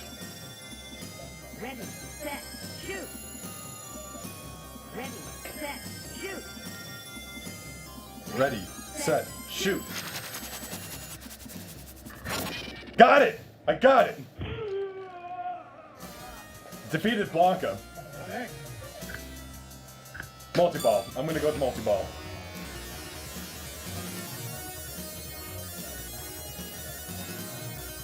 So far, this track record, they tempt you with the extra additional points, but I feel like the multi-ball may be the better way to go because you have more options of trying to get up the ramps and getting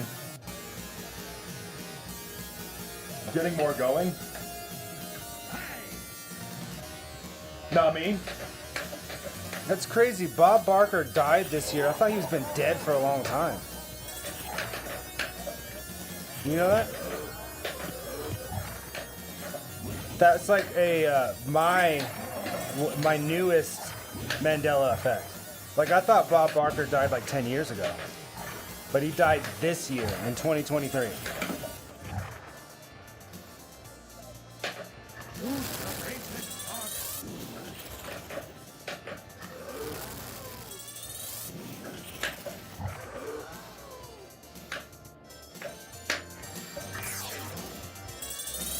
Only 3 million. 99. Yeah, he's 99 years old. He was 99? Yeah, at that point you're like, fuck, man. I could have just made it to 100. Like, just to say that he could.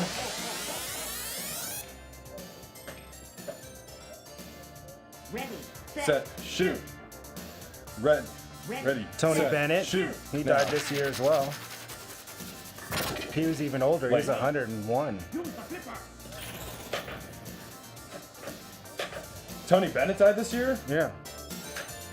He's one of my favorite singers, you know?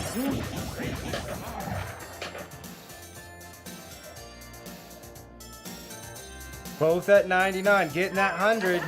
It's not easy to do, Ness. Andre Bauer, that's recent. That was sad. Oh, damn. Jimmy Buffett died this year. Wow. Walk away. Captain Holt, I know. That's what I was so sad to hear that. All right, you're up. Because I was hoping that there'd be like a Brooklyn Nine-Nine, like just like, you know, special or something. But now without Holt, you can't do that. I made you one. Yeah, are you on the inside? Okay. Jim Brown died this year. Dick Butkus, Dick football Butkus. player. I always remember him just because of his name. I'm sure he had to become a. David Crosby died this year. Crosby, Still, and Nash. You only got Stills and Nash. Actually, I don't know that for a fact. I don't know enough about them. Terry Funk, wrestler, he died.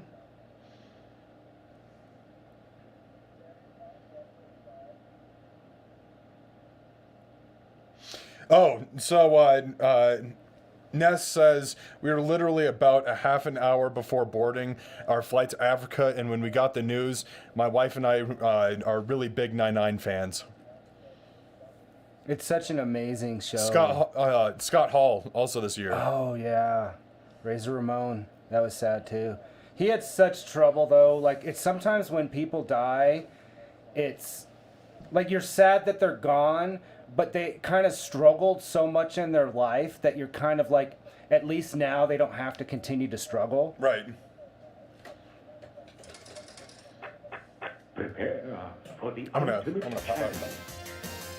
We're gonna do one more on this each, guys, before we move on to our next table, which is Doctor Who. Hopefully I can... I've been consistent except for this last turn and then apparently this turn as well. I'm not gonna be consistent.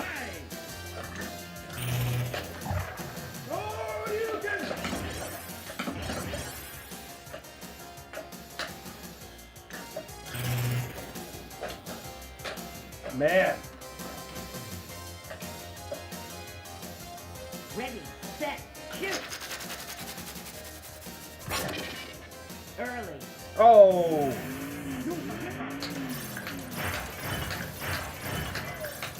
You win.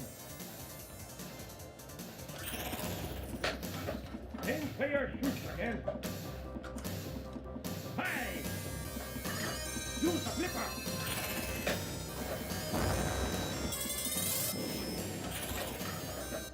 There we go. Take care of Honda. Honda and Bison are the ones I'm usually worried about. Because they're at that weird angle on the far side.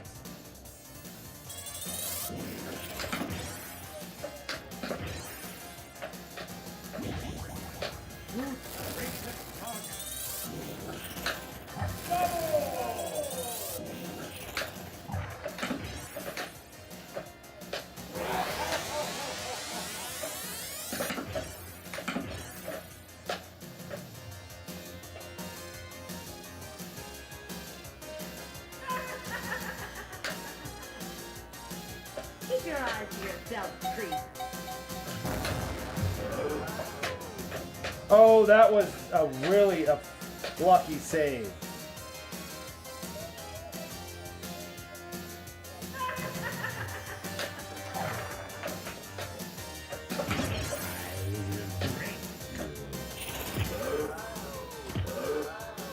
Oh, not this time. Man, not very good. Ready, set, shoot. Ready, set, shoot. Ah. Early. Use the flipper.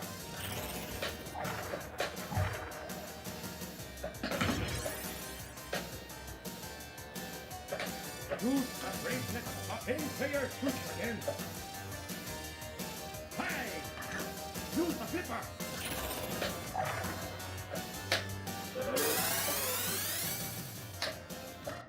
All right, got Sagat. Select.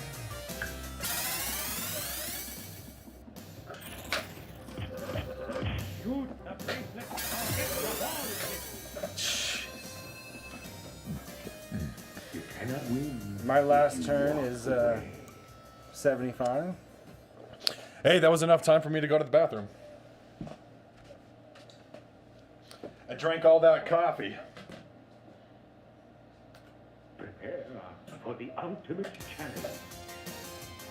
Ready, set, shoot.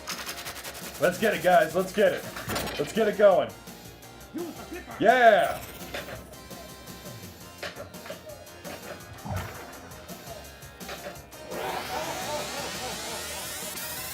Got the G. 2 million. It's gonna shoot back out from here. Nope. 10-player shoot again. Can't believe I gotta shoot again. Hi.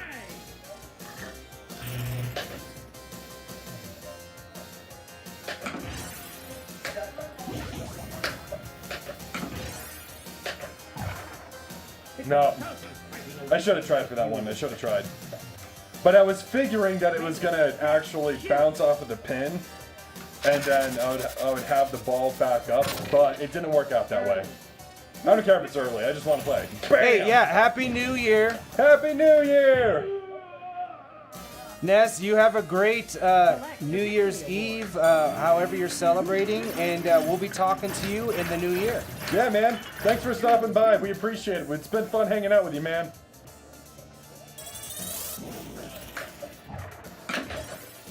If you're feeling kind of sick,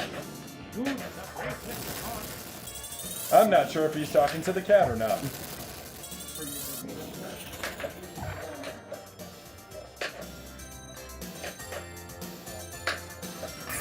Let's get it. We only got 3 million. Oh, I don't like that at all. That sucks. All right, ball 3. Ready, set. Early. Yeah, I should have been a little more patient.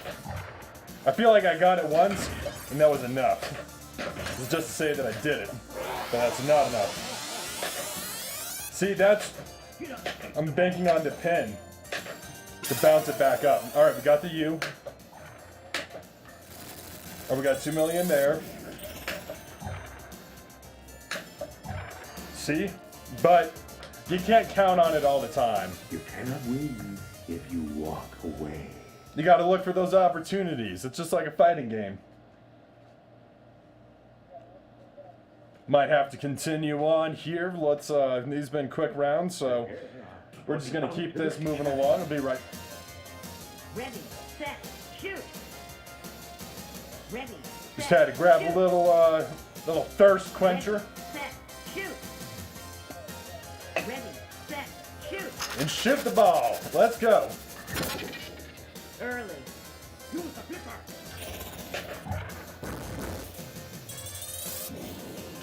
All right.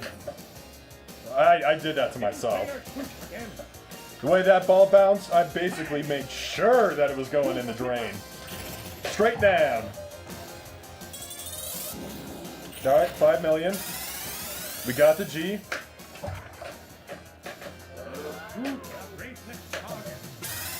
We got the U. Granny Goodness is here, but she got out of a New Year's Eve thing that she already was out of, saying that she didn't feel well, but said that was true. So I said, you are not welcome in this spot if you're not feeling Oh, good. absolutely not. Select your victory award. I Sorry, you might have to celebrate alone. I think that's what she wants to do anyway. I think that even if she wasn't, she'd be saying that. She don't like shenanigans. Grannies aren't shenanigan loving people. I know there's some grannies I like. No, shenanigans. that's why I said for the most part. I added that.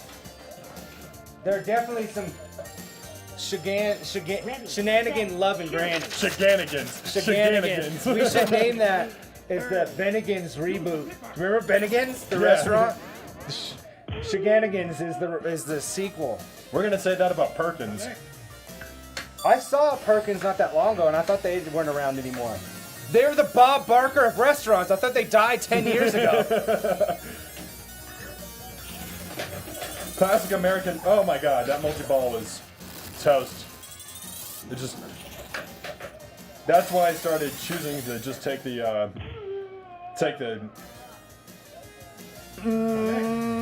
point amount. I basically guaranteed it because I gotta shoot again at least.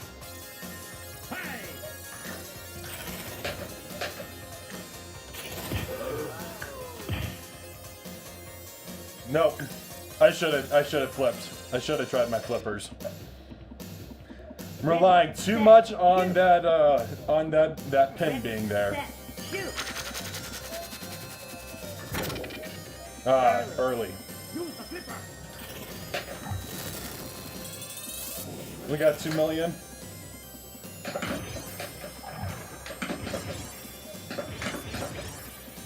Use the bracelet target.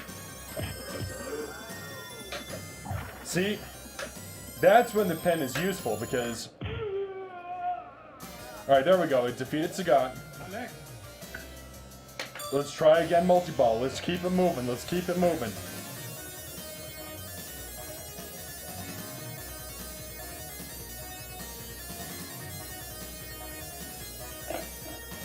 Trying to figure out what else I need to shoot for to defeat. So I want to defeat Balrog. Well, I want to defeat them all, but.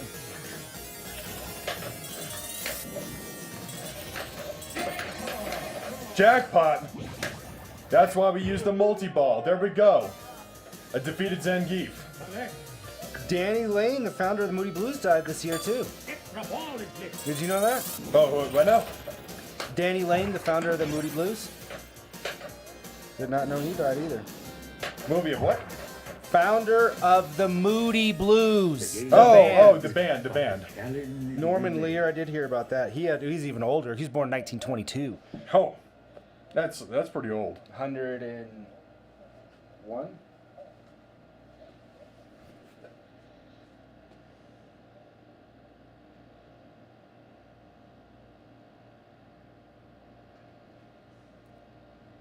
And we've had quite a bit of turnout for as early as this stream has been. And thank you all of you that's stuck around for all of this. We're doing this 12 hours, so we're going until midnight our time, and we're Mountain Standard Time. We're here in Denver, Colorado. So we're not on the West Coast. We're not on the East Coast. We're somewhere in the middle. She died this year. Who? Sinead O'Connor. Sinead O'Connell. Sinead O'Connor. Why all of a sudden can you not hear? Yeah, I don't know. I'm just like, Do you not know who I'm talking about? no, I don't. She was a singer. She was really popular in the early 90s, and she was like I don't know if she was, I think she was Irish, and she was anti-something, whatever that whole IRA stuff is. Oh, over yeah, that yeah, part. And like, she just got like destroyed for her beliefs, which is bullshit. But she was a really good singer. Nothing Compares to You. You know that song. Yeah, nothing. That's compares Sinead O'Connor. to you. Yeah, I got you. Okay. Yeah, she died. I know her work. I didn't really, She had a shaved head. Yeah. I remember that. It's like the Cranberries. They got flack for Zombie. And Zombie's an anti-war, it's a protest song. Halloween! That table's so fucking hard!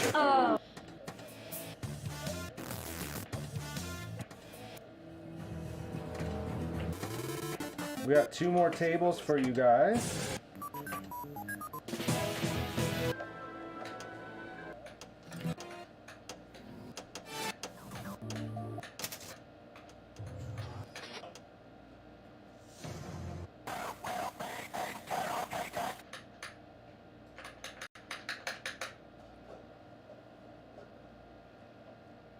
We got Doctor Who, Matthew Perry, obviously that wasn't that long ago, Lisa Marie Presley, Lance Reddick, I do remember that, Paul Rubens, I remember that was sad.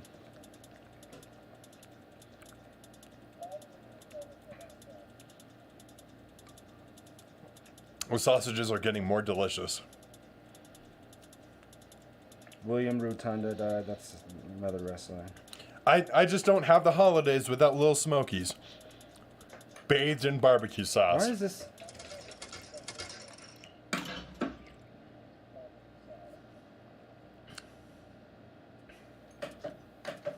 Which doctor are you picking? Where's the sound on this?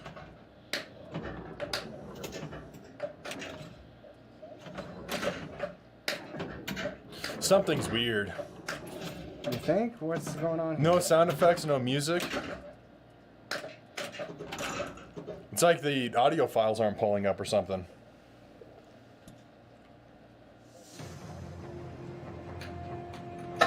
So I definitely remember sound. I definitely remember this having something. Or it could just be another delusion. I texted you that one day saying of like, did you upload, last night's stream? Because I swear to God, that I watched the 2 hour. I didn't watch the full video, but I pulled it up on YouTube, and there was the full thing uploaded on YouTube. I swear that I saw that, but then when I went back later, I was at work while I was doing that, and went back later. No, that absolutely didn't happen, unless if you deleted it, which would be kind of weird. Why would I do that? Like, why would you upload it and then delete it? Of like, that's very bizarre. So I've This been is not working at all. yeah. No, I mean that's not working. That's a separate thing. So I think that what needs to be running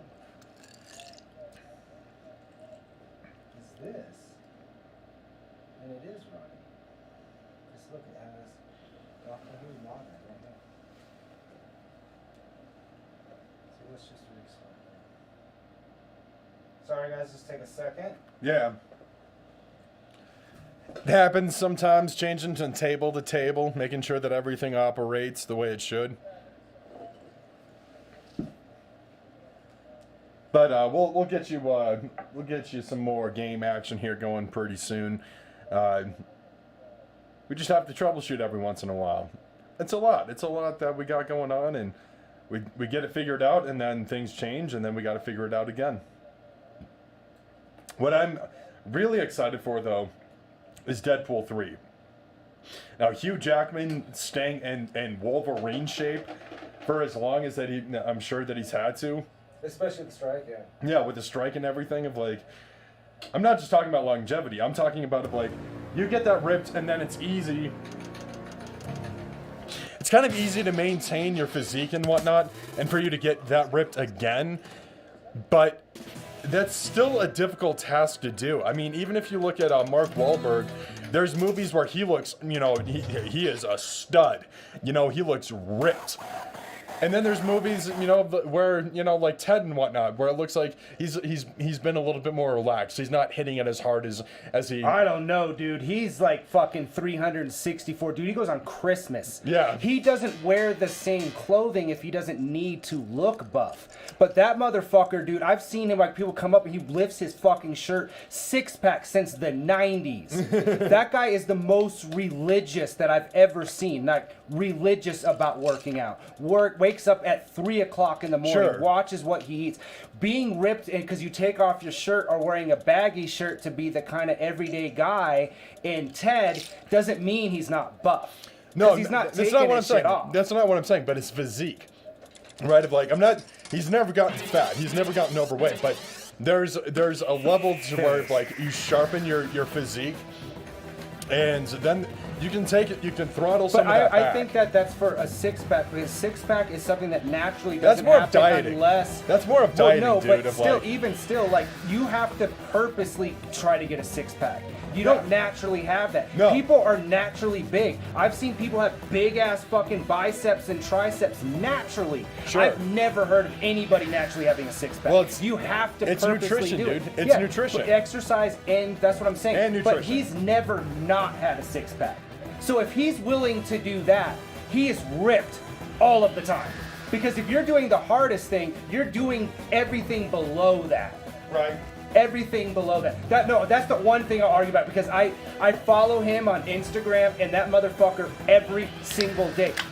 Other healthy celebrities have tried to follow his daily schedule and cannot do it. Hugh Jackman based his on what Mark Wahlberg does every day. I didn't know that. Yeah, All right. dude, his shit is insane. He eats like 6 times a day. He works out for 4 hours Whoa. twice a day, every single day. Movies, not movies. It's something that he does for himself. It's not about a movie role. Sure. It's something he's always done for himself. That's why he's always had it. Hugh Jackman only needs to do it for Wolverine. Right. So once Wolverine's done, I'm not saying he's not a fit person in general, Sure. but he's not to do that, because there's a lot of actors who have come out and said it is so almost unhealthy to get that superhero physique and keep it. Oh, for sure. Well, you get too big. You get Yeah. too massive. It's hard to do that, because you're like having to do so many different things with your diet, with working out, that to keep that up all of the time, unless that's your job, Right. obviously. That's not what normal people do every single day. So, not power lifter. He's strongman competitions. This guy named Eddie Hall. He actually had to slim down. He's about. I know he's tall. I'm like 6 foot. I'm gonna look it up. I forget exactly how tall he is, but he was like nearly 400 pounds of Of muscle? Yeah, of muscle. Yeah. There's still some fat on his body of with strongman competitions, you're not worried about Yeah. your physique of you're It's worried about strength. it's just strength, just Yeah. pure raw strength, baby. And he had to slim down because he's just too big. And the thing is once you get that muscular big wise, it's almost worse than being obese because your cardiovascular system has to work double because it's got to push that much blood through the rest of your body. Yeah, I mean, a perfect example of that is all the heart problems that Schwarzenegger's had. Yeah. As being a bodybuilder, he's proponent in his later life about making sure that you're healthy for what your body needs, not about Right. because he had to keep that physique for so long. Sure. That it fucked with his heart. You would think, oh, this guy's so muscular and big and strong that it automatically means healthy, and that's not No, true. it's overworked.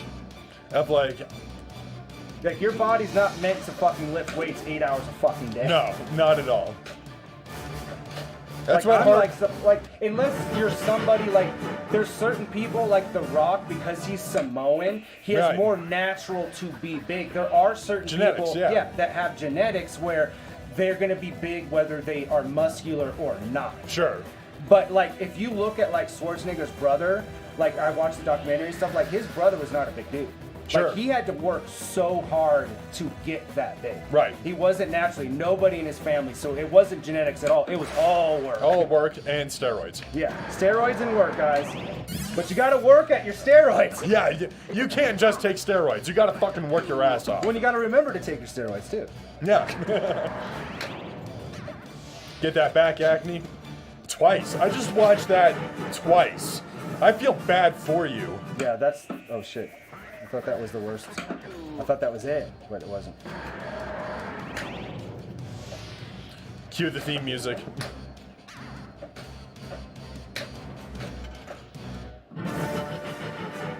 You hate to see it. You just hate to 3 see it. million, yeah, nothing to be excited about.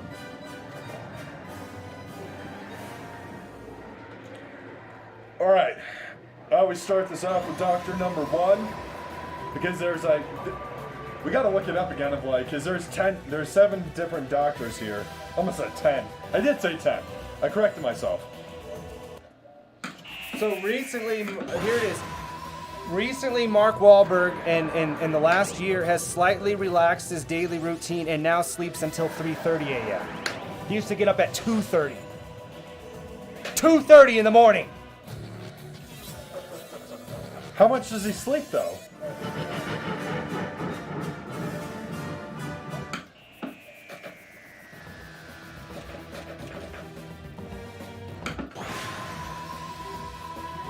All right, so this is he started to relax it this year a little bit, but since he was basically a young teen, wake up at 2:30. He's very faith-based, religious, so he prays at 2:45. Breakfast at 3:15. Workout from 3:40 to 5:15. Post-workout meal, 6 a.m. shower, 7:30 golf or sports, so more working out. Yeah. 8 a.m. snack, 9:30 cryo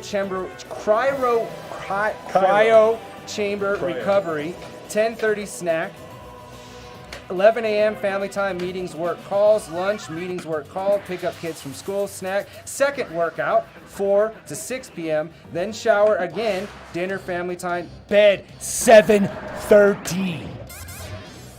Every day. Yeah. Whether he's on set or not. That's just insane. So he gets about 5 hours worth of sleep? A lot of really successful people do not sleep 8 hours. Actually, most of them don't. And it's really about how long it takes for your body to get into REM sleep. Because Right, some people right. need, like for me, I could lay there for 12 hours and still be tired because my body's always coming in and out of it. It's not consistently in it. So that's why I don't sleep a lot of hours, because sleeping any extra amount of time, I'm just going to be just as tired. Right. Just as tired, guys. Oh, I got extra ball. And I looked away. I lost my first ball.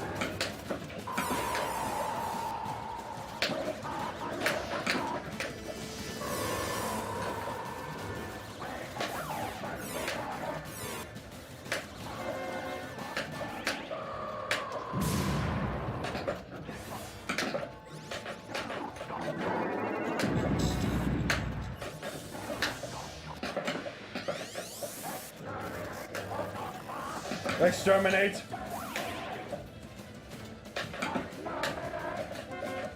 No. Which one's yours? Your drink? Oh, it's finished. Yeah, that was like a shot. It was like, all right, cool. Game over.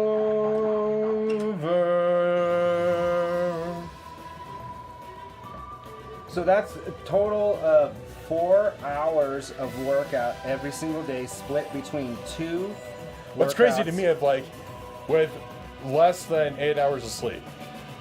If you do it enough, it's just with anything, it becomes a habit. Yeah. If it becomes a habit, it's the same thing for. So I'll use 0071 as an example. So he worked overnight forever. He was so used to it because to me that's crazy to work overnight, right? Sure. But he got so used to it, and so when he switched schedules and he's working during the day again, it took a long time for him to get used to it. Sure. And then he would sleep on his days off. Still, he would sleep till like 10 or 11 or whatever because he would stay up late. Right. Now he has a job where he's got to wake up at around 7, or he's got to be at work at 7. So he's up at like 6. So on his days off, he now wakes up at 6:30. His body is so used to it. Even if he goes to bed at 3 in the morning, he's up at 6. It has become such a habit Sure. that it's just ingrained in him. For me, I've always been willy-nilly. I've never had a consistent schedule long enough for it to be a habit. Yeah, Kim says if you're working out that much, you pass out pretty quick. I used to work out a lot. I used to ride a bicycle for all my transportation needs. I expect mean, you going- to ride a bike over here from here. Actually, I'm gonna leave at 6 in the morning. No, I used to do that kind of shit, dude. Of like, I never got big, but I was always, pretty toned. Of like, I had 6-pack abs at one point. Of like, I'm not trying to be like, oh, the glory days. Of like, I'm gonna start working out again. I'm not trying to get the physique that I had in my 20s. I just wanted, I need to do something for my own health.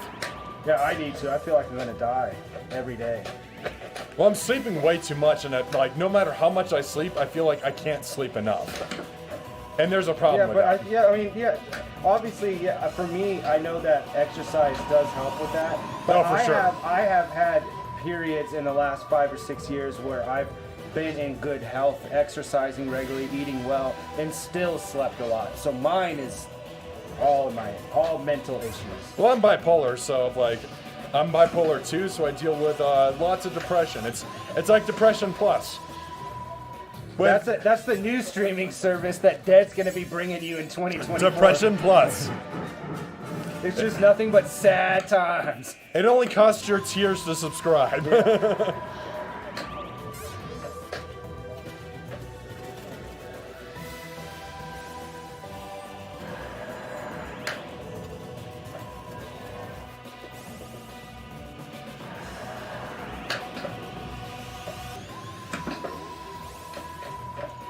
Just robbery. Yeah, I'm just not playing. I haven't played this table very well in general, so that was it. Yeah. Dang, man.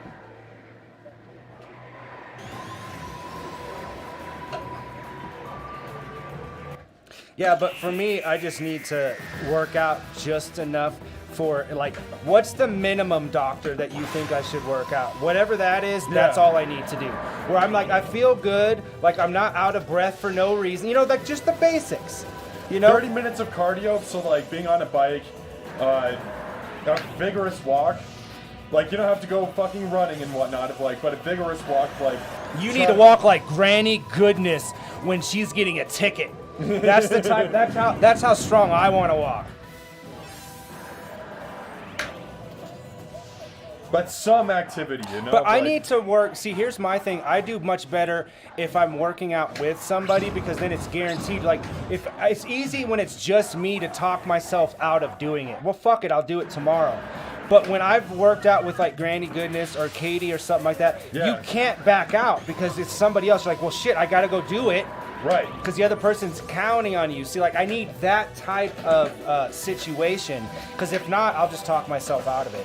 I have a gym membership, so if you want to hang out with me even more, we can go lift weights. Well, I mean, I don't know how much weights I'm going to be lifting, but I'll be in the gym. I'll do some cardio. I mean, I'll lift some weights, but I need to do just some... The only thing I can't do here very well is... Push-ups are hard for me because I have a bad wrist. Okay. But if I use the machine, the bench press machine... Sure. not free weights, but if I use that, I'll get a much better strength out of my chest because it's actually better for me on my wrists. Are you talking about the Smith machine, so where the barbell's locked into a slot? Yeah. Okay, cool. Yeah. So like those ones I can do That all also day. helps with your shoulders too, Yeah. because Space Wizard has an issue with his shoulder, and he's always tried to keep up with me. Like this was like when I was lifting pretty consistently. He would try to lift as much weight as I was doing, and I was like, no, dude, don't do that. This Yeah. isn't a competition. I'm like, Yeah. they're- That's why I don't work out with 771. I tried a couple times and it was just like we literally were like almost puked because we were trying to outwork out each other. Yeah. And I'm like, you're the wrong person. I'm too competitive with you. I need to do it with somebody who's not looking at what I'm doing and being like, whoa, why aren't you? You know what I mean? Just let me do whatever is comfortable for me. Who gives a fuck? You Yeah. know? You know how he is. For sure. Well, it's like when I was running 10 miles and whatnot, of like, I got to a point where like, I didn't want to compete against anyone. I just wanted someone to be there with me.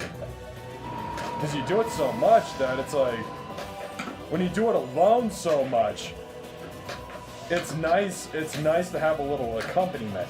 Even if you're not really having a conversation, even if you're not like hanging out, quote unquote. Do you even lift, bro? That's the tap out. That's the type of situation that Danny will get into if you're working out with him. And I'm like, no, I don't like those people anyway. No, you're lifting. I had the goal of getting as strong as I possibly could, and I love that. But that's my goal. I'm just trying not to die from bad health. Right. That's all I care about. My thing is like, I want to do as hard of work as I can do and not compare myself with anyone else. Because I deal with depression issues anyway, comparing yourself to other people, it's a lose-lose situation. First off, you're not them, and you will never be them. You don't have the same struggles, you don't have the same accomplishments, you don't have the same background, you don't have the same frame of mind. There's none of that. You're completely different than that other person. You're completely separated from that. So the most important thing you can do is take a look at yourself. Take accountability of yourself. Take accountability of what you can do. And then move forward with that.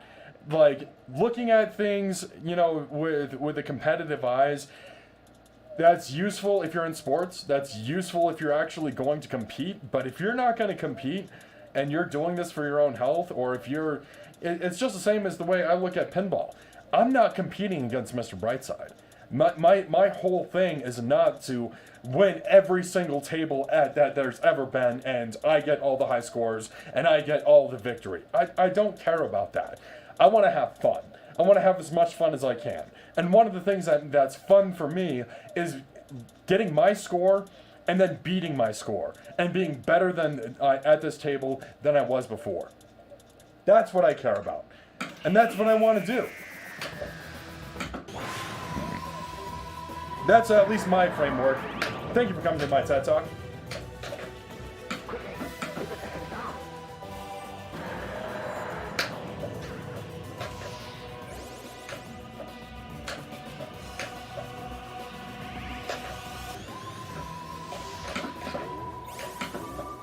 Nope. You can't bounce it, you gotta shoot it. You can't bounce, you gotta shoot.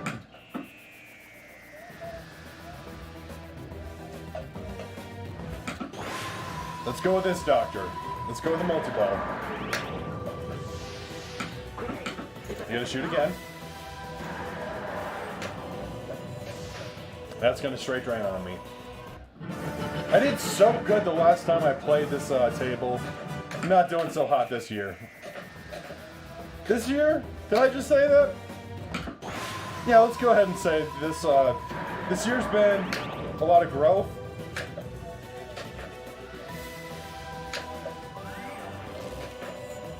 I went to a lot of shows this year. Went to Mastodon and Gojira, two of my favorite bands. Awesome show. Really, really stellar performance.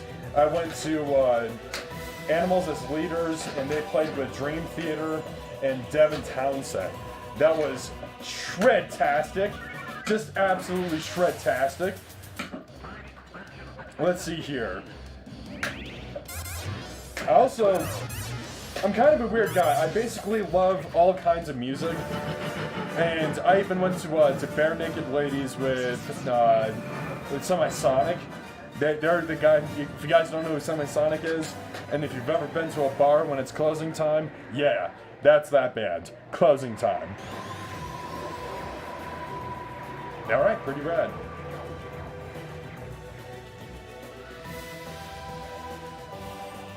So my score on this that I've got to beat is 151 million. And I have not even gotten close to that score. So, well,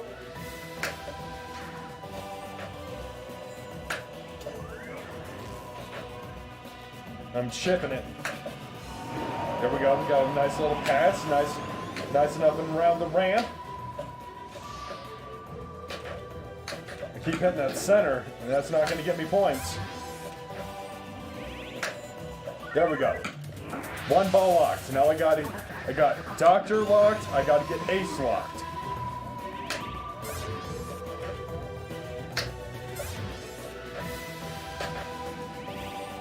Oh, that went right around the bumpers. Don't like that.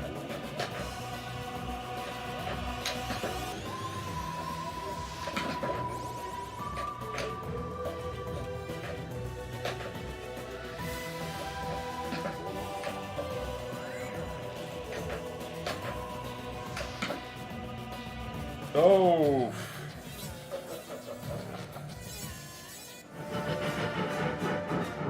Well, that's not gonna work.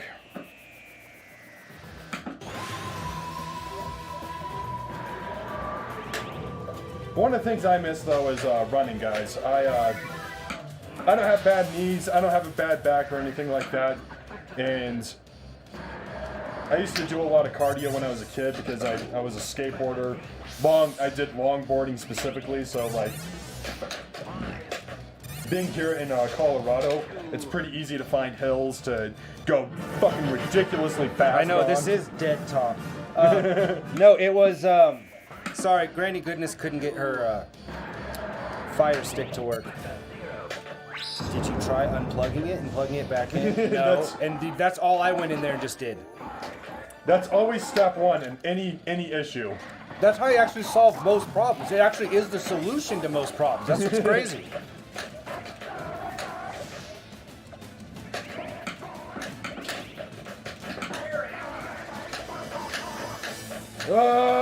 Multi-ball.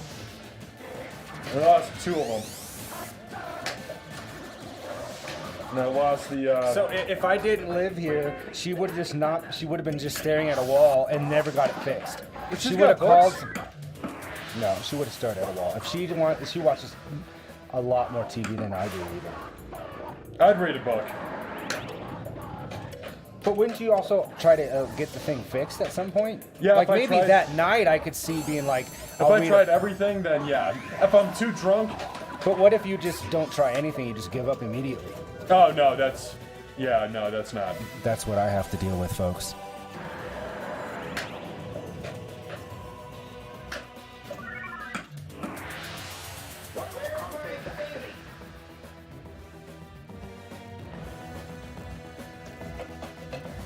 I've only gotten 18 million so far. I still have Doctor 1, which I like that special video mode. We'll go with this Doctor.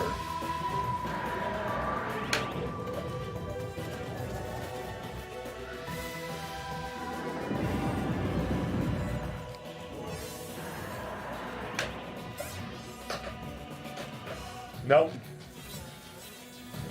Nope. Not gonna happen. Ball 3. 20 million. Shaking my head.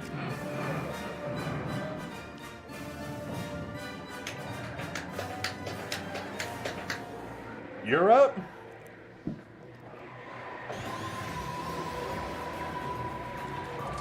All right, let's see how You gotta use the bad restroom. of a score I can get.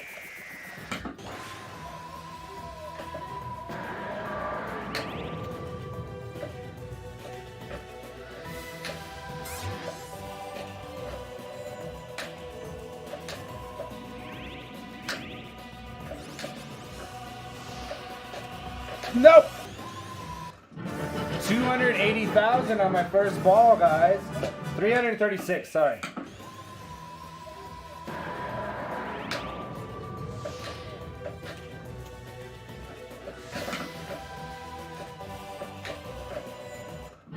$701,000.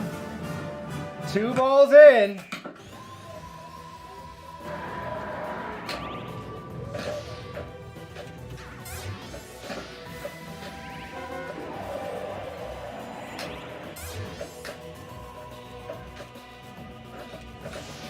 Oh, I almost.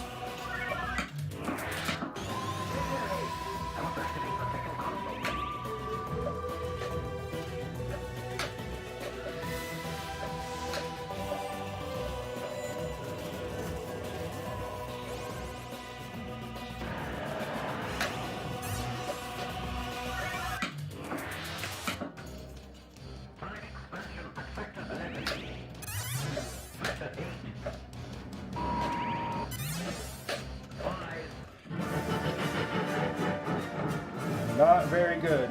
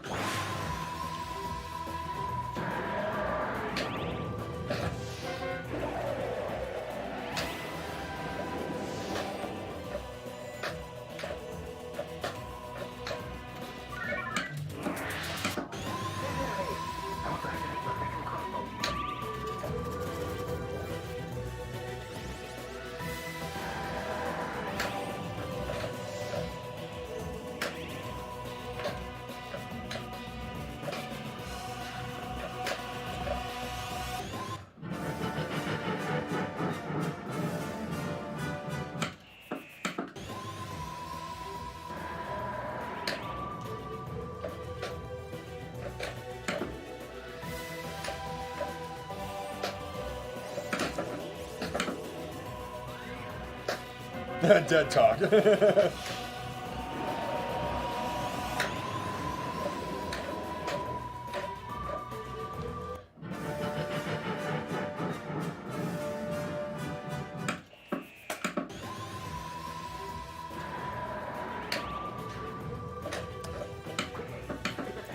I also want to go back to spending days of like signing up for like simple stuff like 5Ks and whatnot, and being able to run that the entire time without stopping, which is just 3 miles.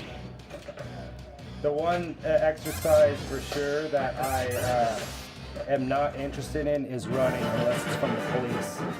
And even then, depends on what I'm running for. I've never, I used to do track, but it was like 100 yards. Like I'll run fast as fuck for a short period of time. I remember the mile, and this is like when I was like a teenager, I was doing sports all the time. Right. That was the hardest thing for me to do. Because everything was, my entire life, as you know me even now, well, you're kind 100% or nothing. And that's not how you do longer runs. You do not do 100% the whole time, right? No. If you run at that speed, you're not going to do a mile. Yeah, you can't. I'm like, you're all. I did. You're all gas, no I brakes. had like a 6-minute mile. It was super fast when I finally did it. But man, was I dead even by just like 16 or something. Like it was not. I would not recommend it. At 10-minute miles, you know. I'll do a jog here and there. As you get older, a 10-minute mile is more respectable.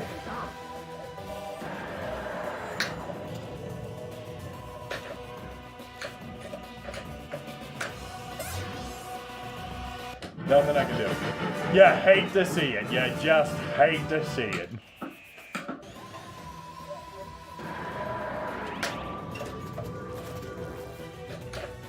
I am not playing nearly as good as I did even 10 minutes ago.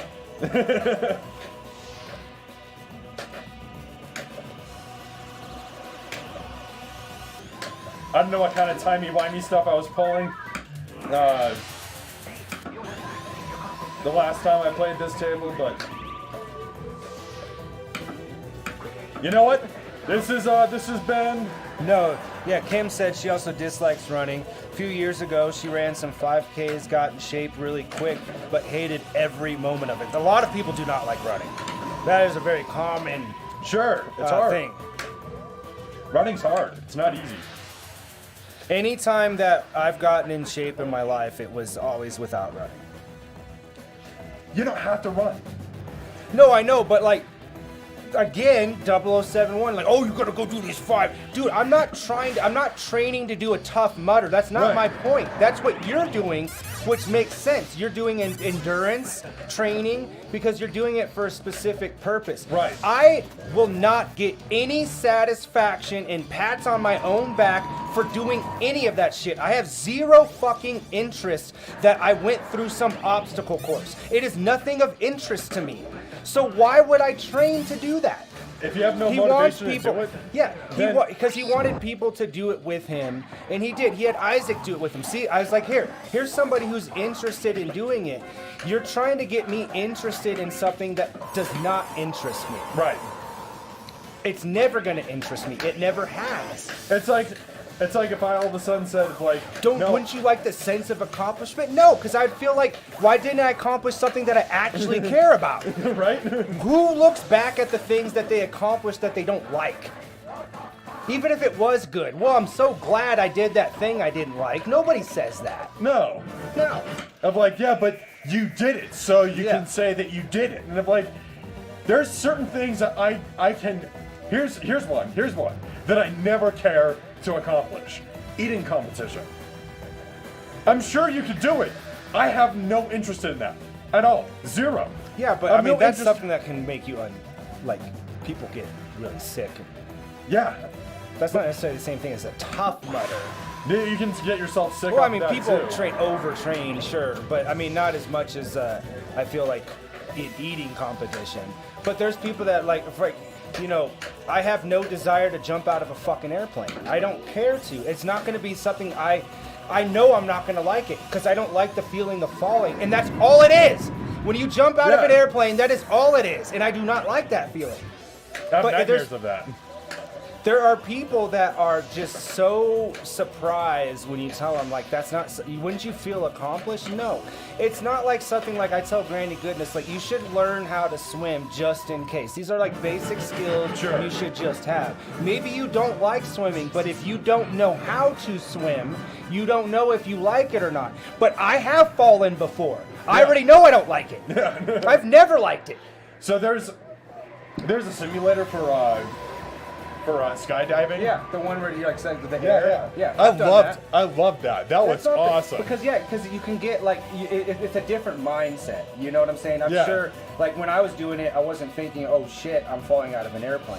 I don't trust this person I'm strapped to. There's too many things for me to overthink. All right, here's one thing. I don't like rock climbing. I don't. I don't I like hate it. hiking. I like hiking. I do like hiking. Like It's some easy. light hiking, but you know how many 14ers I've done? Zero. Do you I've know how done a many few. people I've gone online and stuff, and they're like, "Oh, I've done 10 14ers," and like if you don't like, you're not a Coloradoan unless you like go on 14ers. I've driven up some 14ers. Yeah. Well, I met I some. know what the mountains look like, I've met some people motherfuckers. like that. I don't need to climb them. I've met people like that. It's not a new experience. It's not like, for me, I get new experiences and feelings from interacting with stories, whether it be, a game or a book or a movie or talking with someone. It's a different experience. Even though it's the same thing, I get something different out of it every time. If I'm climbing a goddamn rock, it is the same. It's going to be, for me, the same feeling. Wow, look at that. I'm up high. There's trees. It's not going to be any different. Right.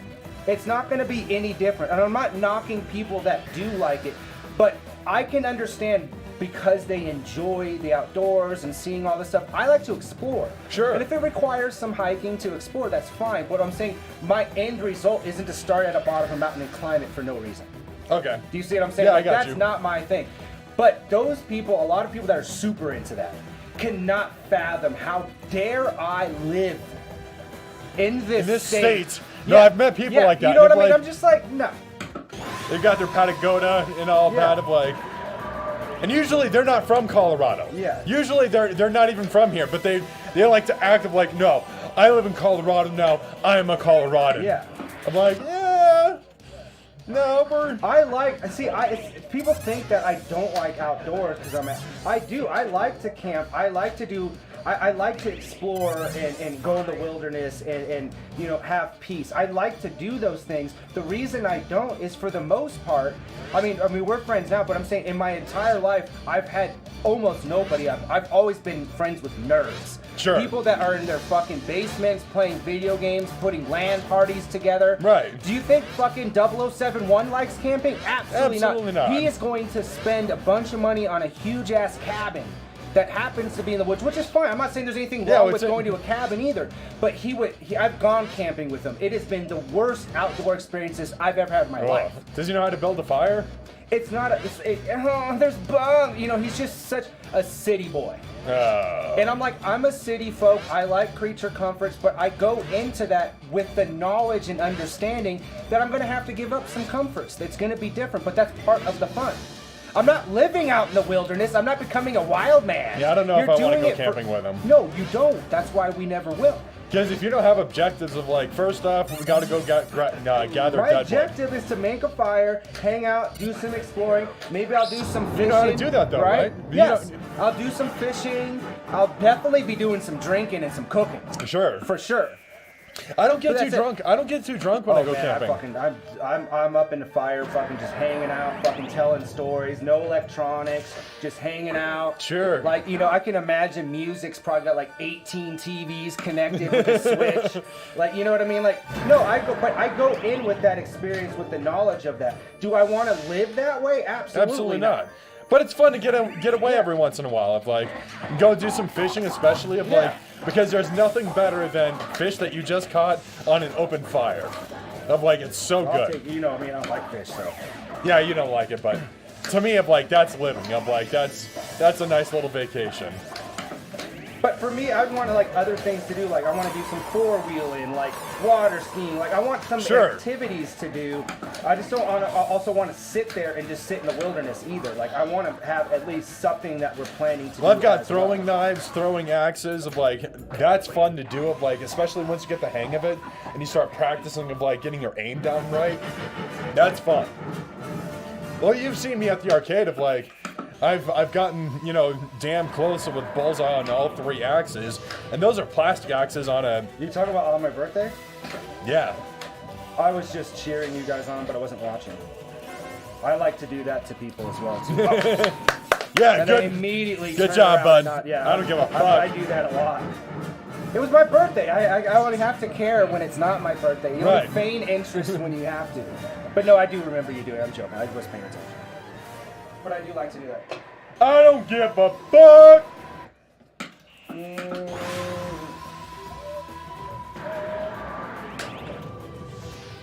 Speaking of 0071. There she goes. There she goes again. I'm sorry. My voice is shrill, so sorry for that. Sorry. You had to listen to that. You're watching us, and I'm not being a gracious host. There's a little slowdown on this table.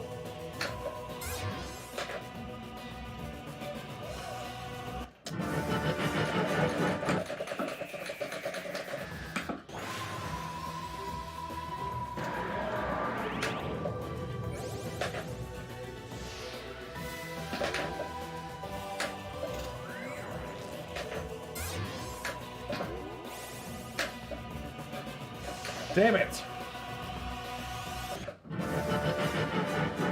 That gap is so wide. It's just so bloody wide. What? That's it? That I only got 4 million on that turn. I want to know the dead that made 151 million. I want to know that guy. I want that guy to come back. It was the first table we played that day. All right, guys, we're going to take another break here. We're going to show you another video. It's going to be my top movies of this year. We're going to come back and we're going to play our final pinball table, which is going to be a special table. And then after that little break there, there will be a break after that table, as we will be switching over to the arcade. A short one though, because the cameras are set up. This will be the test. But there will be just a little bit of back and it'll. Hey everybody, it'll it's quickly, Mr. but it'll start Brightside with quickly, Quick too, so Save just Arcade, hang and with us. I'm here with my top 5 movies of 2023. At number 5, we have The Killer from one of my favorite directors, David Fincher. Michael Fassbender gives his best performance in years. Just like Fight Club was all about consumerism, The Killer is all about the mundane workforce in America. It's just a hitman who keeps making mistakes and treats his job just like any other job. It has great cinematography as always, great music as always, and it has some really great explosive scenes. I can't wait to see what David Fincher does next with Netflix.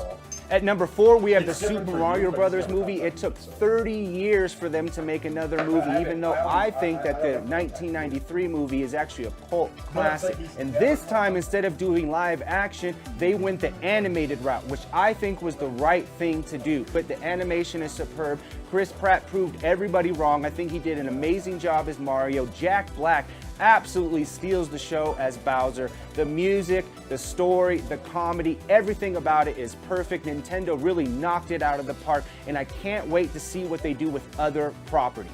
At number 3, we have Oppenheimer from my favorite director, for Christopher Nolan. Usually I don't like biopics, but this one is done completely different. Even with its 3-hour epic runtime, it keeps the suspense going. The cinematography, the way it jumps between different times throughout Oppenheimer's life, Cillian Murphy gives the performance of his absolute lifetime. He really shows how conflicted he was making the atom bomb. We have Robert Downey Jr., who reminds us that he's a great actor and he's not just Iron Man. The special effects, the cinematography, the music, everything about that movie is absolutely perfect. At number 2, we have Spider-Man Across the Spider-Verse. The animation somehow is even better than the first one. The story is even better with so many different Spider-Man. I love Punk Spider-Man. We have a great villain in Spot, who's a little known villain from the comics. The animation somehow is even better. The music is even better. And the only thing that was disappointing about this movie is that it ended on a cliffhanger, and I can't wait to see how they end the trilogy. At number 1, we have John Wick Chapter 4. Keanu Reeves proves once again that he's the action star of the 21st century. They somehow made better fight sequences, better stunts. We have a better story, the accumulation of all of the John Wick films all coming into a head. Donnie Yen absolutely steals the show. Once again, every movie he's in, he's absolutely amazing in. My favorite scene in the movie is one of my favorite action scenes ever at this point. And that's the scene when they're in France and it's the roundabout and we have the cars going. It's just one of the best scenes. If you guys haven't seen it, go ahead and see it. Here's some honorable mentions of some favorite movies that I had this year. We have Indiana Jones and the Dial of Destiny. And I know some people thought it was worse than Crystal Skulls, but guess what? That's impossible. I thought it was a very good Indiana Jones movie. Did we need it? Absolutely not. But that opening sequence with the de-aging, even though there's some uncanny valley, was expertly done. I loved how Harrison Ford has closed out all of these big roles in the last few years. The action sequences were really fun, and it really played up to his age, and it really had him looking back at his legacy. And you could see it wasn't just Indiana Jones. It was also Harrison Ford looking back at his legacy as an actor. The only thing I didn't like is the cheesy ending. Another honorable mention is Saw X. Saw series has kind of taken a dive in the last 7-8 years, and it was great to see Tobin Bell back. And as a prequel, in between 1 and 2, we had great traps, great story, and we have great twists. They're doing another one. We got Saw 11 coming out next year. I don't know how that one's gonna be, but Saw X was a surprise this year. And my last honorable mention is Guardians of the Galaxy Volume 3. James Gunn goes out on top as he goes to the DCU to head that. We have an end to a great trilogy. Guardians of the Galaxy, consistent all the way through. It was very sad to see Rocket's backstory. It was funny, it was heartfelt. I laughed, I cried. It was definitely Marvel's best trilogy. If you guys like this video and you guys want to keep up to date with our streaming, go ahead and like this video, subscribe to our channel, and don't forget to turn on notifications. Hey everybody, it's Mr. Brightside with Quick Save Barcade, and I'm here with my top 5 movies of 2023. At number 5, we have The Killer from one of my favorite directors, David Fincher. Michael Fassbender gives his best performance in years. Just like Fight Club was all about consumerism, The Killer is all about the mundane workforce in America. It's just a hitman who keeps making mistakes and treats his job just like any other job. It has great cinematography as always, great music as always, and it has some really great explosive scenes. I can't wait to see what David Fincher does next with Netflix. At number 4, we have the Super Mario Brothers movie. It took 30 years for them to make another movie, even though I think that the 1993 movie is actually a cult classic. And this time, instead of doing live action, they went the animated route, which I think was the right thing to do. But the animation is superb. Chris Pratt proved everybody wrong. I think he did an amazing job as Mario. Jack Black absolutely steals the show as Bowser. The music, the story, the comedy, everything about it is perfect. Nintendo really knocked it out of the park, and I can't wait to see what they do with other properties. At number 3, we have Oppenheimer from my favorite director, for Christopher Nolan. Usually I don't like biopics, but this one is done completely different. Even with its 3-hour epic runtime, it keeps the suspense going. The cinematography, the way it jumps between different times throughout Oppenheimer's life, Cillian Murphy gives the performance of his absolute lifetime. He really shows how conflicted he was making the atom bomb. We have Robert Downey Jr., who reminds us that he's a great actor and he's not just Iron Man. The special effects, the cinematography, the music, everything about that movie is absolutely perfect. At number 2, we have Spider-Man Across the Spider-Verse. The animation somehow is even better than the first one. The story is even better with so many different Spider-Man. I love Punk Spider-Man. We have a great villain in Spot, who's a little known villain from the comics. The animation somehow is even better. The music is even better. And the only thing that was disappointing about this movie is that it ended on a cliffhanger, and I can't wait to see how they end the trilogy. At number 1, we have John Wick Chapter 4. Keanu Reeves proves once again that he's the action star of the 21st century. They somehow made better fight sequences, better stunts. We have a better story, the accumulation of all of the John Wick films all coming into a head. Donnie Yen absolutely steals the show once again. Every movie he's in, he's absolutely amazing in. My favorite scene in the movie is one of my favorite action scenes ever at this point. And that's the scene when they're in France and it's the roundabout and we have the cars going. It's just one of the best scenes. If you guys haven't seen it, go ahead and see it. Here's some honorable mentions of some favorite movies that I had this year. We have Indiana Jones and the Dial of Destiny. And I know some people thought it was worse than Crystal Skulls, but guess what? That's impossible. I thought it was a very good Indiana Jones movie. Did we need it? Absolutely not. But that opening sequence with the de-aging, even though there's some uncanny valley, was expertly done. I loved how Harrison Ford has closed out all of these big roles in the last few years. The action sequences were really fun, and it really played up to his age, and it really had him looking back at his legacy. And you could see it wasn't just Indiana Jones. It was also Harrison Ford looking back at his legacy as an actor. The only thing I didn't like is the cheesy ending. Another honorable mention is Saw X. Saw series has kind of taken a dive in the last 7-8 years, and it was great to see Tobin Bell back. And as a prequel, in between 1 and 2, we had great traps, great story, and we have great twists. They're doing another one. We got Saw 11 coming out next year. I don't know how that one's going to be, but Saw X was a surprise this year.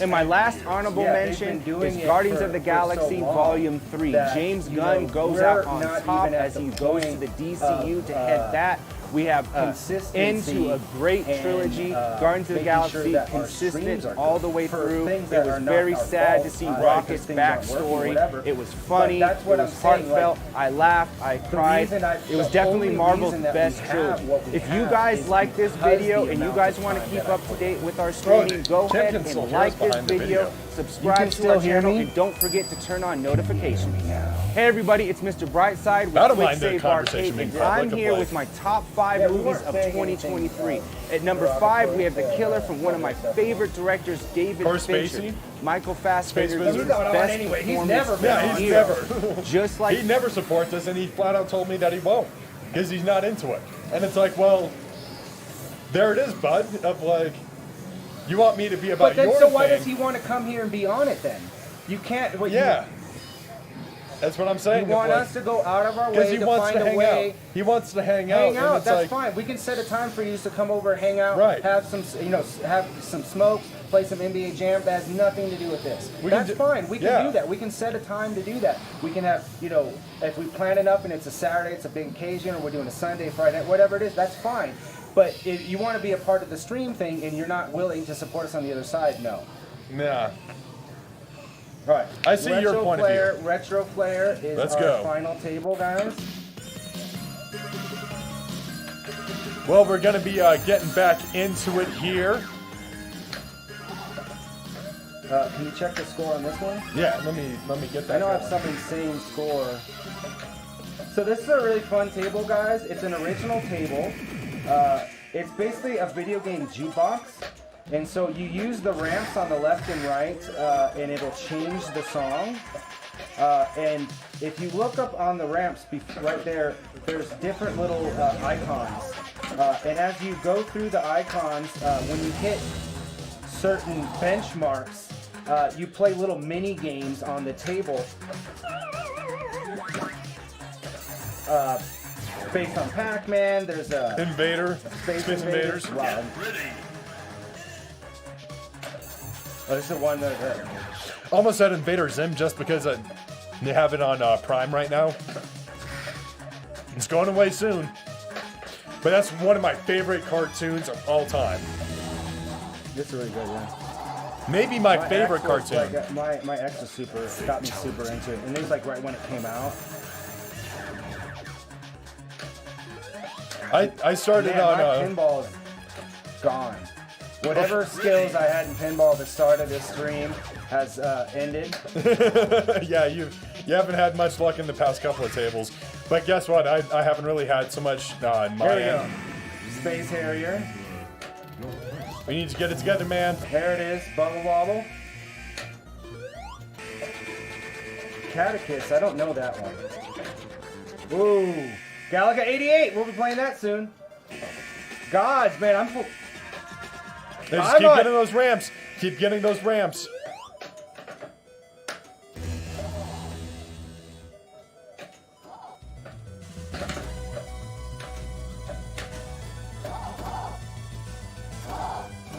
Man, Gradius has got some bass. Yeah. Gradius is a shmup series that I would love to play through all of them, Sure. but not easy games. Very hard. I looked into it when I was gonna what games to do for my 52. I was like, oh, I'll do some shmups. I looked into Gradius, and people were like, just even people who had beaten it were like, I fucking wanted to pull out my hair, and I'm like, yeah. I already was doing that. Any of you guys who So I'm assuming watch my it's streams, I'm assuming it's harder than R-Type. yes, it's. I think it's harder, and I think when you continue, you can start from the beginning of the level, even in the arcade. So like you can continue, but it's from the beginning of the level. Okay, yeah. So you can't just continue to fight the boss or whatever it was. Right. No save points. You got to go through all that bullshit. Life Force is Gradius for the NES. It's just called Life Force. That one is easier, but not by much. But Gradius, I think, dude, there was, I should have written, I gotta write down some things, because even though it seems like I have a great memory, there's a lot of stuff I forget. But Sure. there was a side scroller, it might have been Life Force, that it's co-op. So you both are shooting at the same time, and they said it's much easier that way. Xenon, right when the mini game started.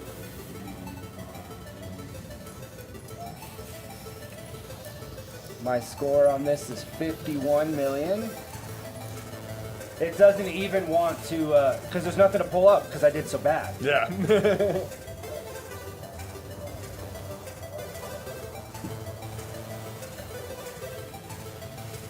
Chat, this bud's for you. I felt like that needed to be said.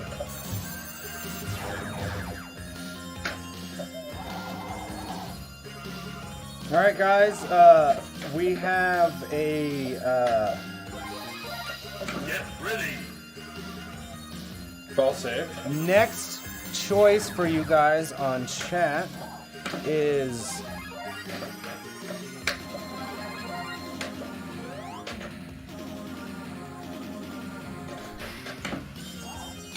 Straight lane. Black Widow,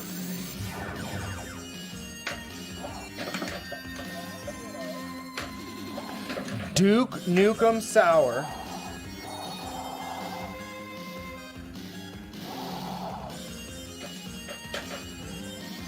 or Harley Quinn's Ace. Fatality. Once again, chat, we have Harley Quinn's Ace, Duke Nukem Sour, or Black Widow. Man, I have not been able to get up any of those ramps. Once you get the feel, it just will consistently happen. But yeah, once it's same thing if you don't have it. See, no, I shot for that. Shot for that.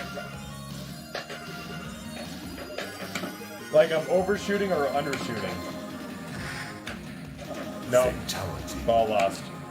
Ball 3, baby. We got to make it happen. We got to make the magic happen right here. We got one for Duke Nukem Sour.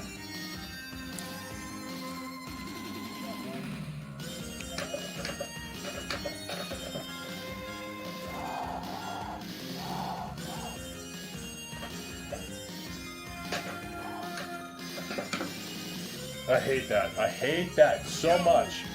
Ball lost. Ball 2. But you've already beaten your score on here, though. Oh, fair enough. You did. That's how bad you did last time you played this. You only had not even 600,000. You had 599,000 even.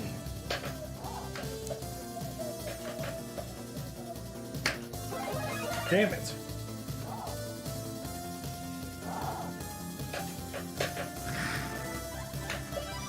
There we go. Got up that ramp. Blood money. That's another. There we go. Got up that ramp.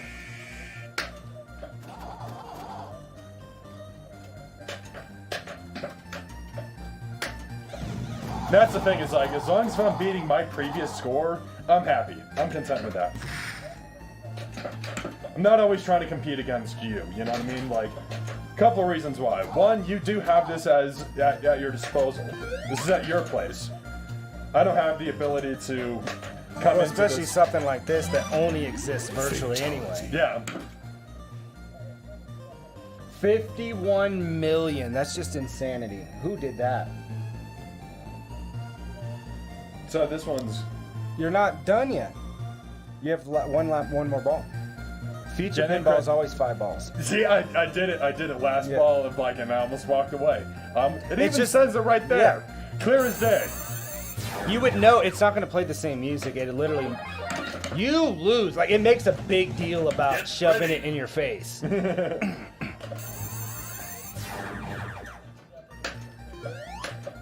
Come on. So Kim told me a really cool story the other day. So you remember I told you I taught her and her son to play Magic? Yeah. So his dad's really into Magic, so he's like, oh, well, let's play. So he brought out some cards and just demolished his dad, who's been playing Magic forever. Nice. And I was like, I'm a good teacher. Woohoo! I still got to get some Magic going because I haven't played those decks. And the only time that I played my Doctor Who deck was teaching people, so I didn't really get to. Right, and So we that's- got to set some Magic time too, because I want to try out those decks I got. What's the point of buying them if I'm not going to play them? You know what I Right. mean? And I want to get Space Wizard on board with this, so that way we have 4 players on my place. Because a 4-player game, like, it changes things. It changes things. When there's an extra ball, hell yeah, let's go. She said it was a Christmas magic beating. Ball saved.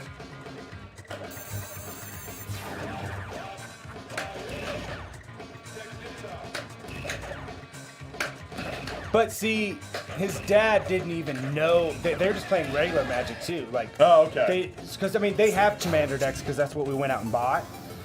But like, he didn't even know about Commander or Doctor Who decks. He's a big Doctor Who fan, so it also got him excited about Magic too. Like, oh shit, they got what's Commander? Like, I gotta go get Commander decks. Yeah. Like, oh shit, they got Doctor Who decks. I gotta get that. Commander's a completely different way to play. I got 3 million, but I don't know. Is it gonna show me my last score? 397,000. I don't know what the other three were.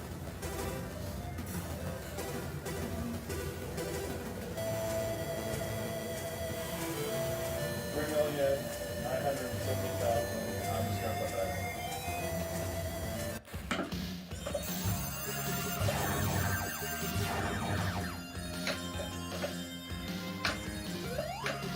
Maybe that's what happened last time. Is I just.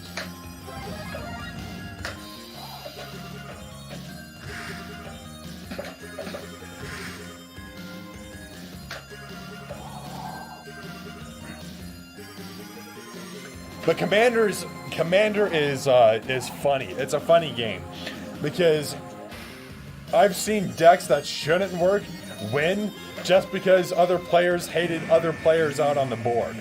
They were like, no, you're not gonna do this. Of like, we see what you're doing, we're gonna shut you down. So if all 3 players agree that they're gonna go after you, you have to have a powerful enough deck to take on 3 players. Well, Cam had like a card out that basically made it where everybody else, all their creatures had to attack every single turn. Sure.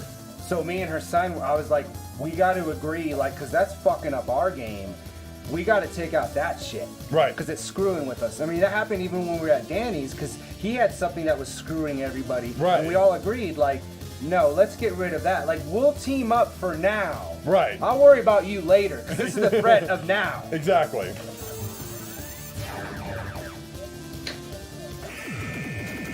And I think it's because Commander has a lot of more cards like that than the normal decks did.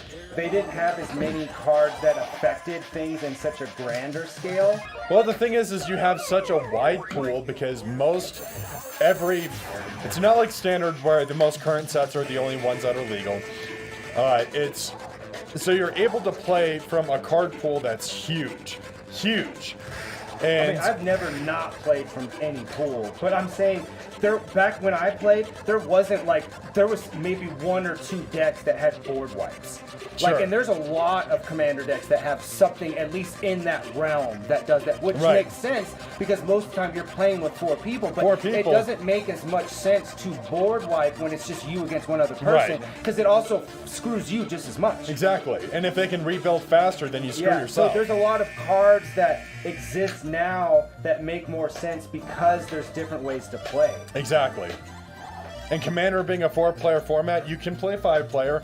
It takes longer. We played a 6-man pod, and I told you, didn't I tell you, I'm like, this is going to take a long time because in order for everyone to resolve their turns, it takes... Especially half people didn't know how to play either. Yeah, exactly. Of like, that takes even longer. But even with people that... I would say that it was still going at a pretty good tempo for considering the fact that no one knew how to play. Of like, a 6-man pod is still hard to play. Well, I mean, 0071 and Charisse, she had just learned how to play Magic. But at least if you know how to play Magic, you're just learning some other things. You're not learning how every card works as well. Right. That's the whole thing. Like, it's easy for me to learn how to play Commander because I'm just learning, okay, what's different? What things are involved in this? But like a card that's like Scry, it's gonna still be Scry whether I'm playing regular Magic Right. or Commander. Right. Right. And if I've played a Planeswalker, still is treated the same way whether you're playing regular Magic or Yeah, that. exactly. Because her deck had cards legendary cards, as commanders, but also had a Planeswalker as well.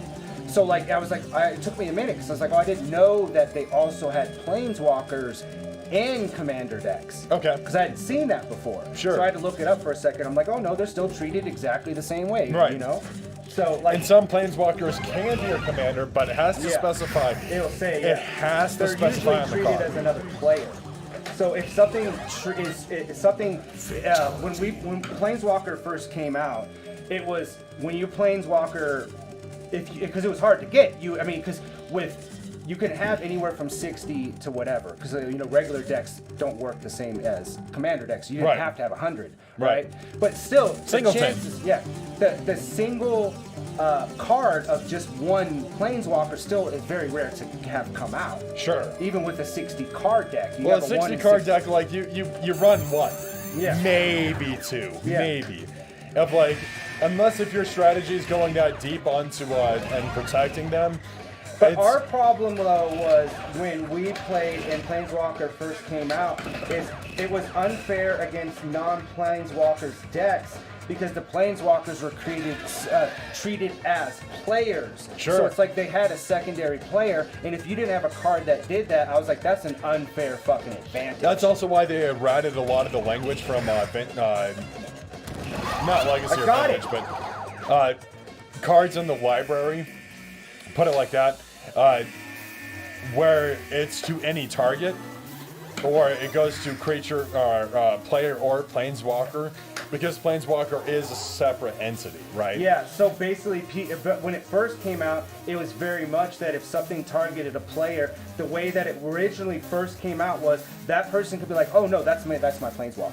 That's how Yeah. originally it was, and you're like, well, this is fucking sucks. So Planeswalker's dead. That fucking doesn't matter to me. I want to hit him. Yeah, I want to burn you. Yeah. Like, well, especially with burn decks, right? Yeah. Of like, Fatality. because that's a lot of what I play of. Like, I'm just dealing damage every single turn. Of like on tempo, like boom, boom, boom, boom.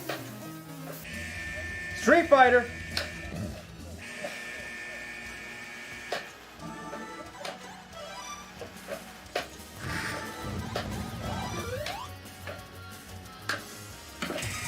Pac-Man, here it is. I got the special pack ball, guys. You see this little mini game on the play field here? I gotta collect all of the pellets. Then there's it gives you a lot of ball saves on it. After I hit this last one, then you're gonna come in here, and then my greatest fear is that, and that's when you get a ball drop no matter what. You have to get around to the side, which is really hard to do without hitting them. Oh, it looked like it was almost gonna save. I don't like how quick the score goes. It shouldn't, because it's future pinball. It should always pop up here, but it's not. So I have no idea why. It doesn't matter. I definitely didn't get 51 million. What's up, Full Tilt? We're not even paying attention. Full Yeah. Tilt just rated us. Nice. Welcome Sorry, Full aboard, Tilt. everybody. We got in a Magic the Gathering We got debate. laser Not a focused. debate. We were just talking Yeah, about we're just it. talking about it, but laser focused on Magic the Gathering. Full Tilt. What were you just streaming? Thank you, Kim, for welcoming him, though. We appreciate that. Yeah.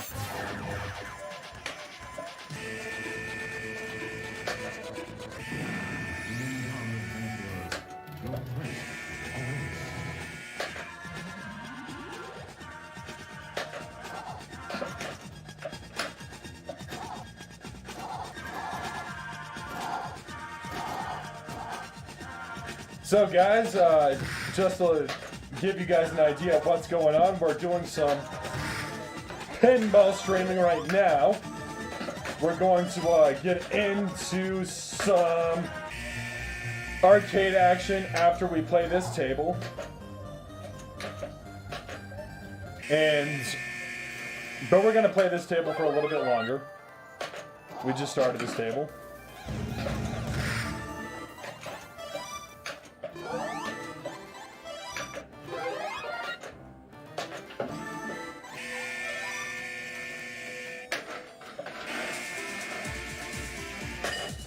Whoa!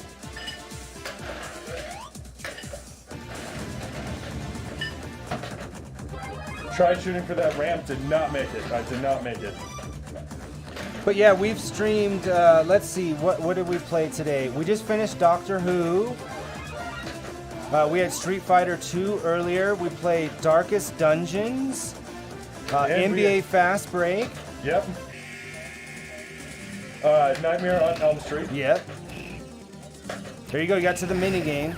If you beat this, your score's gonna jump. That's the main thing that you're trying to do with the ramps is get to the point where you do the mini games because you get like 10 million for beating them. Like it's a good amount for this table. Because it's not a super high scoring table. You got it. See, you jumped from, you were under 1 million and you're at 11 million now.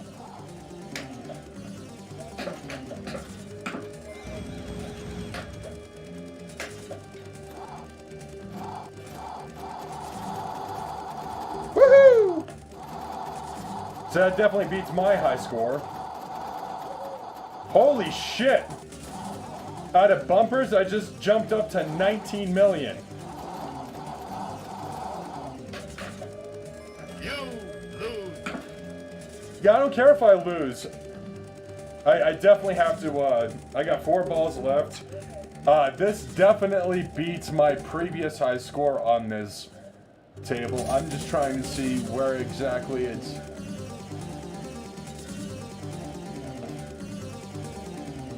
So all I needed to beat was 3 million. I have exceeded that boundary.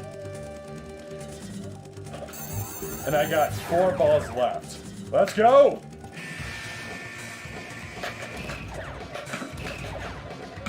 Shoot again.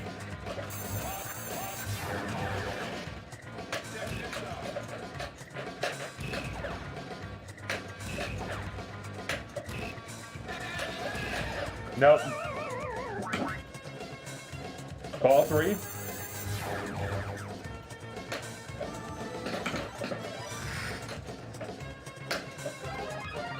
Get ready. Ball saved. Let's keep it moving.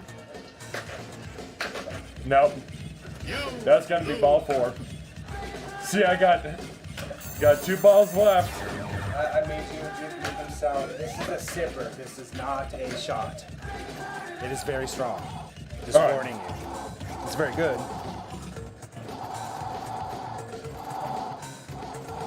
You put water in that concentration mix, right?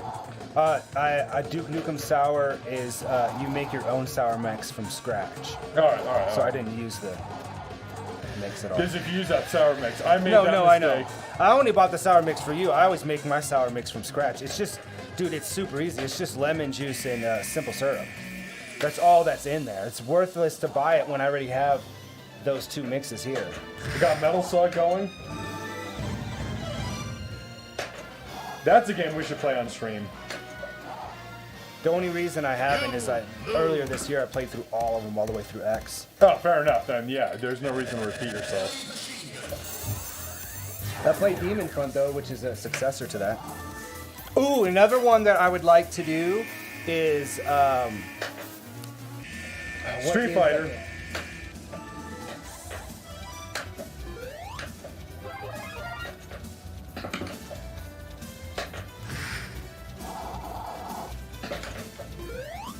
No, I don't want to switch the games.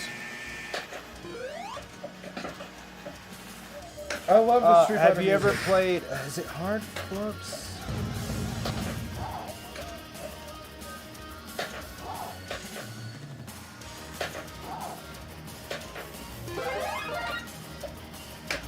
Have you ever played Hard Corpse Uprising?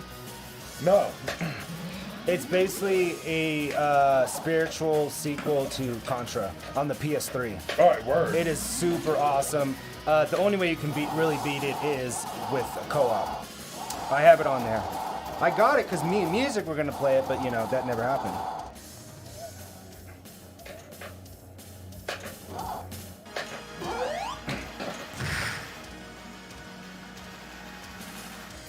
Alright, what am I shooting for exactly? Because every time that I hit the ramp, I change games. Yes. So you're right now. You're gonna do a second ball lock, which is right here, right?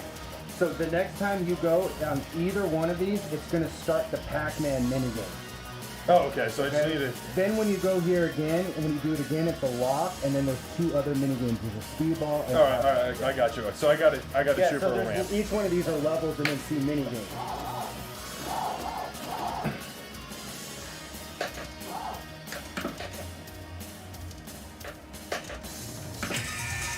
Pac-Man, there Yeah, we so go. now you got the Pac-Man minigame.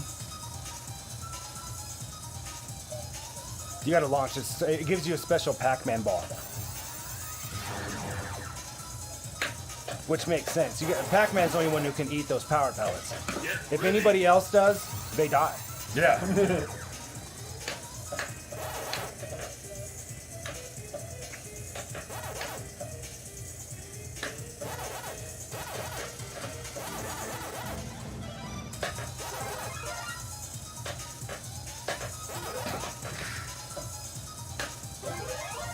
Damn.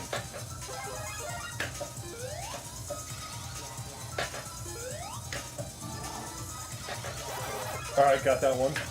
Just got the 2 left. 1 left.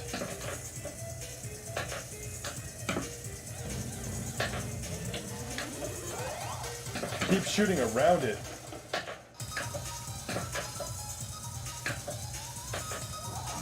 Come on.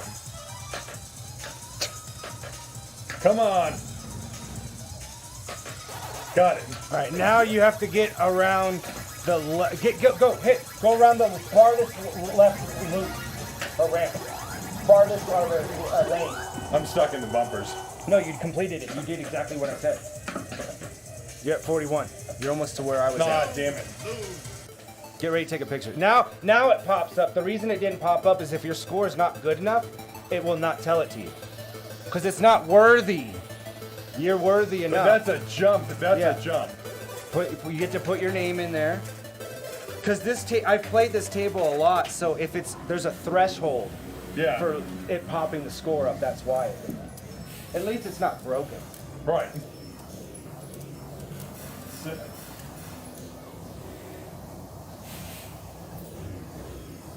Oh, that's nice.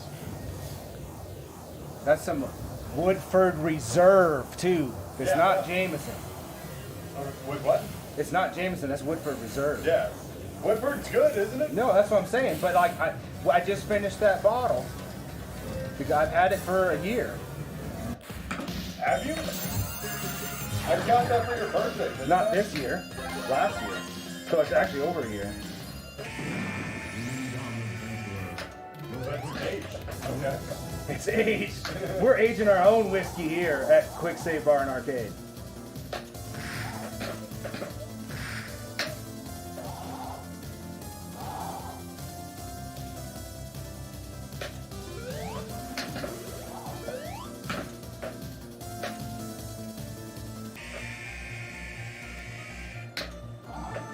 Alright, gotta be right back.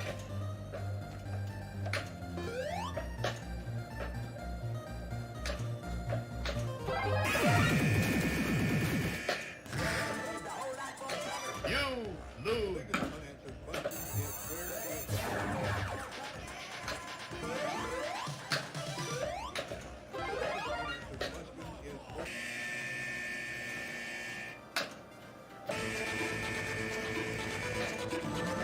Get ready. Luckily for that ball save,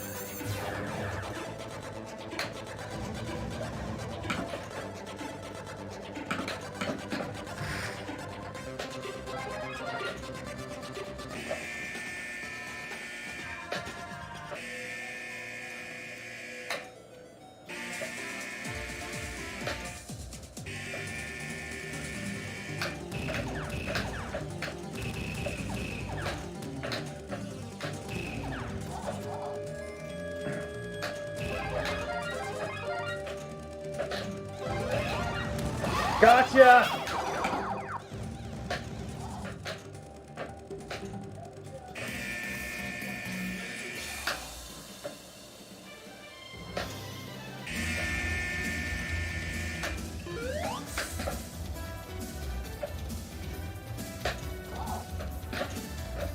No! Don't forget, guys, we have plenty of stream. We're not even halfway done with our stream, guys. We'll be after this at about 6 o'clock-ish. We're gonna be moving over to the arcade, so there will be a break, about 20 minutes or so. And then we're gonna be playing our favorite new to us arcade games for this year.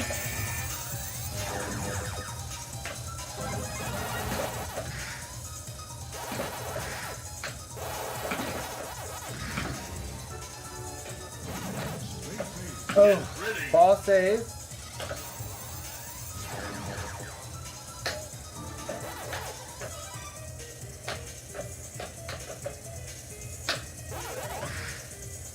That's not my fault.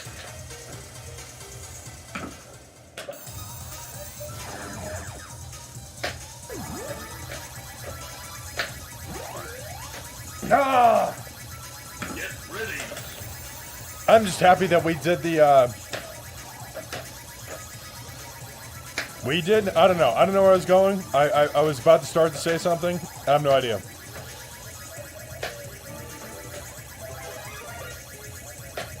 My bad.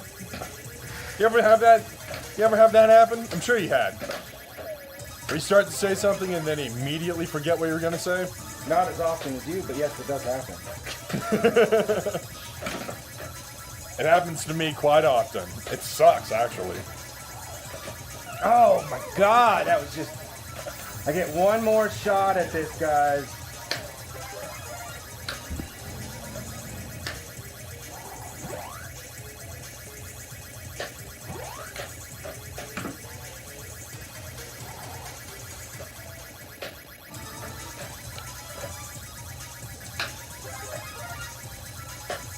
No! Oh, I was using my balls during that. I thought it was just ball save, but it is not. What can I say? That's what I can say. I pity the fool.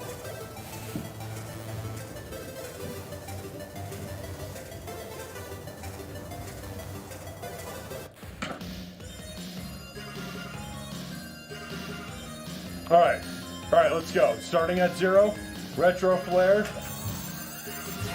December 31st, 2023. Let's make some memories tonight.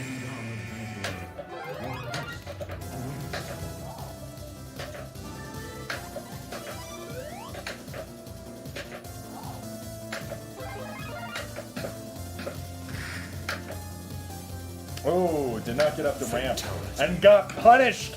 Punished!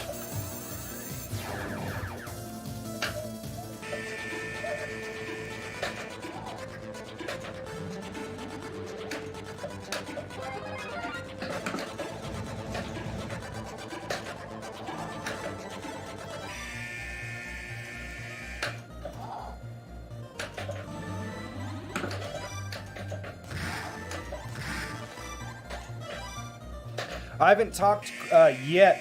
I talked about my favorite games of this year. I've talked about my favorite movies.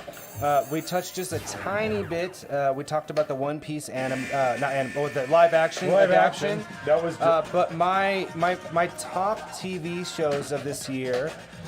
Number 5 was Ahsoka. I think that Dave Filoni should have been given keys to the kingdom. He was handpicked by George Lucas, mind you. So he understands Star Wars better than anybody else.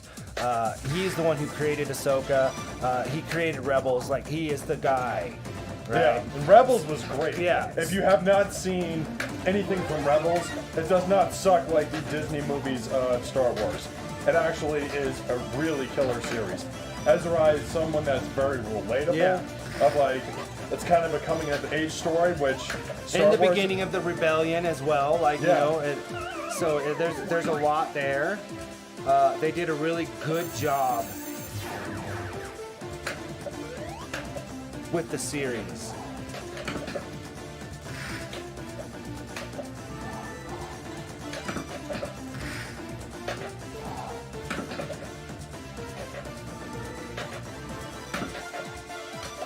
Fatality.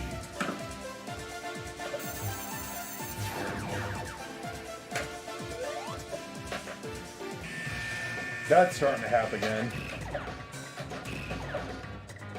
Happening.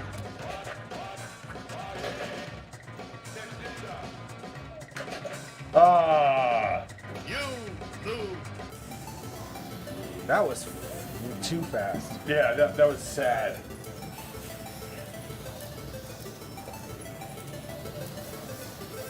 It didn't even have Silo enough. was another show that I really enjoyed this year. Apple Plus was my streaming service of the year. Here's the thing, if you don't know anything about Apple Plus is all original content. It is all Apple content that they've Yeah. created. There's nothing on there, like you're not gonna watch Benny Hill or Frasier or any old shows on there. So they have to fill out their entire thing with original content. Sure. And Apple has a lot of money. But you know what sucks? I don't know, are you a Prime member? I am. Okay. Did you get the email saying that next year Prime is going to start having commercials on their content now? Oh my god. Yeah. Bozos! Bozos, thank you. Appreciate it, I mean, buddy. nobody asked you to spend $300 million on the Ring of Power. Oh, that was a good show. No, he's just trying to make as much money as he can and pay Well, for. I mean, they're spending so much money on original content that you should. When you. Dude, $1 billion to make a Lord of the Rings TV show. That is no joke. $1 billion to make that show. Plus, what you know, that I'm sure that includes getting the rights, which is not cheap. Yeah, probably not. And it looks like it looks like a Lord of the Rings movie. Like, it is obviously very well done. But that's not the only show. I mean, The Boys, Yeah. all those shows are like movies. The quality of them is so Or good. how about, see, what I don't like is I want to be able to watch Invincible, which Robert Kirkman has already said of like going ahead in the future of like and making this project on top of all of the other projects that he's involved with is almost impossible. Of like, he'd have to be 100% dedicated to this, and he's not. And he's a modern comic book legend. If you know anything Well, about you don't need to be involved in all these stupid Walking Dead fucking spin-offs. Nobody gives a fuck. Oh no, he's Daryl not involved Dixon. with those projects at Yeah, all. he's executive producing all that shit. Stick to Invincible. Walking Dead's had its time. It's had its time. It's I'm a walking. sorry if there's people out there that like I stopped watching after Negan. It was a great for what it was at the time, but it did go down. Even people that did watch it all the way to the end did say it go down. People did like Darren Dixon. I mean, Daryl, yeah. his spinoff that had its first season this year. And then there's another one with Maggie and Negan. But it's just almost like the actress that plays Maggie was like, I will play her forever. And it's just like, you want to milk this character because people, I don't even like, I don't think she's that interesting. She's definitely not the most interesting. The most interesting character, you've seen any Walking Dead at all? I've seen quite a bit, yeah.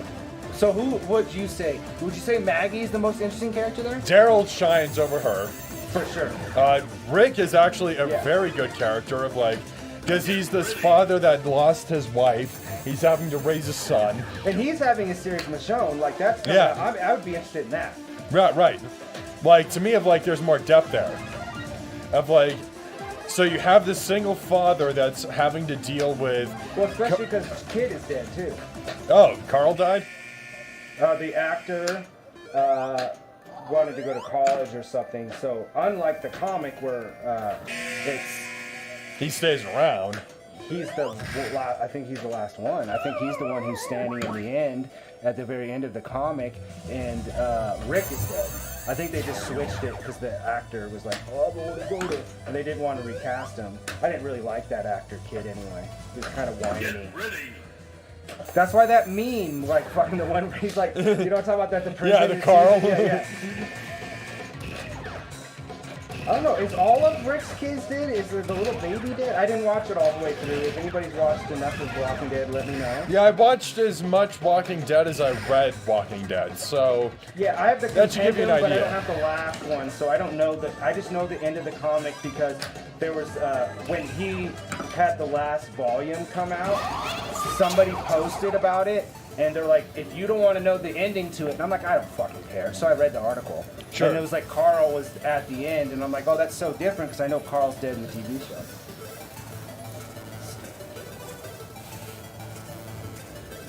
Andrea is a much better character in the comic that I don't know if it was the actress or how they wrote, but Andrea was super annoying on the TV show. They killed her super early too. Andrea? Like, yeah. Yeah. She has Michonne's place in the comic. I thought she was- Her and Rick get together in the comic. That never happened in the TV show. Doesn't she also hook up with the old man? I think so. But everybody hated the actress so much that they were like, we have to kill her. That's bad, guys. When your acting is so bad that people are like literally threatening your existence, and the writer's like, sorry, Fatality. I know this isn't part of the comic, but you just suck. We have to get rid of you. She was much stronger and wasn't as whiny in the comic, and maybe that's the way. I mean, it may have nothing to do with the actress. It could have been the way that they wrote it. Yeah. But she was blamed because she's the one in front of the camera doing it. Just like Hayden Christensen, he's blamed by how bad Anakin was, but he didn't write that dialogue. Or what about the actor Jar Jar that plays Jar Jar Binks is one of them? They redeemed him. Not Jar Jar Binks, the actor. Okay, the actor. So, how about this? The kid that played Joffrey in Game of Thrones. I hate that fucking kid. Of like I hate the kid. I don't know anything about the kid, but No, I know, but I get it. That's why I can only complain so much. Like, if I saw that kid in the street right now, I'd poison him. Because Game of Thrones, because TV is real. And if one thing that Game of Thrones has taught me is you see that kid, you poison. No, you I'm poison sure- him. You poison him. You don't straight up murder him. You But don't no, like, stab even him. before You Joffrey, poison him. Get in their Draco good graces. Malfoy, the kid who played him in Harry Potter, because the Malfoys are the bad guys in Harry Potter, right? They're not the ones that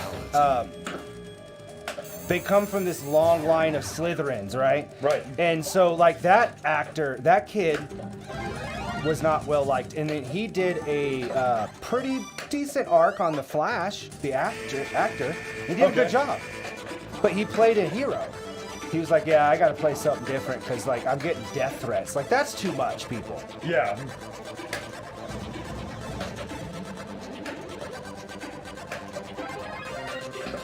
What I am excited for is season 4 of The Boys. Yeah. So did you see Gen V? Yeah. So yeah, Gen V like sets up a bunch of stuff for The Boys season 4. Gen V was another show that I really in my top 5 this year. The Boys was so good, I was worried because Gen V doesn't have a comic base like The Boys Sure. does. Yeah, absolutely. So as a spin-off, like it had the same what you expect, the same gore, the same like satire and all that other stuff, but the story was compelling, the mystery was compelling. I cared about the characters. Like spoiler, but when the kid, the fire guy or whatever, dies like in the second episode, I didn't expect that because they made him to be the big deal. Right. And then set at it the up very for- end, seeing Homelander just come in like, I'm gonna take care of this fucking shit. God, Anthony Starr, that guy just plays Homelander too well that I would question if I met him. That's when you're a good actor. Like Anthony Hopkins, he's done so many roles now. But Right, if right. you just base it and all you knew was Hannibal Hannibal Lecter Lecter? and any of his other dark roles, you would be Right. like, I don't know if I want to eat with this guy. No, but Gen V was well done, well executed. They have a Mexico spin-off that they're going to be doing as well. Oh, that's cool. Now I'm all for it. I'm like, you already proved you guys can do spin-offs. Of like, but they kept on theme. They haven't defied anything that is already set up in The Boys. and I'm not worried about the comic books. I'm looking at this other media, right? Of like, I'm looking at the video production. I'm looking at the way the plot is developing. Of like the rules. Yeah, they put the same. If you do a spin-off, you have to put in the same amount of effort that works. Right? Well, not just that, No. but the parameters and the rules of the way Well, that yeah, world yeah. works, But right? a lot of like- spin-offs sometimes are cheap knockoffs because Sure. they're trying to cash in on the success of something. And usually when they do that, they leave out details or they change details that defies the physics of that universe, right? Of like, you want to be very centric about the way that world operates. If you're going to make something with magic, you can't just say, oh, this works because it's magic. You need to actually explain why this works. Yeah, of like, Marvels, like even Harry Potter, like it Exactly. explains how all that works. like you But can't I- just wish something of like magic has limitations. So what are those limitations? But I use the best way a spin-off works. And I'm going to use Frasier because Frasier is still to this day.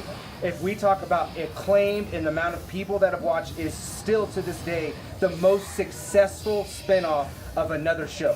Period. Sure. It won more Emmys than any show besides Game of Thrones. Finally got more Emmy nominations than Frasier did.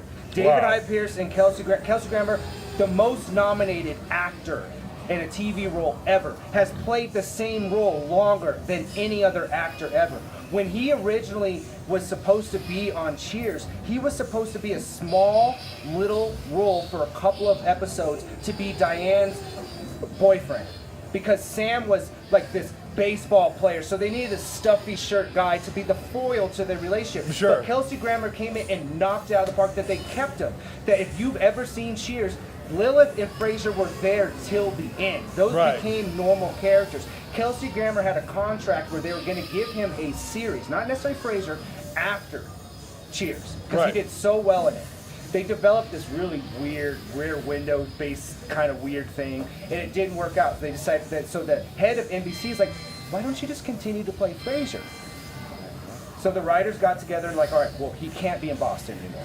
Put him Right. in Seattle. We need a juxtaposition. So one of the head writers is like, my dad just had a stroke and I had to take care of him. That's really hard, especially if you're kind of estranged with your parent. Right. Even if you have a good relationship, that can be hard. Yeah. And so they're like, all right, so let's make his dad like a blue collar cop.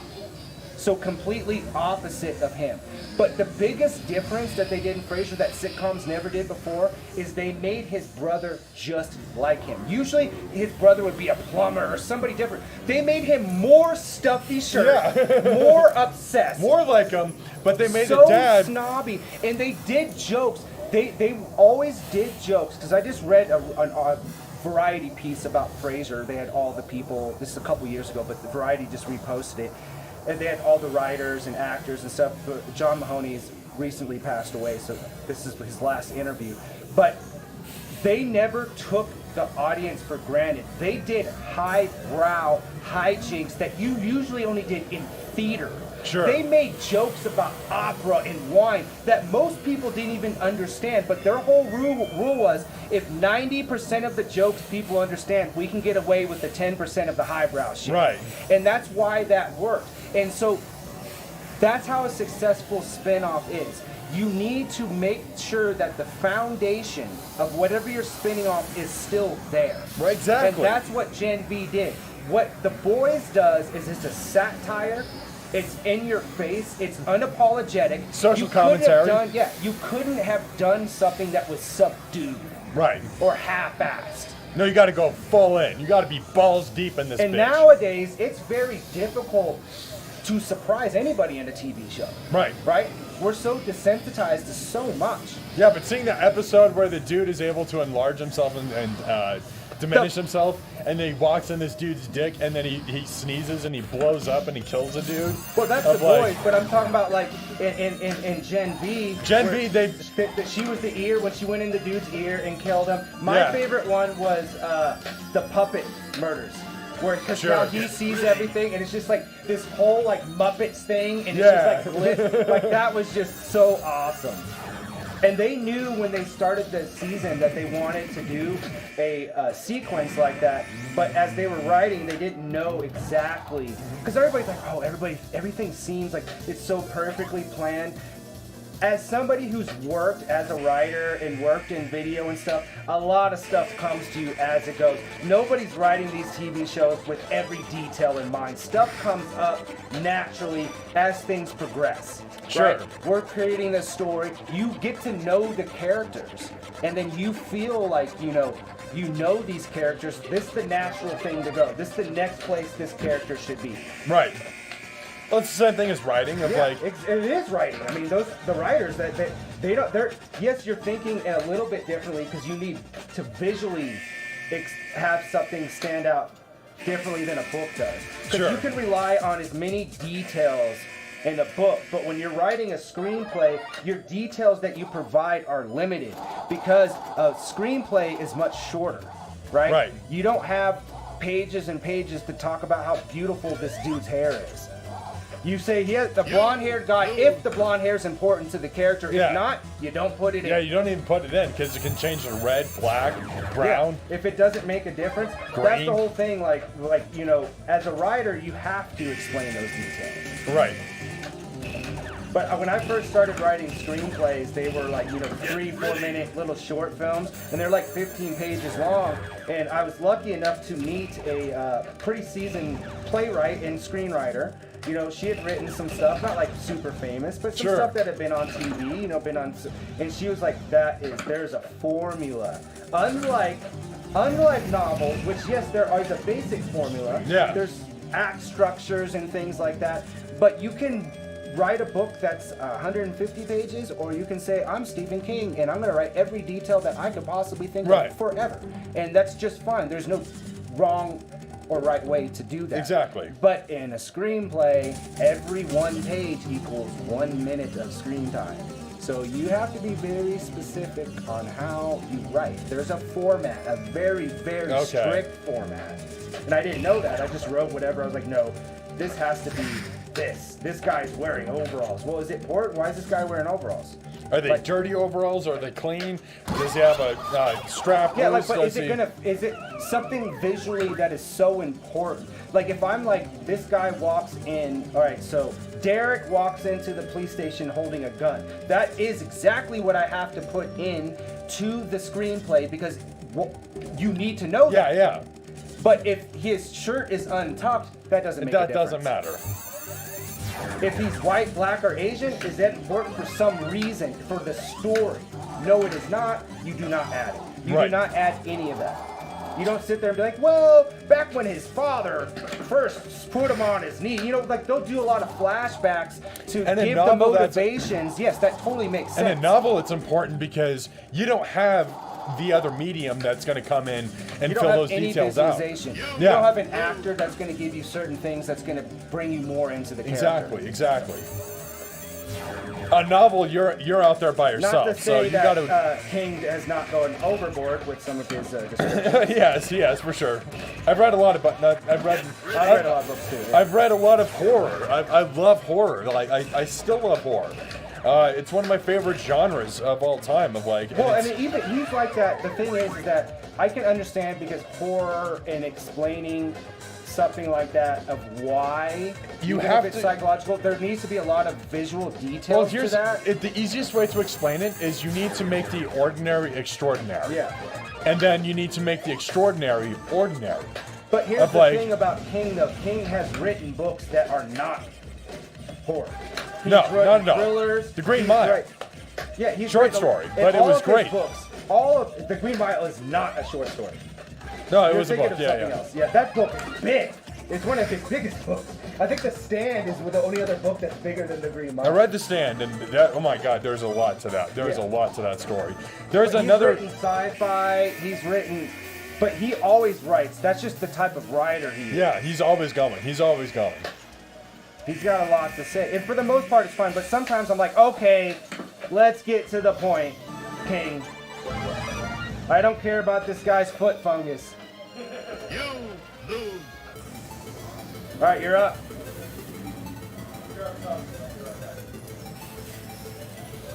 Is that foot fungus important to my life?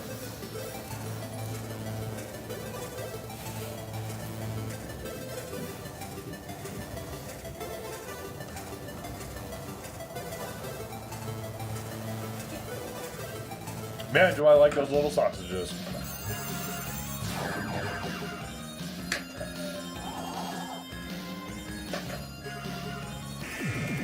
This is the last turn of pinball right here, guys. We'll be taking a 20-25 minute break. Make sure you guys are following us so you get notifications. Unfortunately, the break will stop our stream. We're moving to a completely different machine. We're going to be playing some arcade games. So there's just no way we found to be able to continue the stream between multiple machines. Not without building a super PC where we have HDMI switchers and shit of like, Yeah. that's like, looking into it of like, it's really expensive. We've got what we've got. We're working with what we got, and we got a lot. We're going to be back with some classic arcade games. We'll be doing some more high score stuff on there. And then leading into some Mortal Kombat 1 and some Street Fighter to end our stream and ringing in the new year. So make sure you guys are following us and you got notifications on, so when we do come back online, you'll know. You know, maybe you like, or maybe you just like pinball and you hate our guts and we're on mute. They're like, oh my God, Stephen King, that guy sucks. Fatality. I think that's why we lost a few followers. Of like, I mentioned Stephen King, and they're like, no, no, no, not him, not him. You said something about a woman's caboose, and we lost a bunch of followers. I did. I say a woman's cute, and we lose followers.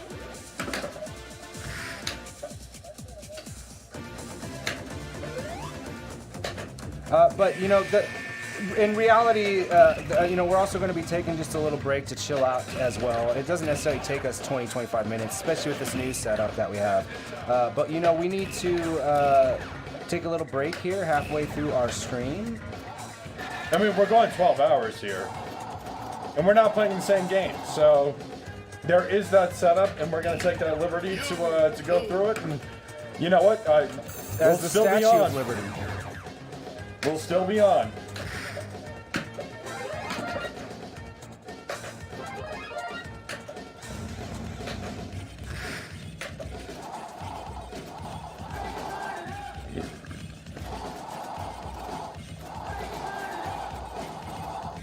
Yeah, bumpers, do all the work for me.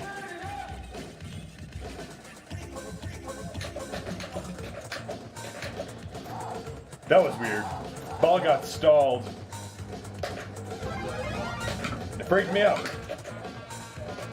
It freaked me out too much. Let's go.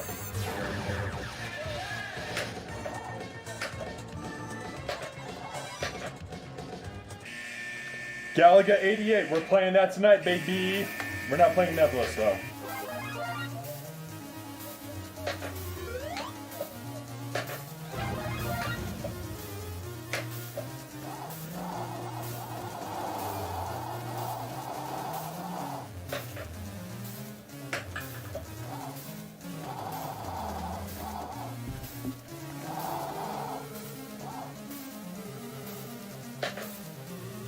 All right.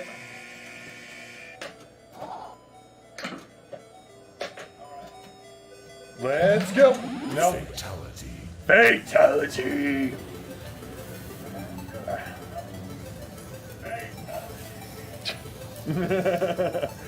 The delay on this. All right, that's it, guys. So we are going to hit that.